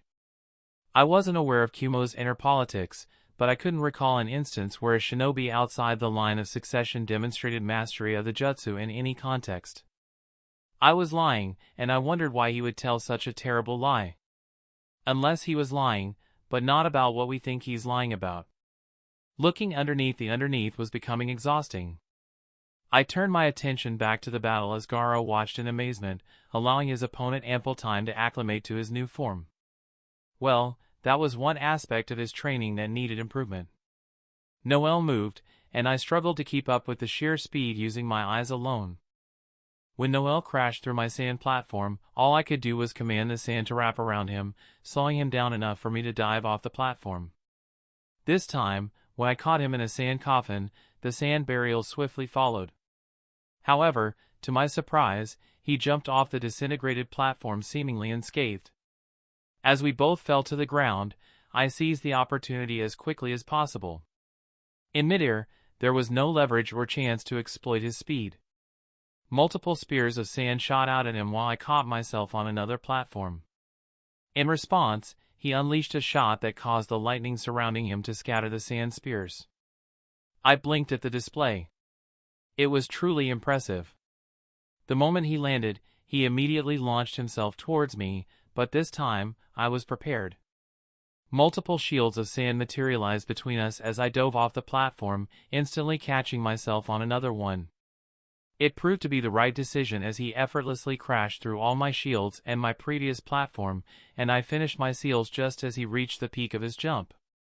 Wind release, sickle weasel technique, I whispered as I breathed out, unleashing an actual scythe made of wind that sliced through his chest, despite his attempt to dodge it in midair. I smiled as my theory was partially confirmed. He had easily withstood the sand burial, but the wind jutsu had effortlessly torn through his armor. As he fell backward from the impact, I held my breath, hoping it would be enough. However, as he flipped and landed on the ground with his feet, I realized I would need to do more to end this. He met my gaze with a grim smile, ignoring the bleeding wound on his chest. Then, he raised a hand covered in lightning to the injury and cauterized it, all the while maintaining eye contact. The message was clear: look at what I'm willing to do to myself. Now imagine what I'd be willing to do to you.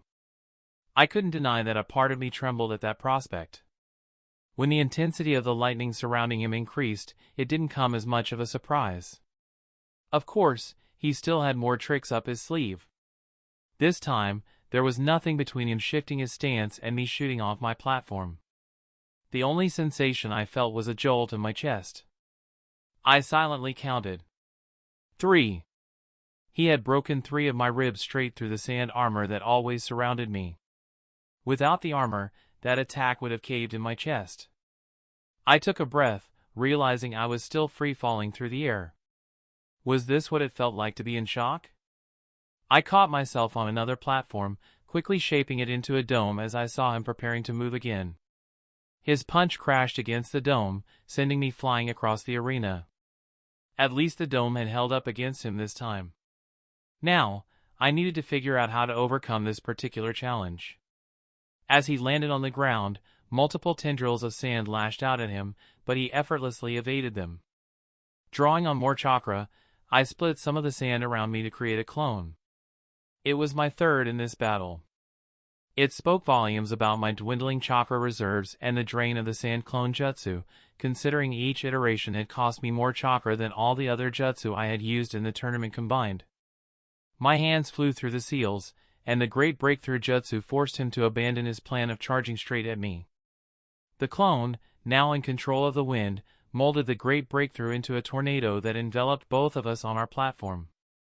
With our defense momentarily secured, we needed to devise a plan to defeat the lightning-wielding opponent waiting for us on the ground. The tornado couldn't last forever since it was essentially a repurposed great breakthrough jutsu, so its duration was limited.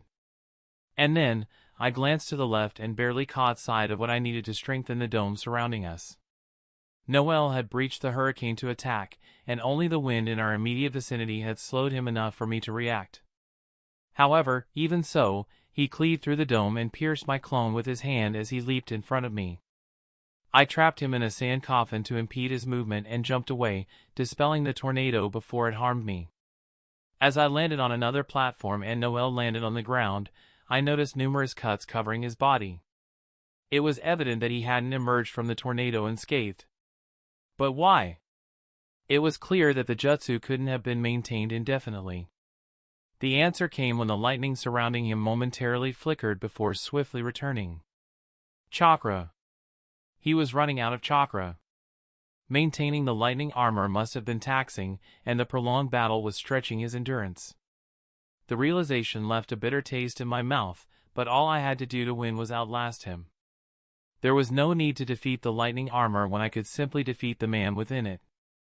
I swiftly weaved hand seals as my plan began to take shape.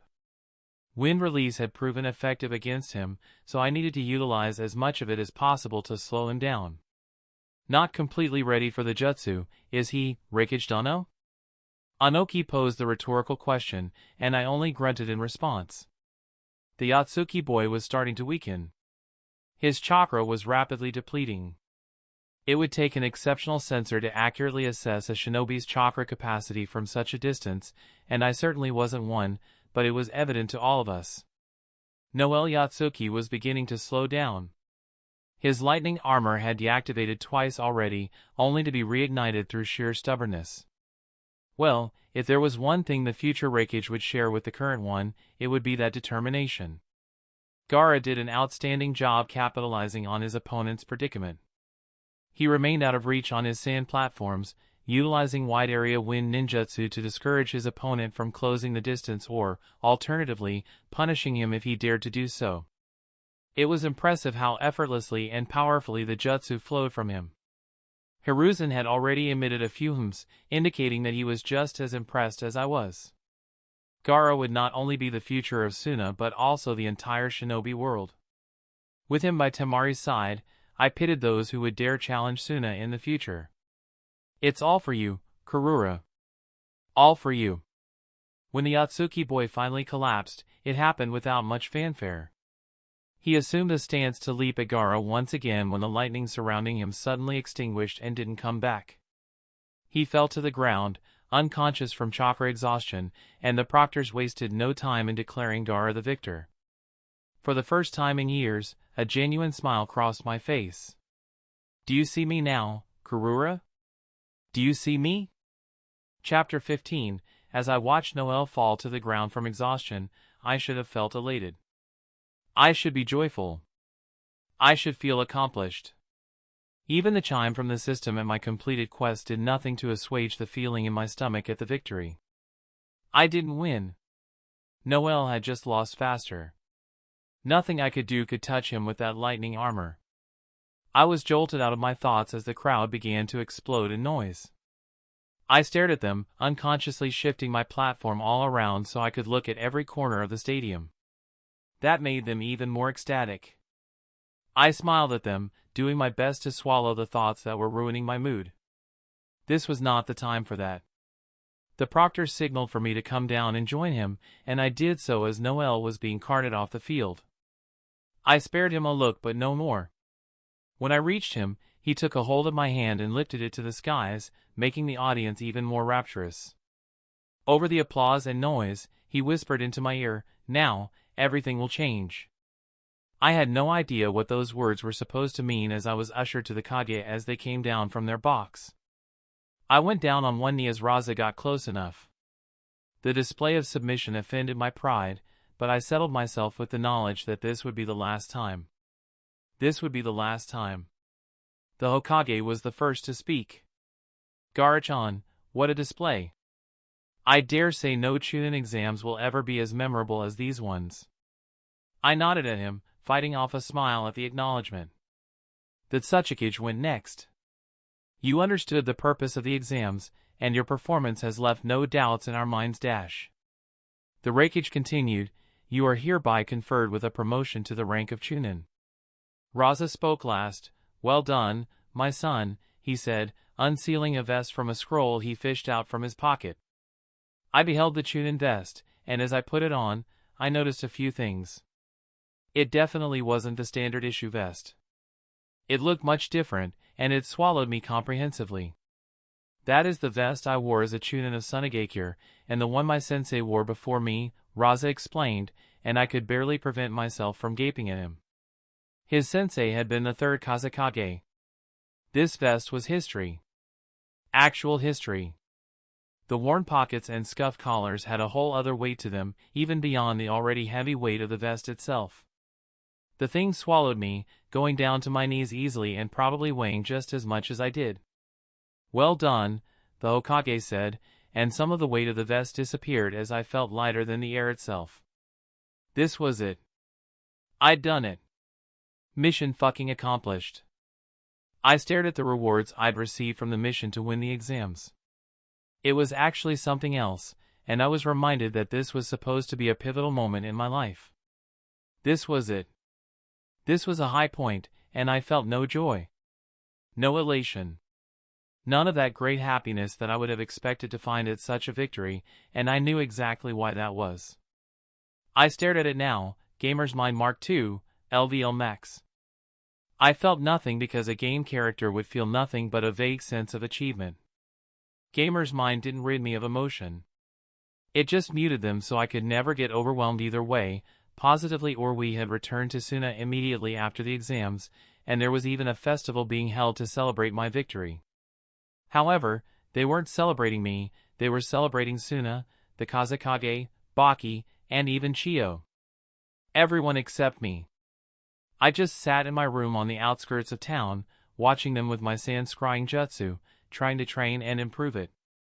Even now, all I cared about was training. I felt nothing beyond the desire to improve, to get better at everything. I had initially thought it was due to my desire to survive, but I began to wonder if it was the gamer's mind pushing me in that direction. Why was all of this important? Because I had completed a quest, and as a result, I had rewards. A shit ton of rewards. Quest success. Main objective, win the Chunin Exam Tournament heavy checkmark.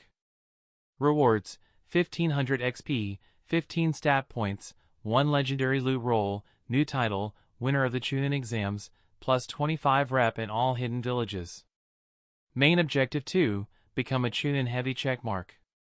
Rewards, 2000 XP, 20 stat points, 1 legendary loot roll, new title, Chunin of Sunagakure, plus 50% training efficiency when training in Sunagakure. Plus 15 rep with all inhabitants of Sunagakure. Bonus objective 1, prevent Noelle Yatsuki from using the lightning armor failed. Bonus objective 2, defeat Noelle Yatsuki with the lightning armor heavy checkmark. Rewards, 800 XP, 3 stat points, 1 common loot roll. Bonus objective 3, make it to the finals heavy checkmark. Rewards, 500 XP, 3 stat points, 1 common loot roll. I smiled at the rewards again. A total of 41 stat points was a life-changing sum, and the experience gains meant I had gained 3 whole levels, giving me another 15 stat points. I had 56 stat points to do whatever I wanted with. Now, it was settled. The power of the gamer was much too OP for this power system. Not that I'm complaining though. The only thing that had me pensive was the result of the loot rolls. The first one had yielded a power. I had gained an inventory. A whole fucking inventory. The thing had some rules attached to what I could and couldn't use it for, but the ability to carry everything I own in a separate subspace that only I could access was OP as hell. And I could fill it up with sand too, so there goes the need for the gourd I had spent some time designing. It was good, but it wasn't the standout. The standout was the second loot roll. It gave me something I had never thought about, and it was the reason I had been so introspective lately. It upgraded gamer's mind. It didn't change the capabilities, it just added a toggle to the ability. It gave me the power to turn off the mind of the gamer. I had no idea why that was a legendary ability on its own, but I wasn't complaining.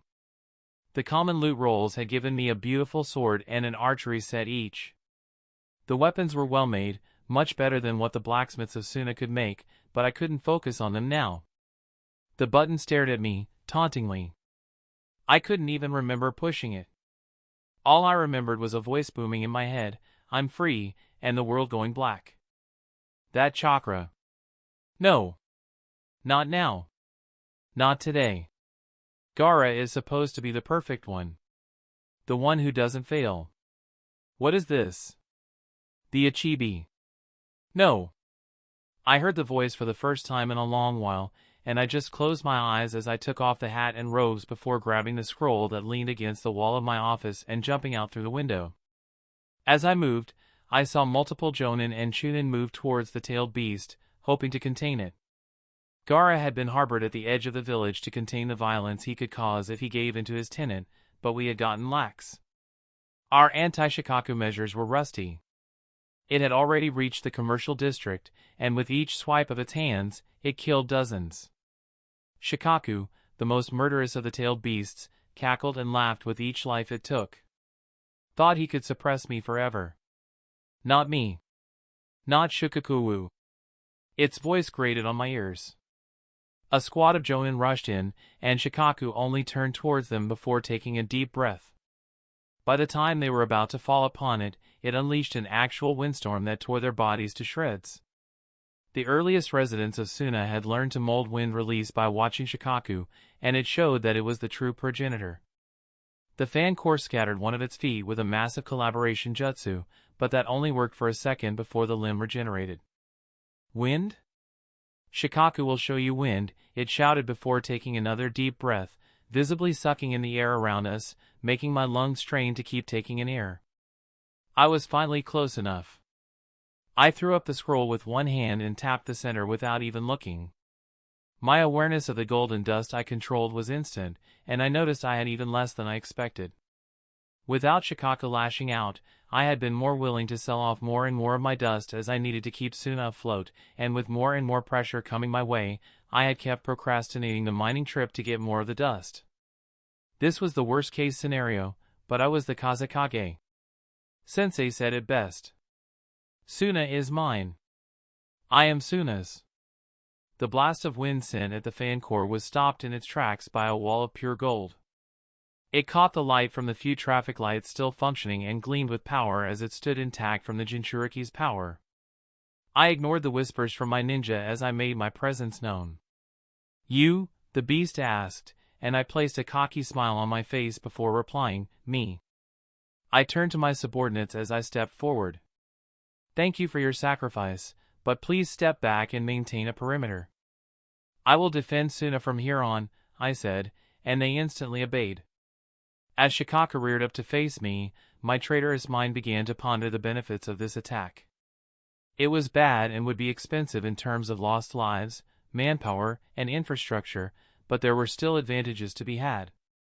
Our victory at the Chunin Exams might have done a bit to unify the people of Suna, but true unity was only found in tragedy. A tragedy like this would thoroughly awaken the nationalist spirit in even the most disillusioned of shinobi. I was sure they would begin to give their 110% in missions and assignments after this. The shinobi we lost in this attack would be covered for and eventually replaced by more enthusiastic brethren. This attack had the potential of being good for Suna in the long term, but only if I stopped it here. I'm sorry, Karura, but what is good for Suna and what is bad for Gaara are once again aligned. They would unite and do so most vehemently against outsiders, and Gaara remained, when all was said and done, an outsider. It stretched its hand to swat me into the ground, but a platform of golden dust took me far out of the reach of the attack.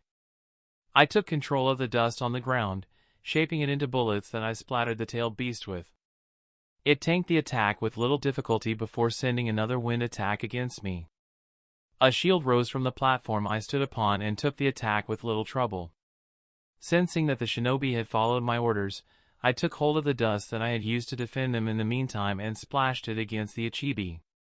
It could do little as I piled more and more golden dust upon it to weigh it down. It was weaker. Much weaker than it had ever been. Something about being sealed in Gaara had weakened it so badly that I was able to defeat it with much less golden dust than it had taken the last time. When I regained consciousness, it was accompanied by the feeling of having been run over by a train. My body felt as if it had been put through an actual meat grinder, and my mind wasn't any better. The exhaustion I felt was overwhelming. Suddenly, I heard the voice of the Ichibi in my mind, and in a panic, I scrambled to activate Gamer's mind. As I did, I realized what had happened. Shikaku had been set free. That explained the headache. I was mistaken in thinking that the game had destroyed him. It had only suppressed his consciousness, allowing me to utilize his chakra as I saw fit. With mental clarity restored, I finally assessed my surroundings and noticed that I was in a sealed cell. Seals covered every corner, which explained why my body felt so weak. I couldn't access my chakra, rendering me as powerless as a 6-year-old. Fortunately, it didn't take long before someone appeared in front of my cell. Chio stared at me with her usual blend of disappointment and boredom, a look she should consider patenting soon. It was that good. As I awkwardly shifted on my feet, she opened the cell and gestured for me to follow her. I scrambled to comply as we traversed through an unremarkable hallway, taking numerous turns before she bothered to speak. "You're feeling better now, aren't you? Less likely to repeat whatever you did to release the Ichibi," she said.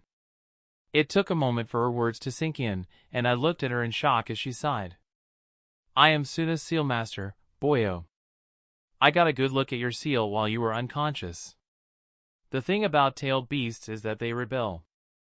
They resist their captivity. They test the limits of their confinement and try to break free. This means that every seal used to contain a tailed beast undergoes a certain amount of stress and begins to deteriorate over time. That's why individuals like you rarely live past their 30s. However, your seal shows no signs of wear. It's almost as if the Shikaku was dormant until yesterday. Each word she spoke landed like a bomb, and I could sense that I had been caught. She locked eyes with me before smiling and relenting. You can keep your secrets. Raza-chan doesn't pay me enough to care, and I don't want to get involved in whatever mess is going on in your head. I nodded, immensely relieved and glad to be done with the entire ordeal. Of course, she gave me another intense look and filled the hallway with a threatening aura. But now? Now I know that whenever the Ichibi is released, it's your choice to do so. You're an asset to Suna, for now. If I see the one-tailed tanuki roaming free again, I will kill you. Believe that, she warned. I audibly gulped before she resumed walking, signaling for me to follow as we exited the current building and made our way to another one. For an elderly woman, she moved remarkably fast. At some point, it almost felt like we were running, yet whenever I glanced at her, she appeared to be strolling casually. A casual stroll at a speed that forced me to essentially jog to keep up. Chakra was truly unbelievable. She had to be in her 70s by now.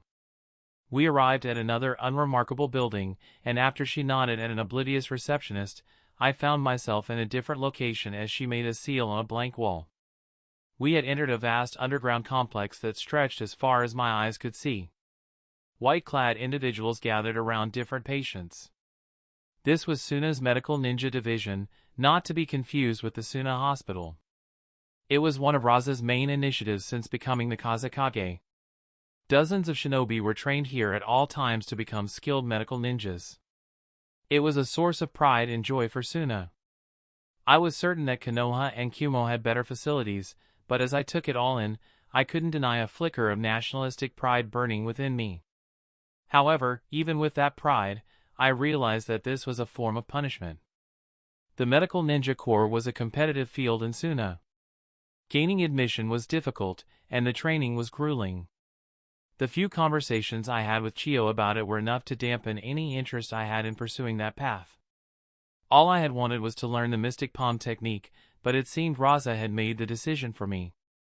Chio cleared her throat, drawing my attention back to her as she pointed to a corner of the cavern where wide-eyed teenagers in black robes congregated. "That's your class. I wish you the best of luck," she said before turning to leave. I shuffled over to join them, not particularly thrilled about being there, but determined to make the best of the situation. Medical ninja training took an average of 6 years, but I needed to leave here in 1. I had too much training to do to waste time lingering. Canon was only 5 years away. The clock was ticking. When I first introduced myself to my classmates, they were far from enthusiastic about my presence here. Considering my rampage had occurred just yesterday while they were present, that couldn't be the reason. It was likely because of my age, but it was too early to tell for sure. Our first class was anatomy, and I resigned myself to being bored out of my mind as we were taught things that Chio had already made me read. However, I was quickly surprised to find that Chio's books had barely scratched the surface. They were enough to learn the mystic palm technique, but not sufficient for becoming a fully fledged medical ninja. I had to beg for some paper and a pencil from another trainee, and it was a struggle to keep up as we frantically took notes. The lecturer showed no interest in making the coursework enjoyable or even understandable. They were content to ramble on from topic to topic without a discernible thread connecting everything. What irritated me the most was the fact that I seemed to be the only one confused by what was going on. I tried to keep my arrogance in check, but it was difficult when all I heard was how much of a genius I was supposed to be. I saw it in people's eyes. Even Baki had called me a genius a couple of times in his weaker moments, but surrounded by these people, that illusion began to shatter. As one of my classmates asked a question I couldn't comprehend, only to be answered by another classmate whose response I couldn't grasp, and then corrected by yet another whom I also couldn't understand, I accepted that this was going to be an uphill battle, at the very least. By the end of the lecture, after 2 hours of discussion, I had completely run out of paper. I had printed my words in the smallest font possible and filled every corner of the sheets I had been given, but it wasn't enough. The next lecturer arrived and dropped a bag full of materials at my desk without even acknowledging my presence. I opened it to find writing materials and scrolls. I simply nodded and retrieved paper and a pencil for the next round of note-taking. This time, the lecturer didn't bother seeking any input from the class. They just rambled on and on about the effects various chemicals could have on the body. Things were not looking up at all as they named chemical after chemical that I couldn't even spell, let alone understand. And once again, the entire class seemed to be keeping up. At the end of it, I glanced at the timetable that came with the bag and realized we were supposed to have a 30-minute break before the next class. I waited for the students to gather into groups and socialize during the break, but they didn't. Everyone remained at their desks, pulling out scrolls or notes to study. Was this what medical school was like? If it was, then I definitely owed my cousin an apology for teasing him about dropping out. Not that I would ever see him again. I highly doubted that the afterlives of this world and mine had any overlap. I looked through the notes I had just taken, and even after reading them a second and third time, I still didn't grasp the entirety of the material. I could recite it from front to back, but that wasn't impressive. I'm sure everyone here could do the same. I opened my stat sheet and stared at the 56 stat points I had accumulated from the last quest. The temptation to allocate them all to intelligence was strong, but I managed to resist. I closed it and turned to the bag I had been given, rustling through it and examining the scrolls that were inside. I stared at the elder who had just finished speaking, silently waiting and watching him until he backed down and returned to his seat with a mumbled apology. My decision to send Gaara to the Menin Corps as punishment wasn't being well received by anyone involved. Chio had screamed for a bit before reluctantly accepting it, and now these old geezers wanted to make themselves heard. Suna's council was an advisory body only, and it seemed they were beginning to forget that. I have no need to explain myself to all of you. I have already done so as a courtesy, and nothing more. Suna's Jinchuriki is our greatest weapon. Gaara single-handedly won the Chunin Exams. Your advice would have me discard such talent by forcing him into mission after mission until he breaks or betrays us. No. The path I have chosen is the right one. He will learn medical ninjutsu.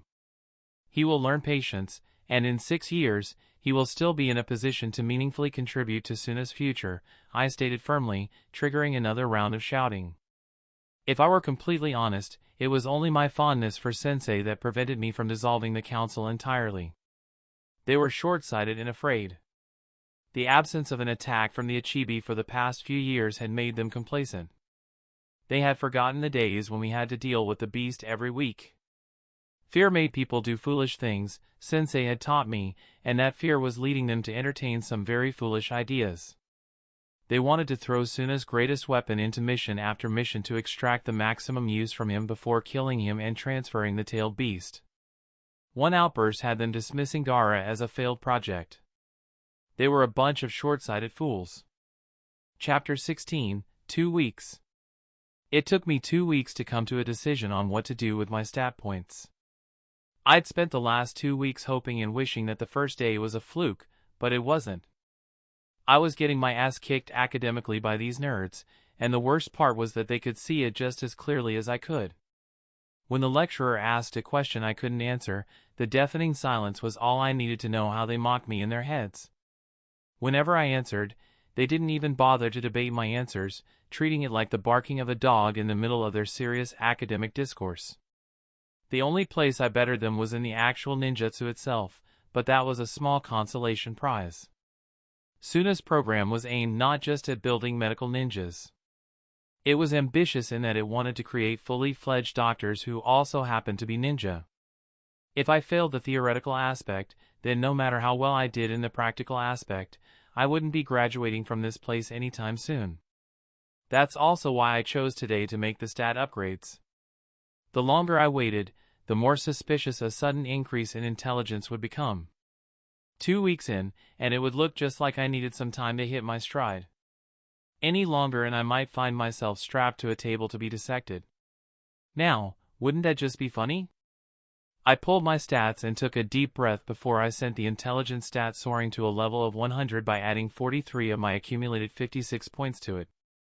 I could actually feel my brain twisting and changing to accommodate the sudden change, and that twisting dialed up to 11 before my entire world blacked out in pain.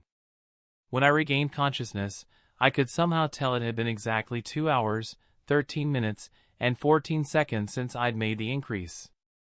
I looked around me and silently dispelled the orb of sand that surrounded me. If there was something I'd done right, it was picking a Saturday night for the upgrade. Sundays were the only days we had completely free from lectures. The others spent the day in their tents, studying in groups, and I did the same, studying alone. I was the only trainee given a separate tent, so it played well to my need for privacy but wreaked havoc on my possibility of socializing and maybe building a friendship with the others. With my increased intelligence, once I turned my attention inward, it took virtually no time to puzzle out the meaning of my stats. Every interaction I'd had with the game since I was born was a data point I could rely on, and I quickly began to experiment. The first thing I did was try to add a single stat point to intelligence, and when it didn't work, it was another data point in my favor. My stats topped out at level 100. My best guess was that that was the literal human limit, and considering my physical stats had their own seemingly soft limits, I could tell that age was a factor, in those stats at least. No matter how I tried it, my dexterity refused to inch past 40. I shunted another 10 points into my strength to test the hypothesis, and it also refused to inch past 40.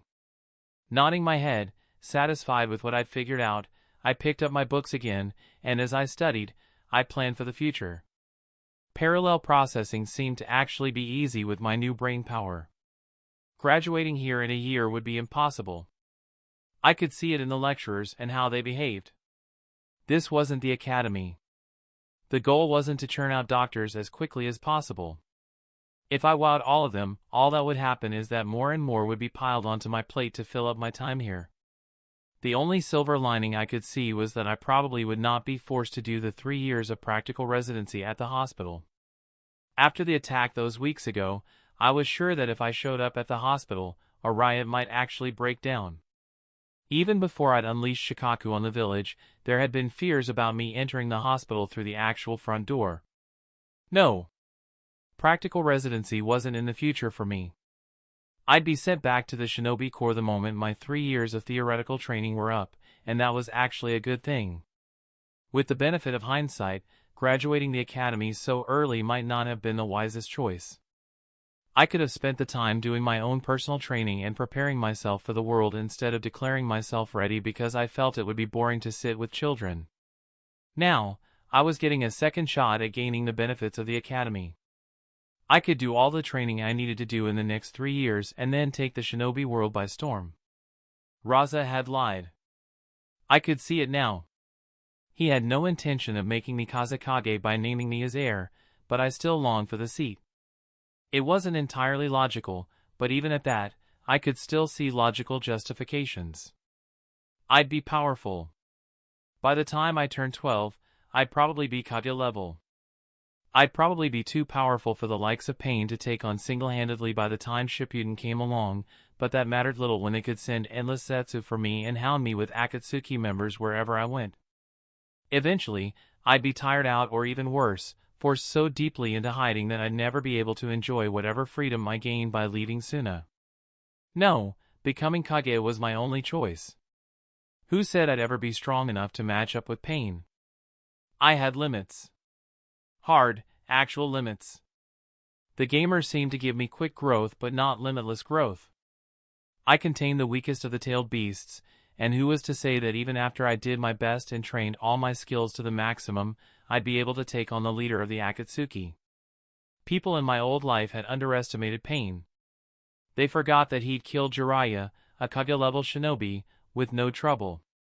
They forgot that he'd actually beaten Naruto, forced him to use the Nine Tails and almost triggered a full-scale transformation just to escape the Chibaku Tensei, and then even after all that still had to be talked into committing suicide to grant Naruto the win. The entire fight was plot armor taken to the max. I didn't have that. Pain scared me, for a good reason. Instead of heading to the wilds where he could hunt me at his leisure, I'd remain here in the center of the desert, at my most powerful, with an entire village of shinobi around me. I'd do my best to make myself as unattractive of a target as possible. Akatsuki had come after Gaara first, in canon, but by then I'd be more than strong enough to swat both Sasori and Deidara away. When I did, I just needed to make sure they decided I wasn't worth the effort of coming after. Mind made up, I stretched my chakra into the sand around me and formed a clone. Not a regular sand clone with half my chakra. This one had 3/4 of my total chakra capacity, which had grown handsomely since Shikaku's escape for some reason, and was going to be sent on a completely separate mission. He had enough chakra to make 5 more clones with enough chakra to be useful in their own rights. He nodded at me and blurred away.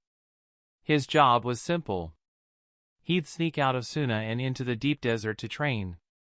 I had 3 years here, and while I couldn't do much for my taijutsu as it approached my body's limits, my ninjutsu had all the space to grow. That's what we'd be focusing on.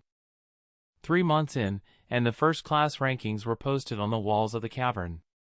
I had joined my class 2 months late and had to make up for dozens of missed assessments, but I still stood at the top of the class with an average of 97%. The runner-up had 95%, and the numbers went down from there. Where my classmates had previously been content to ignore me, they now glared at me. Yesterday, 2 of our mates had been dropped from the program. Their scores were good. Definitely outstanding, but here, we were graded on a curve. I had thought, when I didn't notice any close friendships among my classmates at the beginning, that they were all simply antisocial creatures. But it turned out to be something even more insidious and much less innocent than that. The grading system meant we were all in fierce competition. The better your classmates did, the worse you did. I struggled to come to terms with it in the beginning. The entire system seemed illogical to me, but I settled for not caring. If the Corps felt this was the best way to create nin, then I hadn't the energy nor the authority to argue against their methods.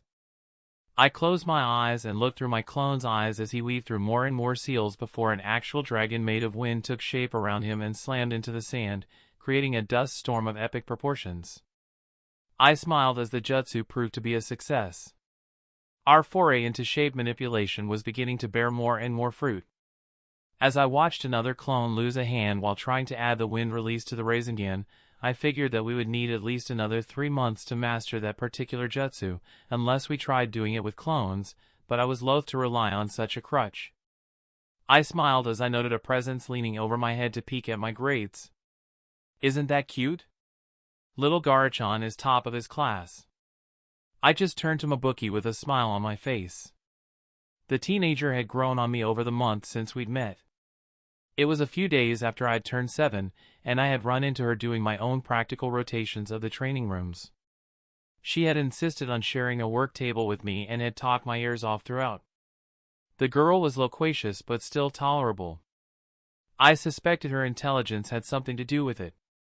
She was an orphan, and only 16 years of age, but still, she was already in her 3rd year in the nin training corps. "So are you," I commented, ignoring the way she pulled on my hands as she led me to the mess hall. "Obviously. Mabuki-senpai is awesome like that." I just nodded at her. She was so different from everyone else here. It was both a breath of fresh air and a ray of sunshine at the same time. She didn't bother with the toxic backstabbing and competition that filled the training corps. Of course, she didn't. She was so far above her classmates that she had no need to compete with them, and after a whole year of being shown up by her, they didn't bother competing with her either. Everyone understood their place when it came to her. When we arrived, she didn't hesitate to pick up 2 plates and pile mine just as high as she piled hers, not caring for the fact that she was at least twice my size. I just nodded and accepted the food with a grateful bow. I had learned my lesson about arguing with her. She had been something of a big sister in the orphanage she'd grown up in and seemed to see me as one of her little siblings from the orphanage. New. I stared at her as she shoveled spoonful after spoonful of pepper soup into her mouth, and I did my best to eat my own food at a more reasonable pace, but still with good enough speed. When Mabuki finished her food, she began staring at me, and then I reduced my speed even more. Frustrating the teenage girl had become an irreplaceable part of my daily routine. Eventually, I couldn't drag out the eating any longer, and I let her pull me up to wash our plates. From there, we had library time. It wasn't a real library, as the entire course stayed in the same cavern. It was just a corner walled off with thicker curtains than usual. When we got there, her stack of books and scrolls would have intimidated the most dedicated of academics in my old world. With a similar stack, I joined her in studying. She was reading up on her schoolwork, and I was working on the second-year material, almost completely finished with it, actually. Unable to use clones as I had to keep the ones in the desert active, I was limited to studying only when I could set aside my own personal time for it. With maxed out intelligence, even those sparse minutes and hours across the month allowed me to push beyond my entire first year of work and enter into the second-year coursework. If the first year was like jumping from middle school to college in terms of complexity, then the second-year coursework felt like jumping from high school to a doctorate. I could handle it, but the coursework was still imposing. Our number of courses was going to double, and each one was going to be twice as complex as what we were dealing with. I guess there's a reason Suna had so few medical ninjas. I spent hours there, moving from treatise to treatise. Everything I needed to study was cataloged and then delved into. By the time Mabuki was dragging me off for dinner, I'd managed to complete 2 of the second-year courses and make it halfway through another. As I set back the scrolls in their proper places, Mabuki struck up a conversation. "You're a scary kid, you know that, right?" she asked, and when I didn't deign to reply, she continued as if she had never expected me to. "I'd never seen a 6-7, I corrected absently, enjoying the way her eyebrows twitched.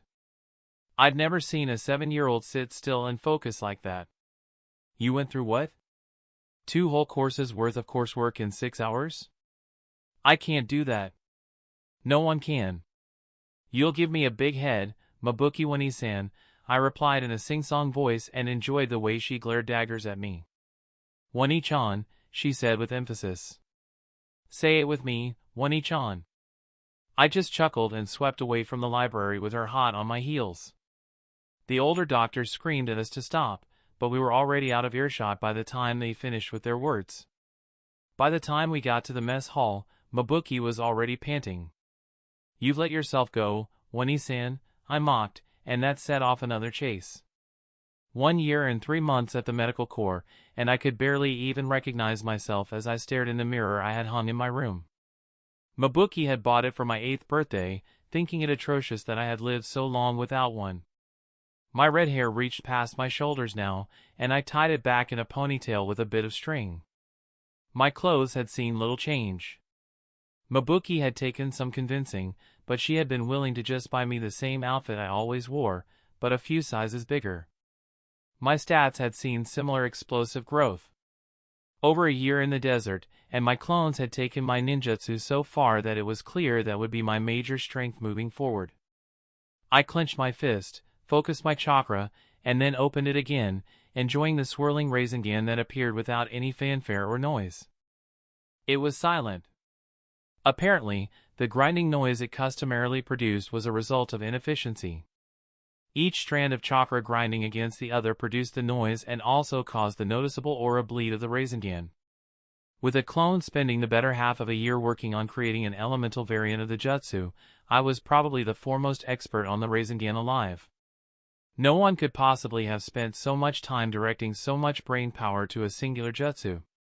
Because of that, I had it easy manipulating the shape of the jutsu to my whims. It suddenly flattened, turning into a disc, a perfect one, mind you, and then I snuffed it out as I closed my hand. The wind release Rasengan and its variant had just been mastered, so now my clone was working on doing the same with fire release, which was proving to be much more volatile. He had to be replaced 12 times already. One thing I had noticed from having a clone active for so long was that my chakra never actually refilled fully. It was almost like all the chakra the clone took in formation could not return to me until I actually dispelled it. Considering I spent my days learning, studying, and meditating, it mattered little, but it was still something worth noticing. A weakness of my seemingly invincible clone jutsu. I walked out of the room and went straight to the grade wall again. We had started our second year here some months ago and had just finished our first round of assessments. My class of 17 now numbered only 13, and more were sure to drop out this year. I looked for my name and found it at the top, as had become customary. This time, instead of a 97%, a bright gleaming complete 100% stared back at me. I guess that's what had caused the commotion. As I walked to the mess hall, I noticed way more eyes on me than I was used to. A shifting of my chakra, and suddenly there was a pillow in my place as Mabuki crashed into it from behind. "Gaara-chan," she whined out loud, and I only smiled at her. She had started part-time rotations at the hospital and had become a much scarcer sight as a result, but she always made sure to return here every Sunday. "Mabuki-san," I said, giving her a formal bow that I knew would tick her off. A few minutes of playful chasing later, we were sitting together with our meals in front of us. "Special Gaara-chan. Never expected you to actually get a perfect score. They used to say it was impossible. The best I ever hit was a 98%, she said, and I just hummed along to her words. The exams had been easy. I had already covered the entirety of the coursework in my private studies, and I now spent my time studying rarer and more obscure scrolls outside the curriculum. The treatise on the 8 inner gates was something truly fascinating. With a medic's perspective on all that could go wrong with the gates, I was much less interested in messing around with them. Opening the gates wrongly even once could permanently cripple a ninja. It made it even more impressive that Rock Lee could open 5 of them after only a year and change of training. The genius of hard work indeed.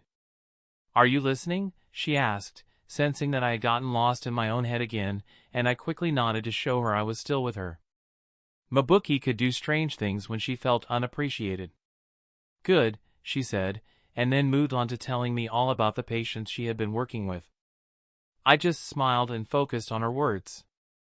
My thoughts could wait. Another failed meditation, I thought to myself as I stood up from my sand platform and jumped to my feet. 2 years here, and 6 months of meditating whenever I was capable, and I still couldn't even sense the barest signs of nature energy. I was able to get the skill up to level 50, but all that had given me was increased chakra regeneration and faster healing while meditating. I hoped Senjutsu would come at level 75, and not 100 like I was beginning to fear. I also hoped that just leveling up meditation would be enough to get some hint of how to achieve it after all. If a summoning contract proved necessary, I would be quite fucked. My clones had been forced to move a bit away from the desert as my Earth release had lagged too far behind the rest of my skills. Now, they spent their time in the mountains that bordered the land of Earth.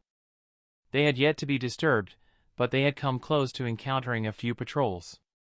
It was risky to remain there, but that risk was mitigated by the fact that they could simply dispel themselves if they were in any actual danger of being seen.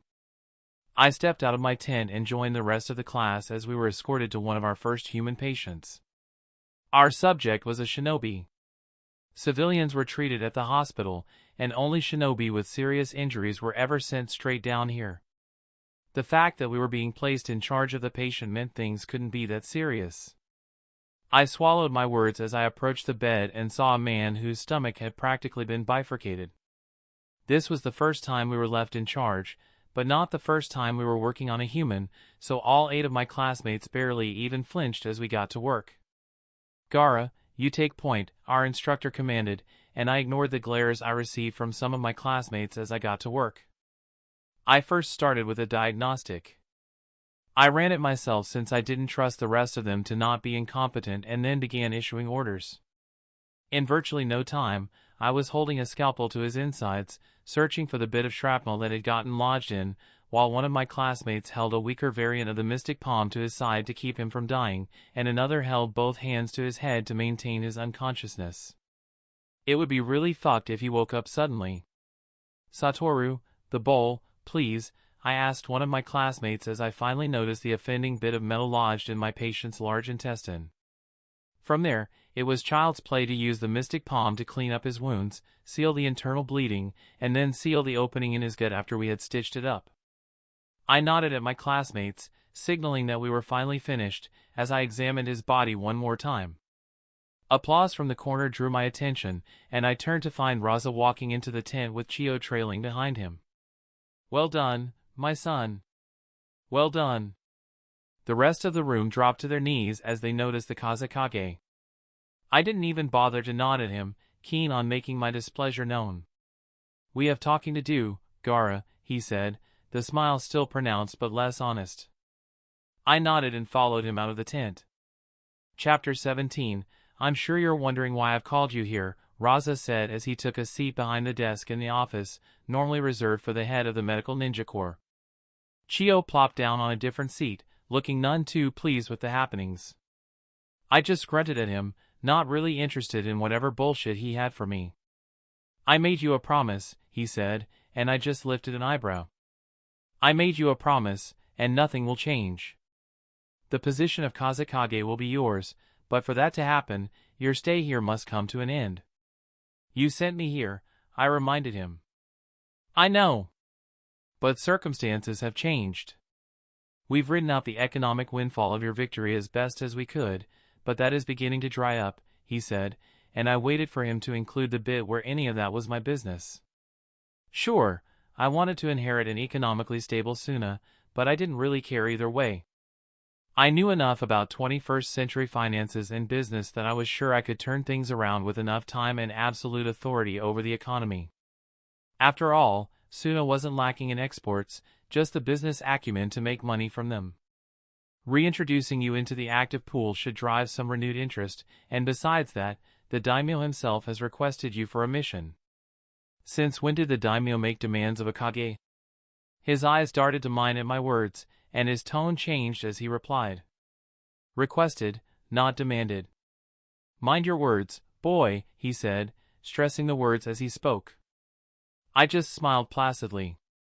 He could dress it up as he wanted, but he had sent me here for a minimum of 3 years and was now summoning me after only 2. Raza didn't seem to me to be the sort to change his mind so easily. I apologize, father, I said, enjoying the way he stilled at the words. If there was one thing time spent with Mabuki had taught me, it was how to read people and know exactly what to say to get under their skin. The daimyo will be making a royal progress across all the lords of the Land of Wind, and your mission is to be his bodyguard for the duration of the mission. Doesn't the daimyo have shinobi guardians of his own?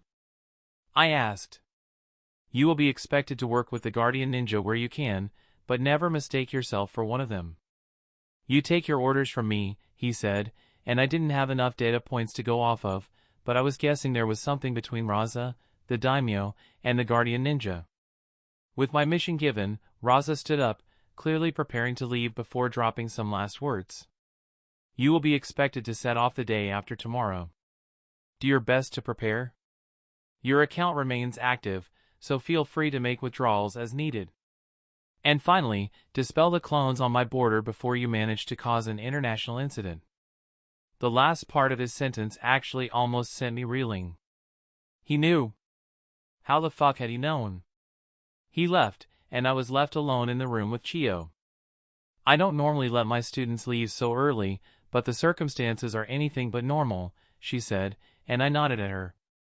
She still looked exactly as she had 2 years ago. I guess after 15 years, the stress of running 2 separate ninja corps was nothing new to her. However, it would be doing you a disservice to consider you a normal student. You've been ready to graduate for months now, haven't you? She asked, and I nodded in the affirmative. Good. You will be taking your final exams today.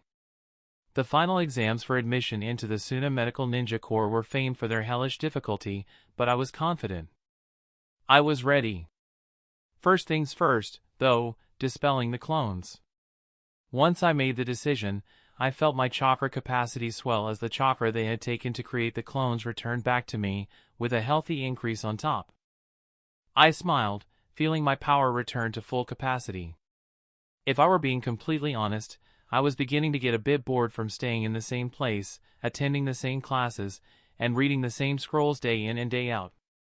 My exams were all scheduled to take place today, giving me the entirety of tomorrow to prepare for the mission. Normally, the exams would span 3 days, so it said something about Chio's confidence in my abilities. I was called by one of the doctors and I moved into the classroom that had been set aside for my use.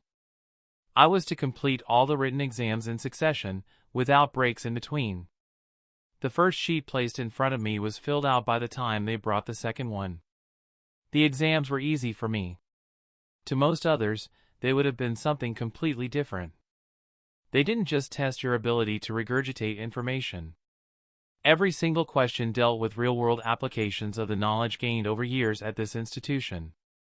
Although I hadn't spent 6 years here, I had studied the entire curriculum, and with some of the information Mabuki had given me about her rotations at the hospital, I was able to answer the more practical questions that went beyond the official curriculum. For the questions I didn't know, I did my best to guess and then moved on. I finished the entire exam in 2 hours and was quickly shuffled off to the practical exams. I stood in front of Chio and 2 other doctors as they asked me to perform jutsu after jutsu in front of them, and then patients were brought in. Most of them were unconscious, and I was given the duty of diagnosing and treating them. It wasn't easy. Most of them had illnesses I had only read about, and some required surgeries that I did my best to perform with the doctors standing over my shoulder, questioning every decision I made. Eventually, the last patient was taken out, and once I set my eyes on him, I knew this was going to be the hardest one. He was pale. My diagnostic jutsu showed that he had a tumor in his brain. It was malignant, my second test told me, and it had progressed significantly, covering most of the anterior region of the brain already. The only hope for him was surgery. I said as much to the doctors, and none of them said a word, neither encouraging nor discouraging me. I took that as permission to continue. Surely they wouldn't let me kill someone in an exam. The sand outside the disinfected tent rustled as I willed it, and 2 clones of me appeared before hurrying inside the room. One of the doctors made a move to object but thought better of it. My clones had no need to speak. We were 1 mind and 3 bodies at this point. With a flex of my chakra scalpel formed, and I began cutting. It was easy to cut apart the skin to reveal the skull, and as I prepared my tools, one of my clones took my place to cut open the skull with a different version of the chakra scalpel jutsu. When he first set his eyes on the tumor, I took a deep breath. It was practically fused to his brain at this point. I scanned it through my clone's eyes as I prepared the instruments, trying to figure out which sections of his brain we'd need to remove to take out the cancer. A hemispherectomy was on the table, but I considered it a last resort. I scoped it and began making cuts once my clone stepped aside. Both of them maintained mystic palms on the brain to give me a good idea of what I was working on. The mystic palm had a diagnostic function that often went overlooked. With the ability to get real-time feedback on what I was doing and what was happening to the patient, I could tweak and change my technique as time went on. I had to remove whole sections of the brain where the tumor had fully taken root and was impossible to excise, but it was still possible for him to live with those sections gone. My only goal right now was to maintain life and as much brain function as possible. It was possible to live a fulfilling life after a whole hemispherectomy, so I had faith. Of course, as time went on, I began to see that it was nowhere near as easy as I had originally expected. In fact, no matter what I did, brain function was being lost. I flooded the brain with chakra to stimulate the neurons as they fired, but that proved to be nothing but a temporary measure. I set my knife aside, removed the sutures, and did my best to reattach the section of the brain I had just cut out with hands as steady as possible. My fingers blurred as I completed the delicate stitching and flooded the area with healing chakra again. The good news was that he was no longer expiring right on the table, but the bad news was that the area I had just operated on showed the largest tumor growth percentage. I looked at the doctors, but they gave nothing away. I turned back to the brain, studying it from 3 angles, trying to figure out the next approach. I tried going in from the right instead, saving that section for last.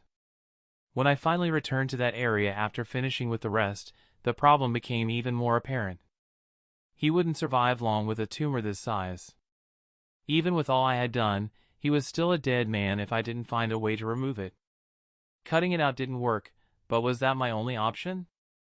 I stepped back to think as my clones took detailed scans of the brain and the tumor, trying to figure out where one ended and the other began. How are cancers dealt with? My knowledge from this world told me surgery, but my previous life gave me another answer: chemo. Could I emulate cancer-killing radiation with my chakra? I could try. I could definitely try. Further scans showed that the man wasn't long for this world if I didn't get rid of the cancer. The worst thing that could happen would be that he'd die a few minutes earlier. I placed my hands above the tumor and focused my chakra. The goal here was to kill the tumor without harming the brain.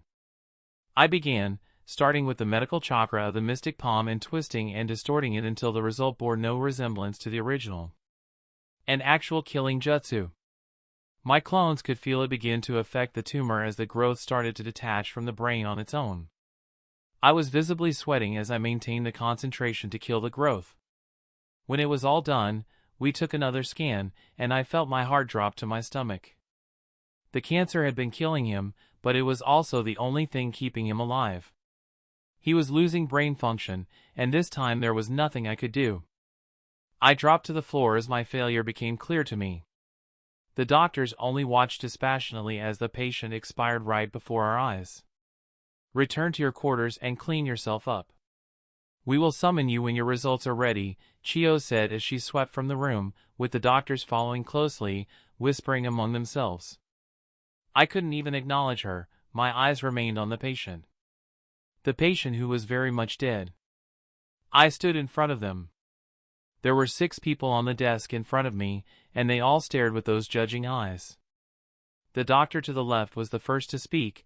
You scored 97% on the written exams, well within the passing range, and actually the highest score we've recorded on those particular exams, beating Dr. Tsubasa's long-standing record, she said with a smile, and the man she referenced just sent me a bright smile. After years here, I had noticed that they weren't as inclined to hate me for the circumstances of my birth, almost like they had forgotten. Congratulations, the man said. Dr. Tsubasa, he was one of the doctors who had been with Chiyo for my practical exams, so he was the next to speak. For the practical exams, your score is a bit more difficult to determine. First of all, you failed the very first test in the surgeries. Every single person who has passed those exams has done so after requesting nurses to aid them. It was a test of common sense, and you failed it. But there have never been marks allocated to it. Failing that test often meant failing the rest, as very few doctors can carry out difficult surgeries single-handedly, he said, and I resisted the urge to facepalm. I clearly hadn't been looking underneath the underneath. That was my fault.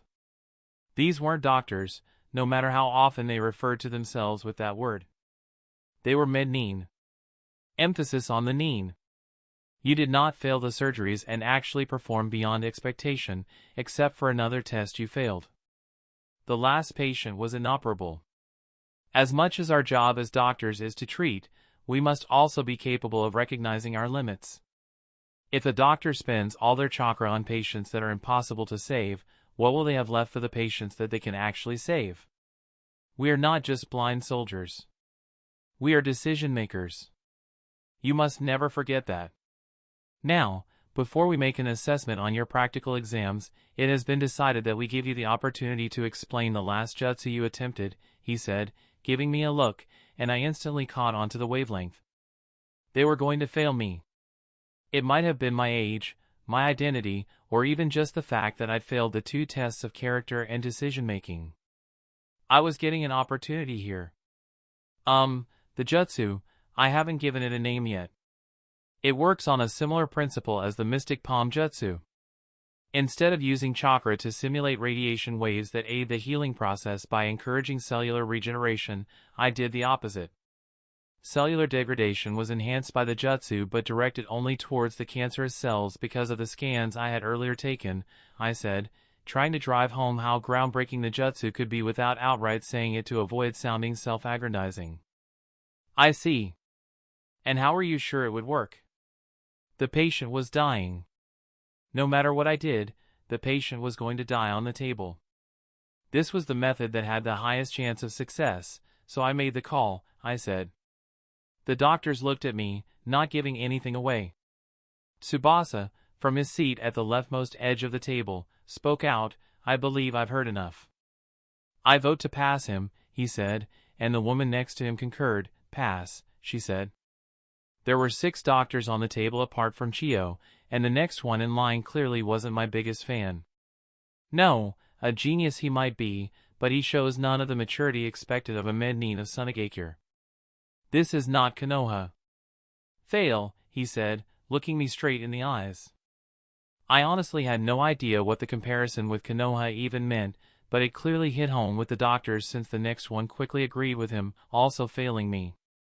After the two of them, the next doctor stared at me for a bit before speaking out. Yes, this is not Konoha, but maybe there is a lot to be learned from their methods. If ours are superior, where is our Tsunade? If we stick to tried and tested methods, never innovating, then we will always play second fiddle. He passes, she said, and that put the vote at 3-2. The last doctor on the line could have tossed things into a murky tie, but he just lifted his head to the sky before speaking. I've got a good feeling about this one, and I've learned to trust my instincts. Pass, he said, and I felt relief fill me. Chio had the last vote. Not ready to be a mednin of Sunagakure. Fail, she said, and even though I was filled with betrayal, I cared little for her vote. 4-3, I passed. It was finally over for me. Done. Notwithstanding my vote, you still pass these exams. Congratulations, Gaara of the Desert, you are now an official medical nin of Sunagakure, she said, and I nodded before bowing to the table in thanks. Thank you, I whispered to them as I left the tent that had been set aside for the judging. I saw multiple people suddenly look away from the entrance as I left, and I just shook my head before heading to my room to pack up. Of course, I shouldn't have been surprised to see Mabuki relaxing on my hammock as I entered. How'd it go? The girl asked, practically pouncing on me as I entered. I passed, I said, and she whooped in joy, threatening permanent damage to my ears. Yes, I knew you could do it. You had it down pat, she said, and I smiled at her faith, not letting on how close it had been at the end. Wait. That makes me your senpai now, Mabuki Amudo, I said, emphasizing the word for little sister. Her screams brought me great joy as she chased me straight to the mess hall, screaming for me to take it back. Once I left the Medcore hall, I had a day until I was going to embark on my mission, so that meant shopping. I stopped by the old house to find it still in good condition, but no Yashamaru in sight. We had never bonded as people. He was supposed to be a father figure / handler-like person for me, but whenever I looked at him, all I saw was the guy who tried to blow up the OG Gaara at some point. Without absolute defense working in my favor, there was no way I was taking the risk of letting him get that close. I preferred my situation to Gaara's, yes, but I honestly felt cheated by the fact that I didn't have that in my back pocket. I mean, my two theories on why it was gone were that either Gaara's mom, whatever her name was, had left the blessing on his actual soul, and I didn't enjoy that since I wasn't him, or that Gamer's mind was doing something to turn it off. The former theory was a long-held one, but the latter had only come after I found out there was a pissed-off chakra monster still messing around somewhere in my head. Wasn't that just a thrilling thought? I looked at my old clothes and decided they were practically unsalvageable. The outfit I wore in the Medcore was good, just a bigger version of what I had worn to the Chunin Exams, but now that I was going on actual missions and putting my life on the line, I wondered if it would suffice. I wore a yukata that did strange things to my taijutsu and probably stuck out like a sore thumb. Good for the Chunin Exams, but not for defending the most important man in all of the Land of Wind. In the ninja supply store, I ignored the looks I got. They still recognized me, even with the longer hair, paler skin, and taller build.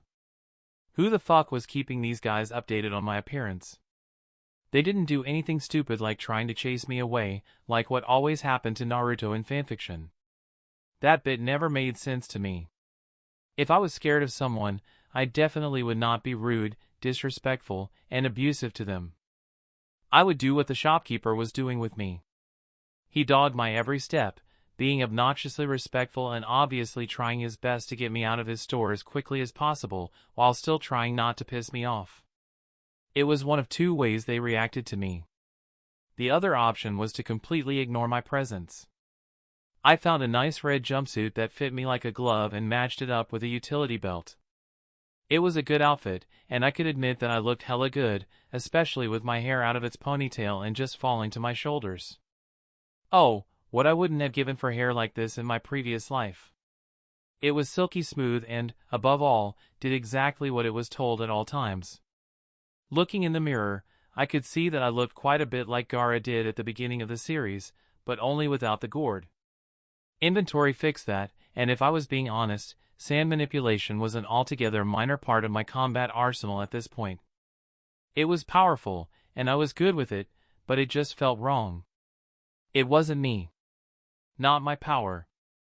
For some reason, I much preferred to use my own jutsu that I learned with my effort rather than using sand manipulation that I was gifted with as a result of what I contained. It's illogical, I know. But we were human. Our species was never known for being logical. With my outfit secured in as many copies as I could find at the store, I went straight to the nearest weapons shop. Kunai and shuriken never saw great use at my hands, but still, they could prove useful at some point, and I grabbed a short sword on a whim. I got a healthy discount for some reason, so it mattered little that most of my purchases were in chakra steel. I checked my account and was surprised to find myself with much more money than I had ever known what to deal with. It was good to remind myself that while Raza was Kazekage, it had been Karura who married down. She was nobility. Actual nobility, not one of those merchant families that got some money and thought themselves blue bloods for some reason. No, she hailed from one of the oldest noble families from back during the Warring States era. She was disinherited once she married into the shinobi lifestyle, but it seemed that hadn't had any bearing on the kids. I got a healthy stipend from a trust fund I couldn't touch, which had been accumulating since the day I was born. Raza sent an allowance into my account, but it was a drop in the bucket compared to the money I already had. Shame that I hadn't known about any of that until I became a Chunin. It would have made my earlier days a lot easier. After arming myself to the teeth, and even grabbing some senbon and an actual archery set to play around with, I moved on to the next part of my shopping plans. One thing the anime never showed was that Suna was big, and while not an economic powerhouse, we were actually a literary one. Nobles and merchants from across the nations actually came here to buy books and scrolls, so I was more than spoiled for choice.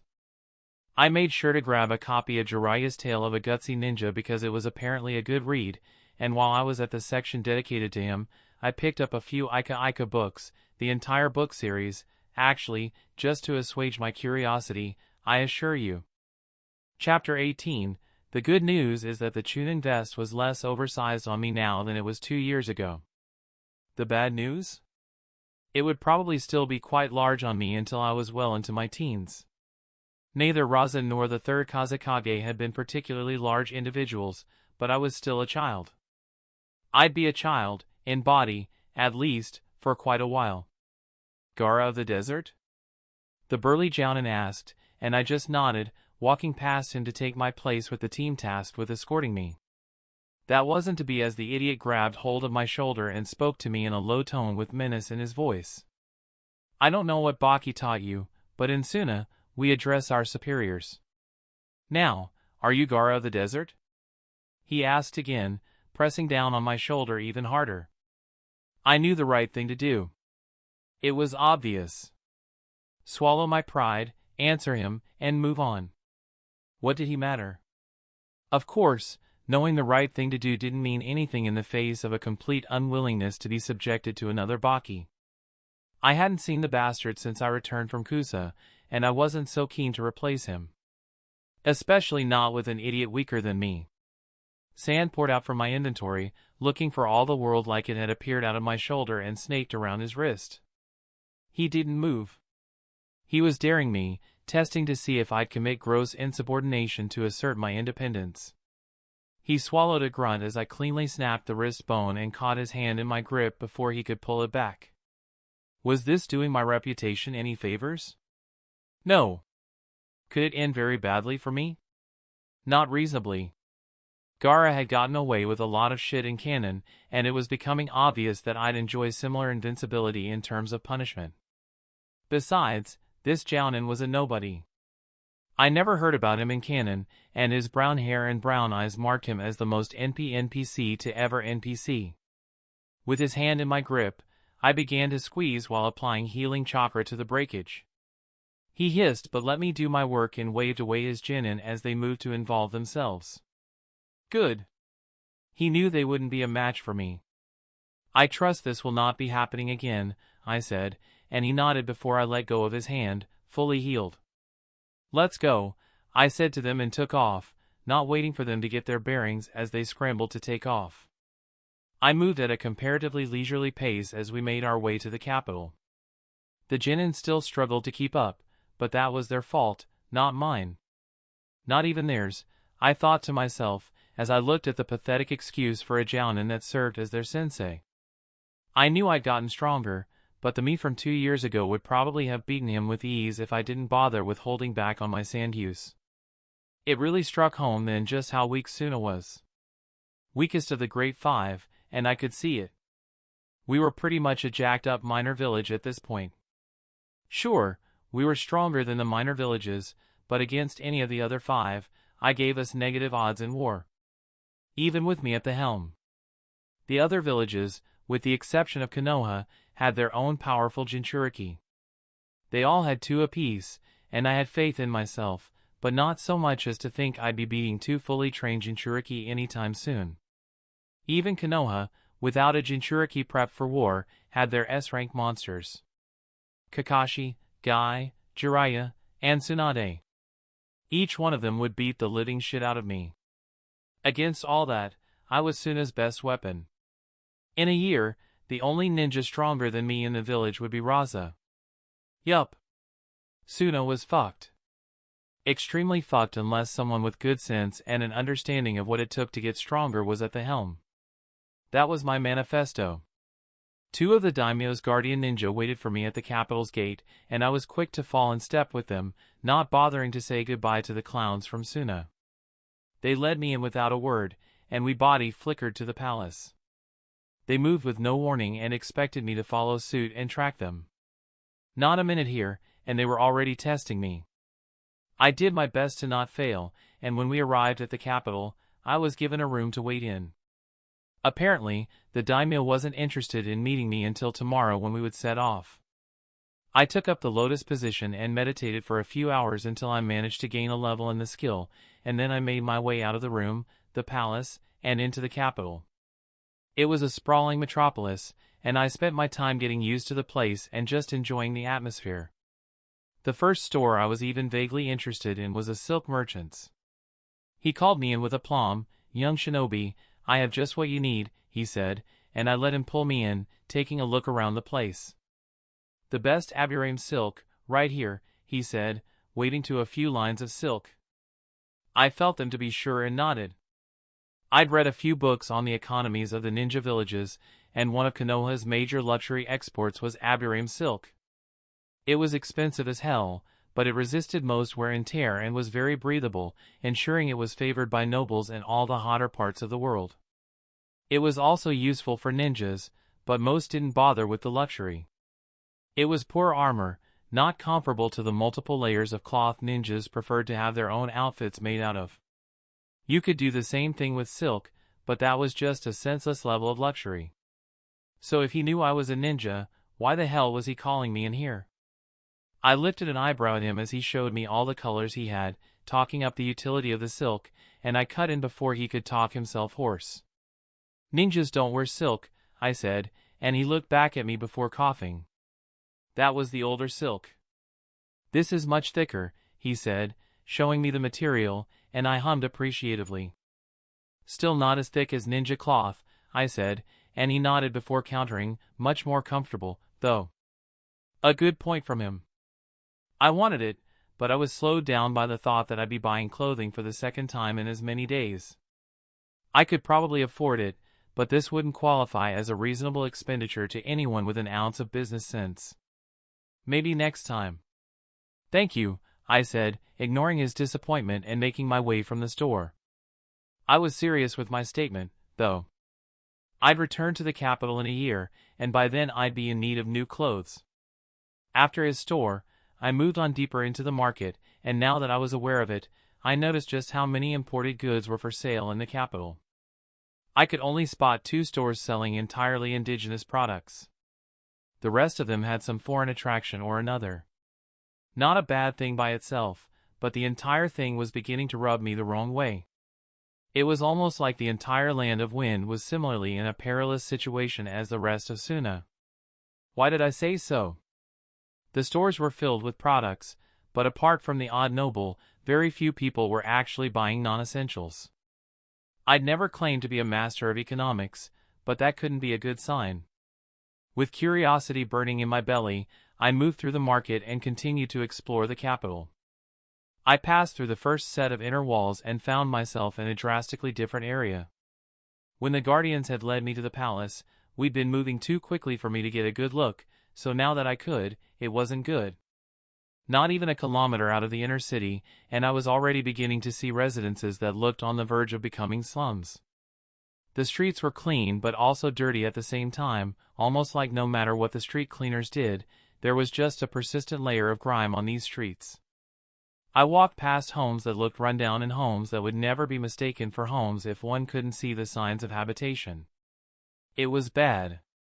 Looking at this, it was clear Suna had it easy. We didn't have poverty like this. Sure, we had poor people, but no one was forced to sleep in the streets without a roof over their heads. As I kept walking deeper into the city, I wondered how this had been allowed to happen. The nobility wasn't poor. My account balance could say that. I received more from my noble grandfather in a month than the average Chunin made in a year. Trust me, I'd done the math. I received enough for 60 average paying C-rank missions every month, and I wasn't even a member of the main line. If the nobles were that rich and were clearly only getting richer, then how could things be so bad for the rest of the city? I mean, I knew how things could get so bad, but wasn't this the kind of shit that sparked revolution? Where was the revolution? When 3 playing children ran into me before running away, I resisted the urge to laugh as I watched them turn the corner only to realize they hadn't gotten anything and I'd instead taken their own money. I looked through the purse containing their loot and sighed before appearing in their midst. "Sorry, Mr. Shinobi, sir," one of them shouted in fear, and the remaining 2 looked like they were about to shit themselves. I just chuckled before throwing their money purse at them. When they opened it, I was already gone. I'd filled it with all the money I had on me, probably enough for them to survive for a while if they were wise about it. If they weren't, I'd done my part to help their situation. I turned around, having seen more than enough to satisfy whatever curiosity I had about the situation in the capital. The poverty was sad. It was terrible, but it wasn't my business in reality. What was my business was that I had to reevaluate my plans on how I was going to get Suna out of the funk it found itself in. My former plan had involved essentially renegotiating whatever deals Raza had with the daimyo, with the knowledge that I would do whatever it took to get a better deal. I'd thought it was just a matter of the daimyo having some beef with Raza, but now it was beginning to look like whatever I did to fix Suna would have to originate entirely from within. The fact that it would be harder to fix things actually made me more excited to take the throne. An enemy I couldn't just punch to oblivion. The challenge would be interesting, at the very least. My mind was already brimming with ideas. Bounty hunting? I remembered that lots of ninjas had really high bounties on them in canon, and that would be fun. Most of them belonged to villages, but that could be worked around. Even good old-fashioned warmongering was always said to be profitable. That would be fun. Just say fuck you to canon for shits and giggles. 2 whole months. 2 months on the road, and we still hadn't even reached the first of the noble settlements. Civilians moved slowly. I'd always known this. A genin could cover in less than a day what would take a merchant caravan a week. I knew this, but I still never saw this level of slowness coming. As it stood now, we were to merchant caravans what merchant caravans were to genin. To put it simply, we were fucking slow. The daimyo had packed up the entire court with him. His wife, her ladies-in-waiting, all his children bar one, and all the lords and hangers-on that stayed in the capital. With an entire court with him, he settled with behaving like he was just back at the Wind Palace. He'd stop our travels at random moments for random reasons. He didn't like the way the carriage felt, or he wanted to eat, or he wanted to use the privy, or his children were bored, or one of the couple hundred reasons that made it so we covered less and less time as the days went on. As it stood now, I honestly doubted this entire mission could even be wrapped up in a year. And perhaps most disturbingly was the situation with my stats. Barely any of them had seen any improvement over the period of the last 2 months, and I looked forward to staring daggers into the back of the head of the reason why. I could remember the conversation after the journey began. I just made 2 clones to go off and practice my taijutsu when one of the Kazekage's guardians appeared before me in a shunshin. What? Your chakra. It just went down by 3/4. Fix it, she said, her tone not lightening up. I made a clone to do some training, I said. Then dispel it. You are redundant for the daimyo's protection, but now that you have been demanded, you must be at your best at all times, she said, not budging for a second. I'd done my best to convince her or any of the others otherwise, but they were adamant. I had to remain at 100% for the entirety of the mission. They didn't understand. I could see it in all of them. They were as strong as they'd ever be. They had no need to train. But for me, this was a whole year without improvement. Sure, I managed to spend hours meditating when I could and practicing katas when I could find some time to myself, but that was nothing. Only 1 level in taijutsu and 5 in meditation for 2 months of work, and nothing in any of my other skills or abilities. I wasn't allowed to do any training with chakra, so I couldn't even improve on my elemental affinities. I was frustrated by the entire thing, but I bore it all with a grin. With no training to take my time, I spent it reading instead. And reading at as slow a pace as I could stomach. Buying a library of books seemed to have been the right choice. Now, I was working through a fictional series about an immortal samurai who traveled the 5 nations in search of the reincarnation of his lover. Don't judge me. I never said the books were particularly good. They were entertaining, and that was all that mattered for the meantime. I moved to the left as a child ran through the space I once occupied. Noble children were little brats, and away from the capital, they seemed keen on exploring every inch of their newfound freedom. I jumped away and picked a different area of the camp to watch from. Yes, the camp. Remember how I said the daimyo had come with the entirety of the court? Well, they needed a fuckton of guards. It was almost like I was marching with an actual army at this point. The daimyo alone had a retinue of 1,000 samurai with him. Some nobles had as high as half that number. Where we moved, bore deep signs of our passing. The camp was essentially a mobile village. That was another thing that pissed me off. The daimyo had thousands of trained samurai and a dozen well-trained Jounin-level ninja. He didn't need me here for any reason. He hadn't even bothered to grace me with his presence for longer than a few minutes, which was the period of time it had taken for me to be introduced to him and for the journey to begin. His wife, on the other hand. While the daimyo had no interest in seeing me, his wife seemed to delight in my presence for some reason. I suspected it was just the joy of being around someone who did not owe absolute loyalty to the daimyo. All ninja were sworn to their kage, and the kage, in turn, swore to the daimyo. That degree of separation was important for some socio-political reason I couldn't care less about. I'm sure you're curious about why the daimyo's wife, of all people, would feel comfortable in the presence of someone who wasn't totally sworn to obey her husband. Well, it probably came from the fact that she was the daimyo's 7th wife in just as many years.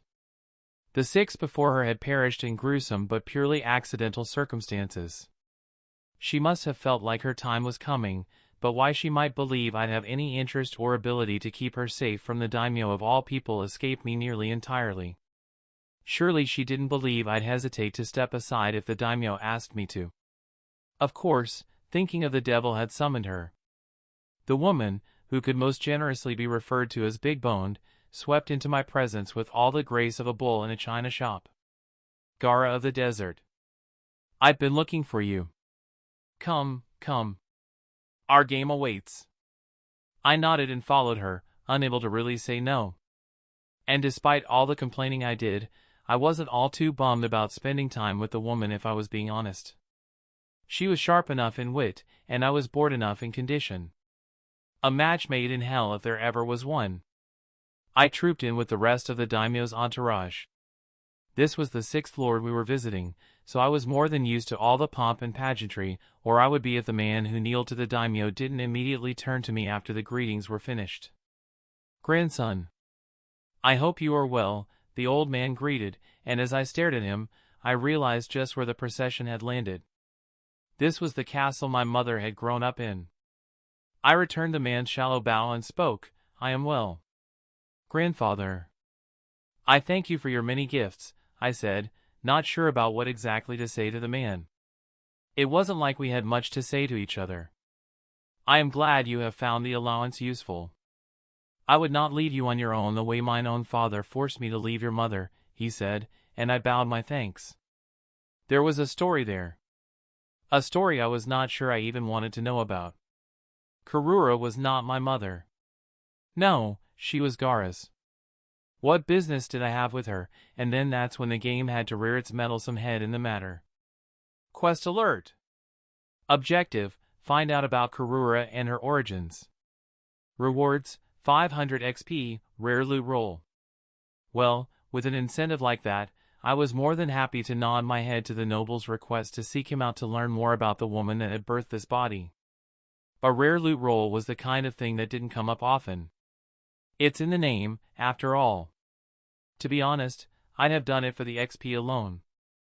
I was close to leveling up at this point, so I might as well take as much as I could get from wherever I could.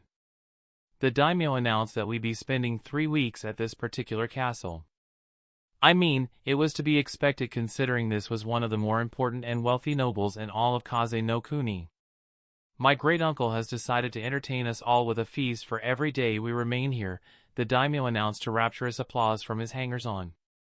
I was shocked at the apparent generosity from my mother's side of the family, but as I kept an eye on both of them, I realized there was no generosity at all. My grandfather was just as shocked as the rest of us at the daimyo's announcement. He covered up the reaction quickly, but even a few seconds was an eternity to a skilled enough ninja. The anger he thought he was hiding was clear for those with the right eyes and perception. I was actually surprised I didn't have a separate stat for that, but I quickly rationalized that much like wisdom, it was folded into my intelligence. Since that was completely maxed, then there should be few things beyond my ability to notice, and yet it felt like there were dimensions to what was happening between the daimyo and my grandfather I wasn't noticing. Even beyond that, the fact that this was the first castle where he was recognizing his blood relationship to the Lord was also something worth noticing. It was a sign of something I couldn't just see. Still, the day was over, and we were all quickly shown to our rooms. Where in other residences I was placed in sparse quarters in the same wing as the guardian ninja, this time I was quickly separated from them and led to the wing the servant, Lee, was quick to point out as the family wing. Lord Naohara, my grandfather, had given me a room that was most handsome. It was large.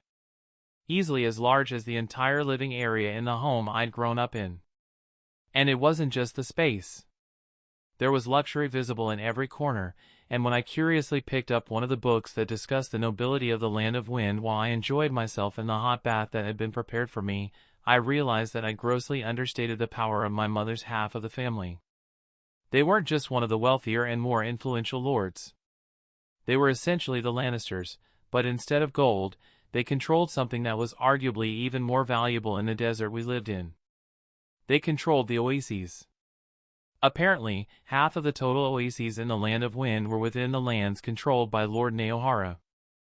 I should have noticed with how much vegetation was in the area around the castle. They controlled the water, and that made them unimaginably wealthy.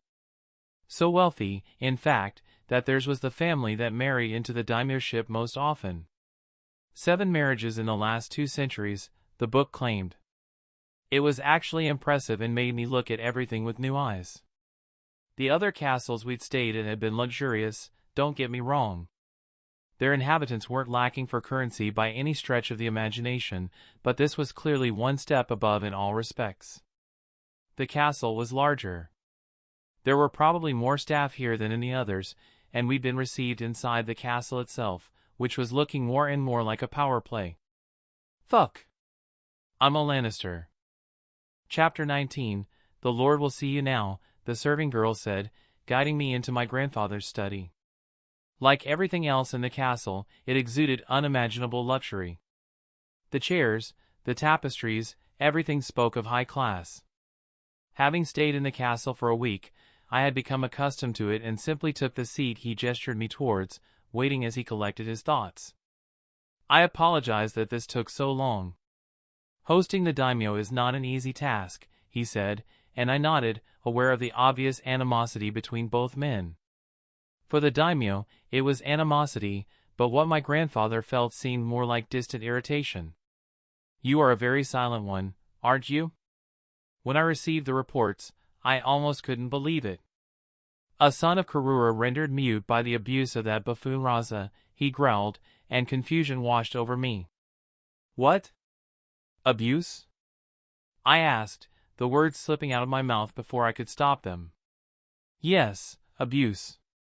What else should I call forcing a child to live and grow up without their family?" "But that's not why I brought you here," he said, standing and making his way to one of the bookshelves in the study. He waited for me to join him, and as I did, I was shocked to see him weaving hand seals.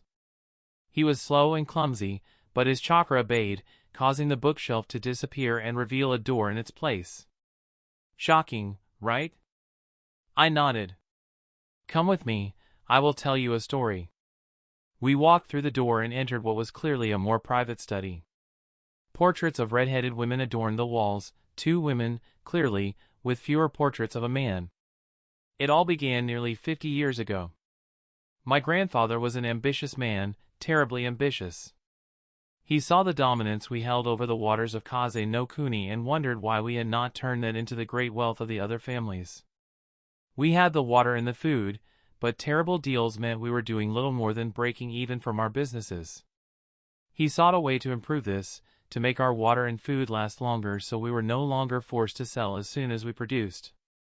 He wanted to give us more bargaining power, so he turned to Fuinjutsu on the advice of one of his shinobi bodyguards. He spoke, his gaze fixed on the oldest portrait. But he didn't stop at hiring a few ninja as his bodyguard thought he would.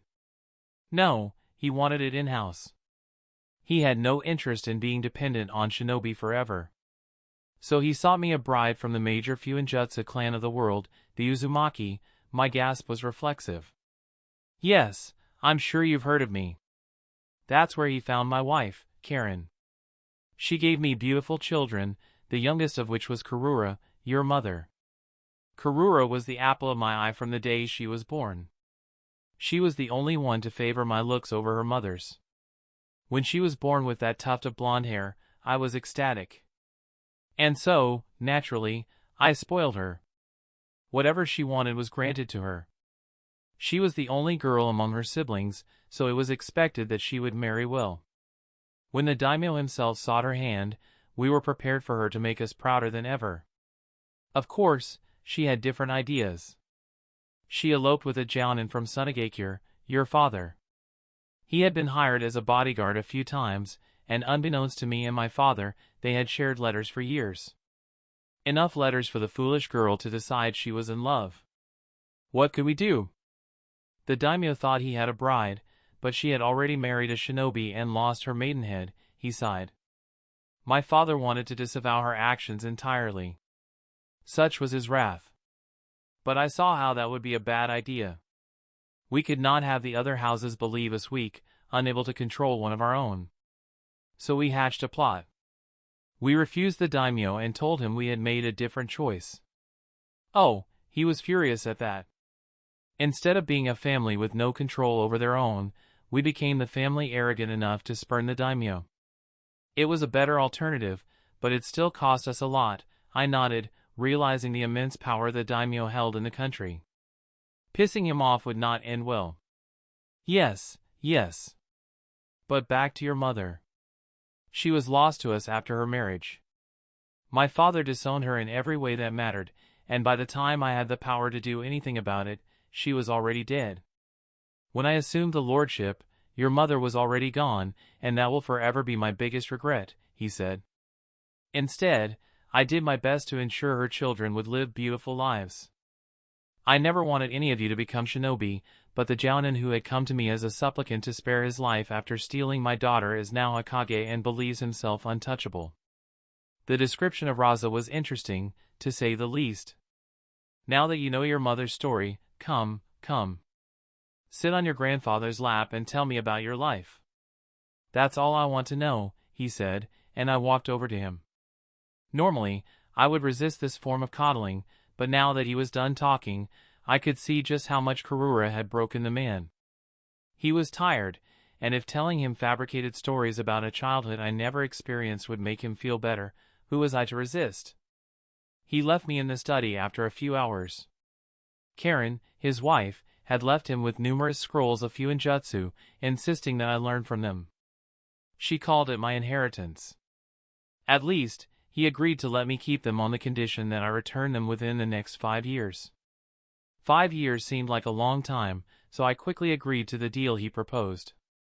Finally, I could delve into Fuinjutsu. And then, perhaps even more important than the Fuinjutsu, was the quest. When he left, a quest completion notification filled my vision. Quest complete. Objective: find out about Karura and her origins. Heavy checkmark. Rewards: opportunity to learn Fuinjutsu, automatic sand defense, 500 XP, rare loot roll. I now possess the sand defense, or at least that's what the game claimed. For now, I had no way to test it. If it was true, and the game had never lied to me before, it meant a significant increase in power. No longer having to worry about defense would be a substantial advantage. The rare loot roll had granted me a sword, of all things.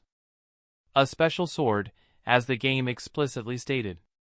Rare item received, Dark Sister. The Valyrian steel blade wielded by Visenya Targaryen. Said to have a thirst for blood. The lackluster description failed to divert my attention from what the sword represented. It was special, a sign that the game was not limited to this universe. It could provide me with items from outside this setting. The blade itself was proof of that. While I doubted I would find much use for a longsword, it was still noteworthy. I stowed it in my inventory and focused on my studying. Yes, I could take the scrolls with me, but I was too curious and eager to begin right away. A week later, I stood with the daimyo as farewells were exchanged with Lord Naohara, my grandfather. When it was my turn, he simply nodded at me.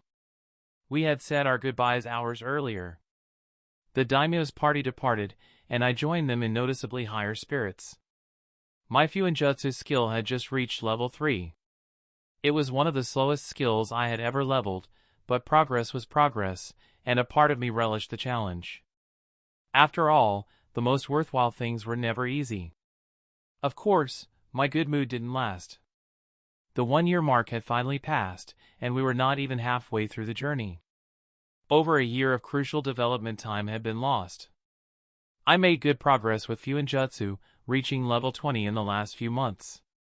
However, with the exception of meditation, it was the only skill that saw any progress. The longer this mission continued, the more I despised the daimyo. I couldn't have refused his request to undertake the mission, but I couldn't fathom why he made the request in the first place. Since I joined, he hadn't given me a second thought.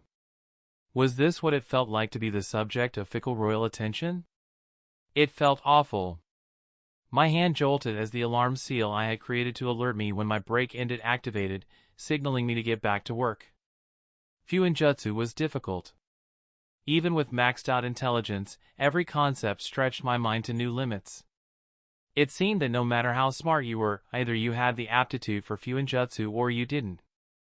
At this point, I was convinced I didn't. That didn't mean I would give up, though. I was too stubborn for that. But it did mean I had to constantly reevaluate my growth expectations. I had thought I would be near level 40 by now. 2 years and 3 months, I thought to myself with a scowl. That's how much time the daimyo's madness had cost me. Very little training beyond physical fitness and taijutsu katas in the peace of my room. Towards the end, I tried to spend as much time away from his presence as possible to avoid the temptation of killing the man myself. It was all over, though. His party had finally returned to the capital, and I was free to do as I willed. I returned to Suna quickly, but not before making 3 clones to do some training for me. 1 to work on ninjutsu and the other 2 to train my taijutsu until they dropped. I had so much progress to make up, and I knew exactly what I had to do. I arrived at the Kage's office a minute after logging my entrance at the gate. His secretary waved me inside, and I offered Raza a shallow bow. My knee still wasn't keen on bending. "Welcome, Gaara." "It's been a while," he said. I nodded at Raza, much too impatient for any small talk. "Your report?" he asked, and I walked forward after fishing a scroll from one of my pockets, not even bothering to act surprised that he was the one asking for it directly instead of sending me to the mission office. "The daimyo sent us a letter," he said. I worked hard to keep the placid expression on my face even though I felt a small jolt of fear run through me. He upgraded the mission and the pay to S rank, and asked that we pass on his gratitude for a job done exceptionally well. What? What in the actual hell was this? Raza watched me, clearly looking for some sort of reaction, but I gave him nothing.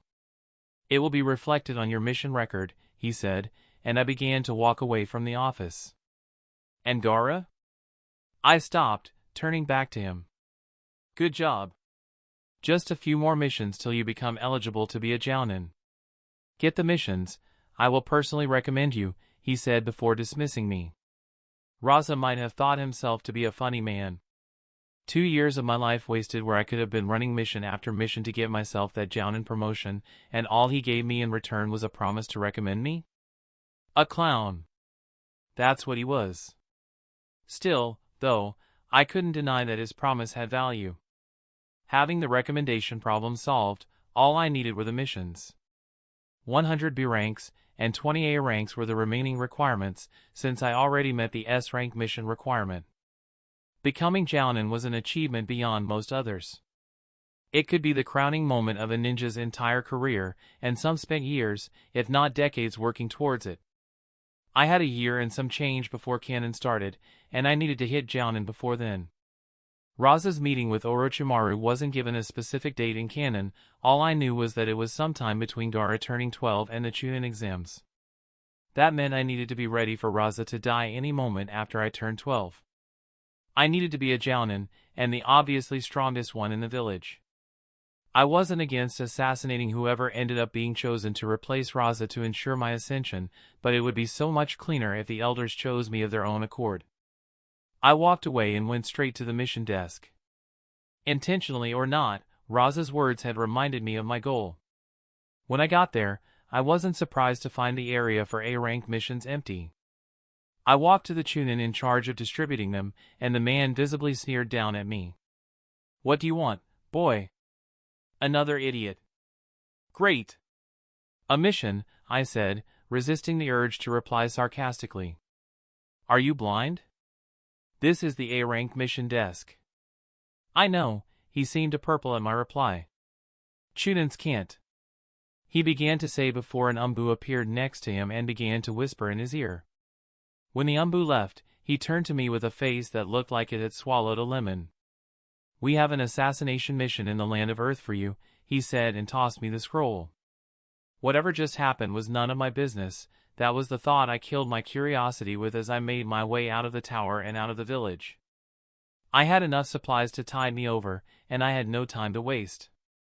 The target of my assassination was a merchant who stayed in one of the multiple cities in the land of Earth.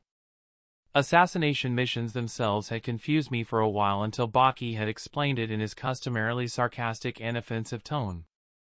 Apparently, as long as you weren't performing the assassinations in a hidden village's walls and you avoided targets being protected by ninja of the hidden village, then you were free to do as you wished in the countryside.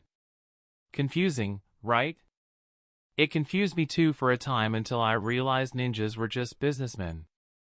What better way was there to market your services than the fact that those who were protected by your ninja tended to die less in assassinations? And having a competitor or colleague die in an assassination was a hell of a motivation to get your own ninja protection. Passage into the land of Earth was a simple matter. The mission scroll had specified that I needed to present myself to the land of Earth's border patrol and declare my mission before I made my way in, so that's what I planned on doing. It had taken a week to cover the distance to the borders, and the border patrol was even easier to find, considering I made no efforts to hide my presence. "Halt," one ninja said before dropping down in front of me from a tree. "State your name and purpose," he said. I noted the 7 ninjas or so that remained in the tree line, waiting for me to announce myself as hostile. "Gaara of the Desert." "Mission," I said, passing the scroll to the Earth Ninja. After inspecting it, he waved me in, and I began to move, knowing that the village's Umbu would probably tail me throughout my time in their borders. The assassination itself happened with little fanfare. I'd spent more time traveling 3 weeks than I did killing the target or even planning the kill. It was easy for me to find him in his residence alone and slit his throat open with a kunai. The man was a small-scale merchant with little protection, and the mission request hadn't required me to make it look like an accident. At this point, I'm sure the only reason the mission was even A-ranked was the existing coldness between the land of Earth and the land of Wind. Of course, I did my best to be in and out as quickly as possible. The mission was a lucky one, and I wasn't about to overstay my welcome or test my luck by remaining for longer than I had to. Of course, the more I spoke about not testing my luck, the more the universe seemed to be keen on making that happen. I jumped over a tree and arrested my momentum on another as a kunai flew past my head. Fuck! I ignored the quest notification that appeared in the corner of my vision as I tried to slow my breathing so I could focus my senses on my surroundings. Meditation had finally paid off and offered me one hell of a boon once I got it to level 75, chakra sensing. It was no good for finding my attackers wherever they hid, but I was able to detect the fluctuation that marked my opponent's shunshin as they sped towards me. Dodging the obvious attack was child's play. But my follow-up also missed. I cursed myself for choosing to travel in the dead of night. I'd felt like I had the energy to continue moving for the day, but I never considered what the lack of visibility would mean for an attack. I dodged away from another kunai and turned tail, continuing to run. This time, caught off guard, my assailants were unable to mask their movements so easily. Some sand out of inventory formed into a clone by my side as I dispelled the ones I had training back home. The clone nodded at me before veering sharply to the left in the cover of darkness and attempting to loop around my attackers. Of course, they noticed him, and 2 split from the group of 5, to take him out while the rest continued forward. I could see them from the corner of my eye and noticed they were gaining ground. Of course, I wouldn't just be able to outrun skilled ninjas like that. I stopped against the next tree in my path and used it to jump right back at them. One was caught unaware and wasted time scattering out of my way. He caught my kunai with one of his own and opened his mouth to say something. He ended up spitting blood as my kunai went right into his lung. Wind enhancement for the win. The other 2 weaved around me, trying to flank, and I finally noticed their outfits. They weren't dressed like ninja from any village in particular or even in the Umbu uniforms used by root ninja. The one to the left weaved through hand seals. I flashed back to my Chunin Exams as sparks built across his hands as he prepared to unleash whatever jutsu he was using. I took a breath before exhaling 3 wind bullets. 1 in the skull and 2 center mass took his life from him before he could even begin. The last one ended their approach, screaming her comrade's name, Lee. She shouted in a voice that screamed of sorrow and shock. I'd have empathized with her if they weren't trying to kill me. What the fuck, she screamed at me. You're supposed to be a kid. An easy target. Those were her last words as a tendril of sand wrapped around her neck from behind and crushed it. She was dead before she even hit the ground. What just happened? I asked myself. I checked the quest notification and almost facepalmed. Quest notification. Nobuki and her brothers have found out about your presence in IWA. Deciding to begin their careers as bounty hunters by cashing in on your bounty, they bribed a Chunin to tell them about your mission and whereabouts and ambushed you. Objective: survive the attack. Bonus objective: let the bounty hunters live after gaining their loyalty. Rewards: 500 XP, 2 stat points. Bonus objective rewards: contacts outside Suna, the beginning of your own spy network. Bullshit. Just pure bullshit. Maybe try not to be so bloodthirsty all the time, boss, my clone said before I dispelled him with a scowl. He was right, though. I'd gone straight to kill first, ask questions later mode. If I was paying attention, I'd have noticed that beyond their tree hopping and shunshin, all their ninja skills were unpolished. Even their clothes weren't ninja gear. They were trained civilians at best. I just scowled and continued my journey to Suna. I'd never wanted a spy network, but missing out on the opportunity to form one when it was right in my face was annoying. Chapter 20, Lava release is such bullshit, I thought to myself as I jumped over a wooden fence and continued my escape from Kiri's she-devil. How did I get here? Well, the answer to that question requires a bit of a story.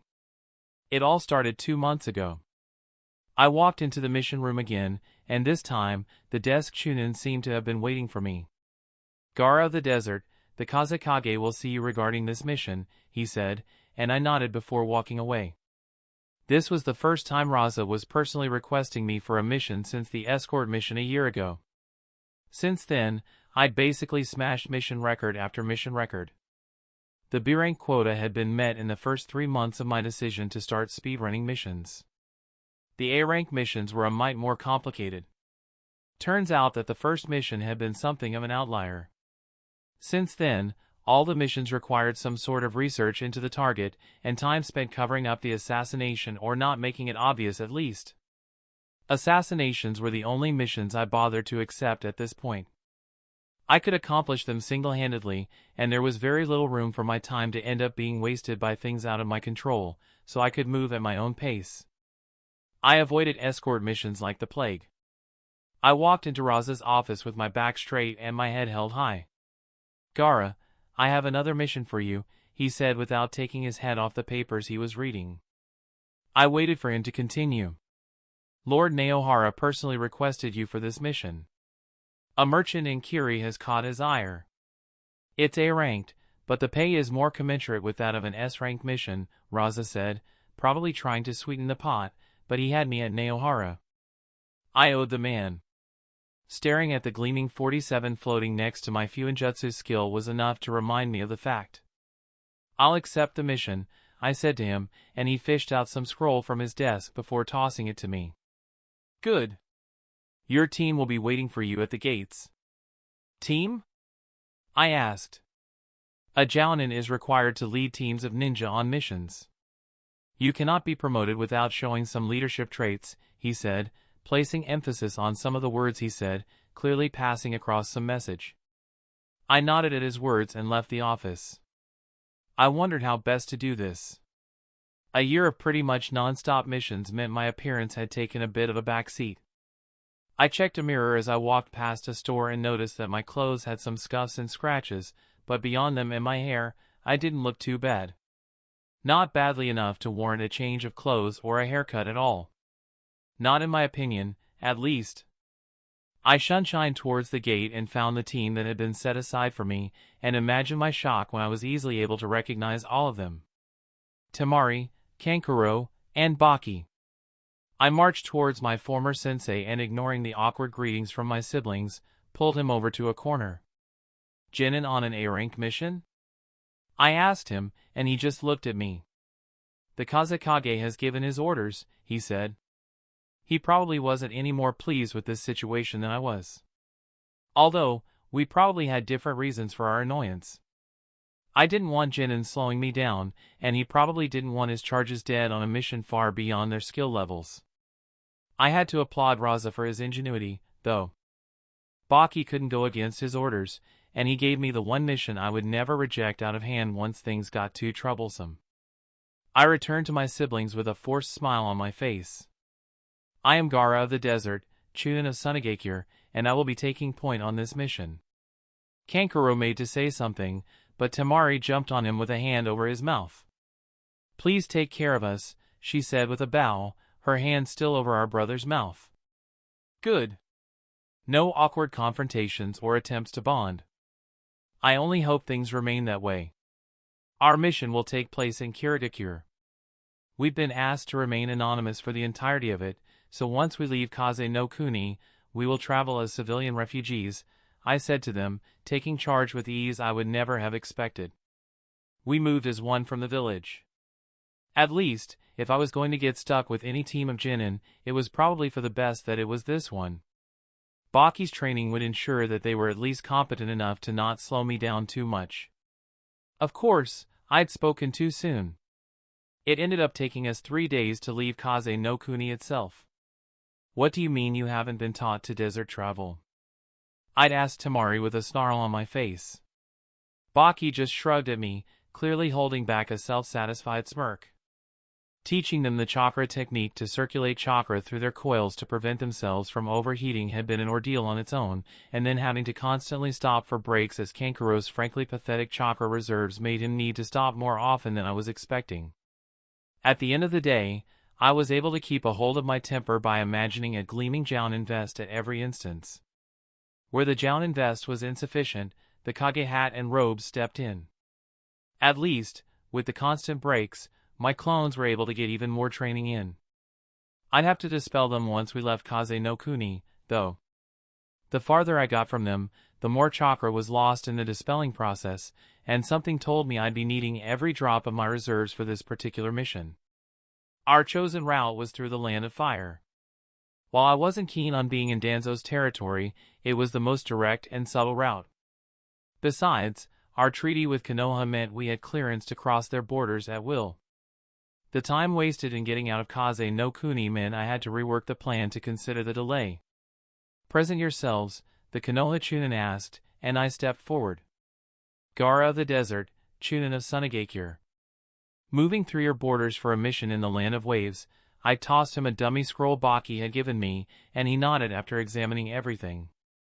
"You will be given a Chunin escort," he said before whistling into the treeline. 4 Chunin dropped out of the trees and took places around our group. I just shrugged and said to the one in the lead, "I hope you can keep up." He audibly scoffed before I shot up from the ground like a bullet. 2 tendrils of sand appeared behind me and caught both Temari and Kankuro in their grips. Kankuro actually shrieked in fright as the tendrils lifted them up from the floor and forced them to float beside me. We were behind schedule already, and I really needed to make it back before my 12th birthday. It would be pretty fucked if the person I needed to secure my promotion was already dead by the time I actually completed the mission to get the promotion. We were out of the Land of Fire by the end of the day and could move to the Land of Waves at a more relaxed speed. Baki had calmed and irritated Temari and Kankuro during the journey, and I knew I'd lose some points for that stunt. Passage into the Land of Water was easy to find. We found a ship that was going to dock at the Land of Waves for a few hours to restock and make its way to the Land of Water immediately afterward. Posing as a father and 3 kids after changing into the best examples of civilian clothes we had.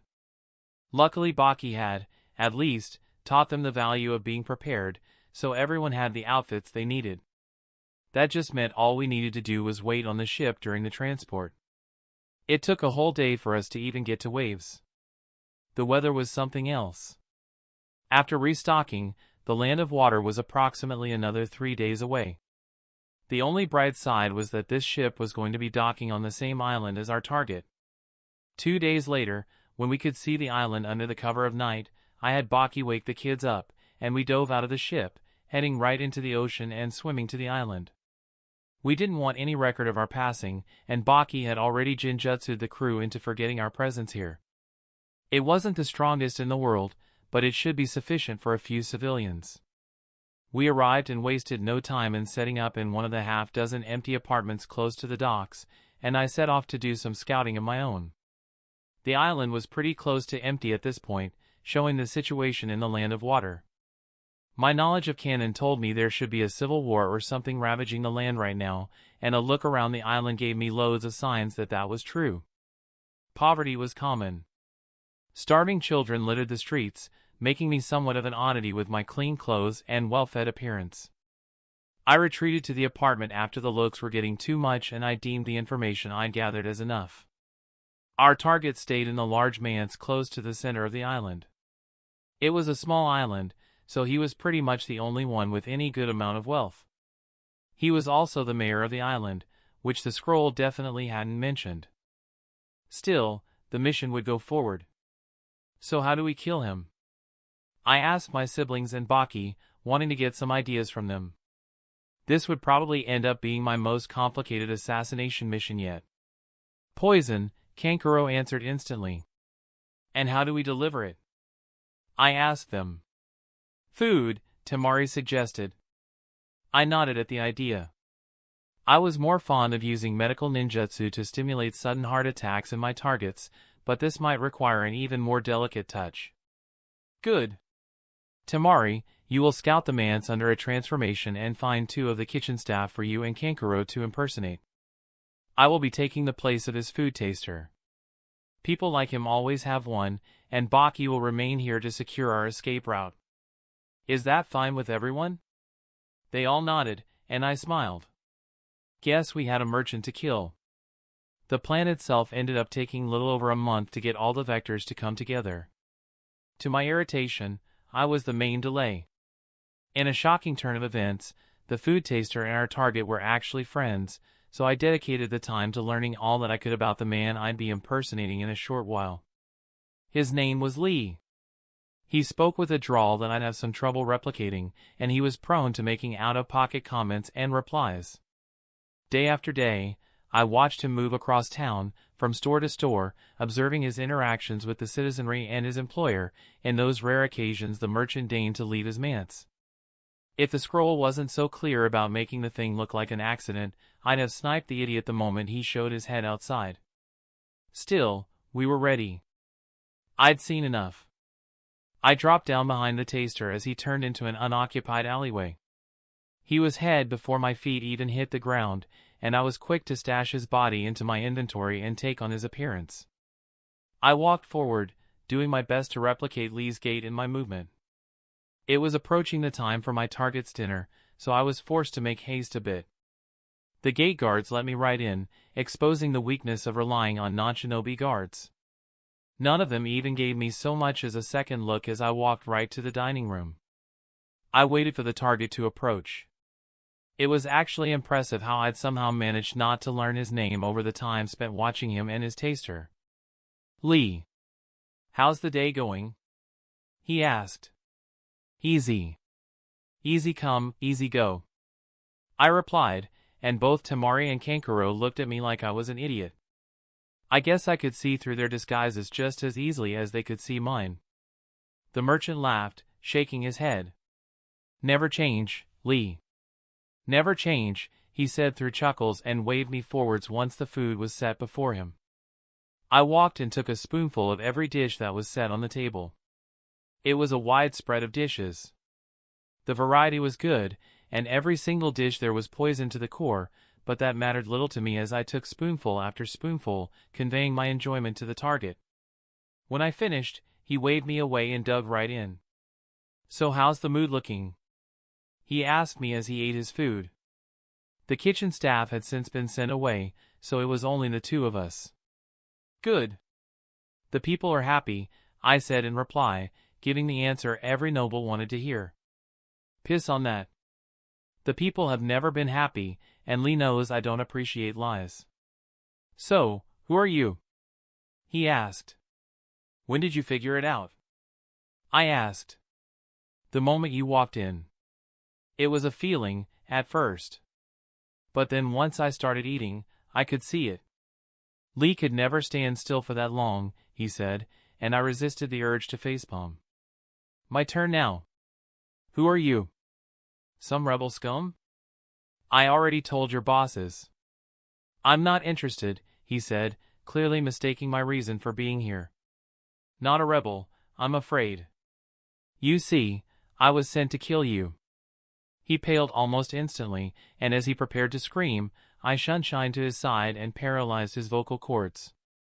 I guess that plan was fucked then. The poison was supposed to take hold any moment now, so I just stood and watched him as he coughed and choked at first, and then slumped on the table. Only then did I call for the guards, and in the chaos, I slipped away. Well, that was just a bit fucked. Just a bit. I'd been made in minutes. Well, that was one detail I'd be removing from the report. I returned to the apartment after switching disguises 3 times to throw off any watchers. How did it go? Kankuro asked, clearly nervous. Perfectly, I replied.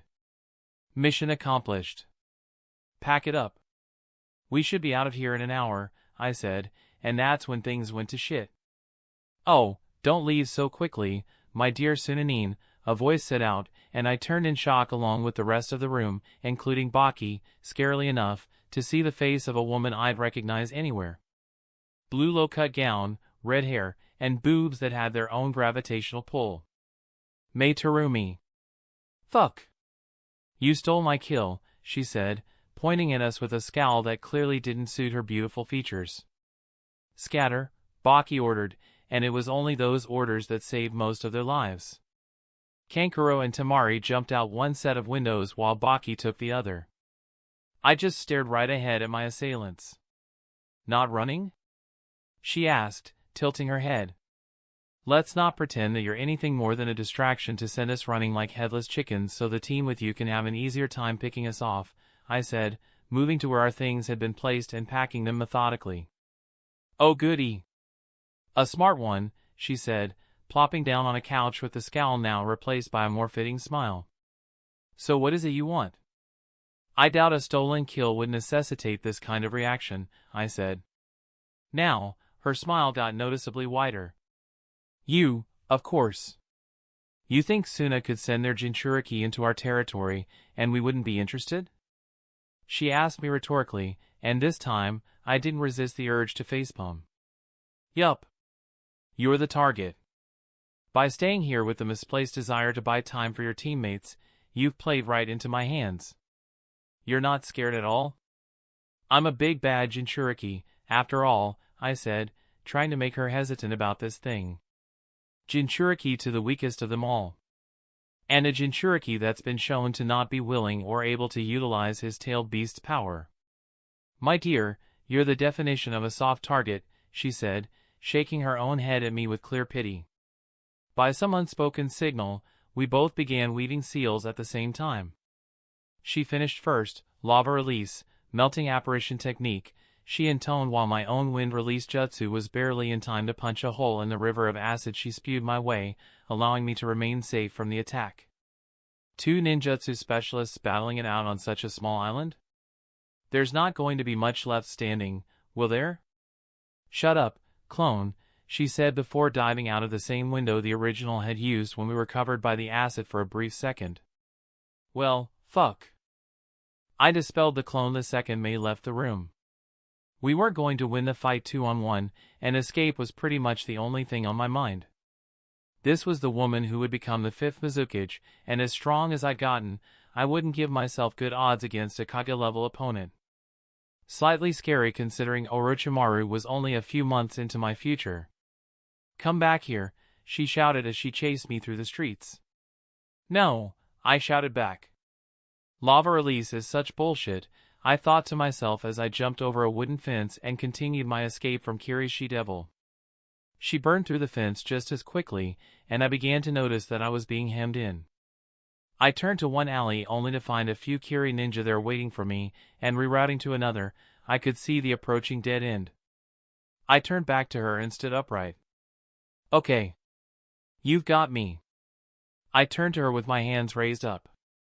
"Good," she said, and I used the opportunity to rush right at her. She had reinforcements coming. If this was going to happen, it had to end quickly. The stream of acid that rushed at me was instantly cooled by a vacuum palm as I jumped over it and weaved my own seals. She jumped out of the way, hopping over a building as my fire dragon blew up much of the surrounding area. When my eyes caught hers, it was to see her smirking as a water dragon floated in the air behind her. I silently prayed for my chakra to not fail me as another fire dragon built up in my lungs. When I unleashed it, it was without a doubt the most powerful fire-type jutsu I'd ever used. The fire and the water clashed, filling the air with steam. Steam I took advantage of to hide my escape as I jumped towards the outskirts of the island. Of course, it wouldn't take a rocket scientist to realize that the area I was running to would also be the area my attacker would have the greatest advantage in. As I ran, I opened my inventory as much as I could, spreading sand over the floor and the general area. Baki and the siblings were nowhere to be found, so I had to do something about that.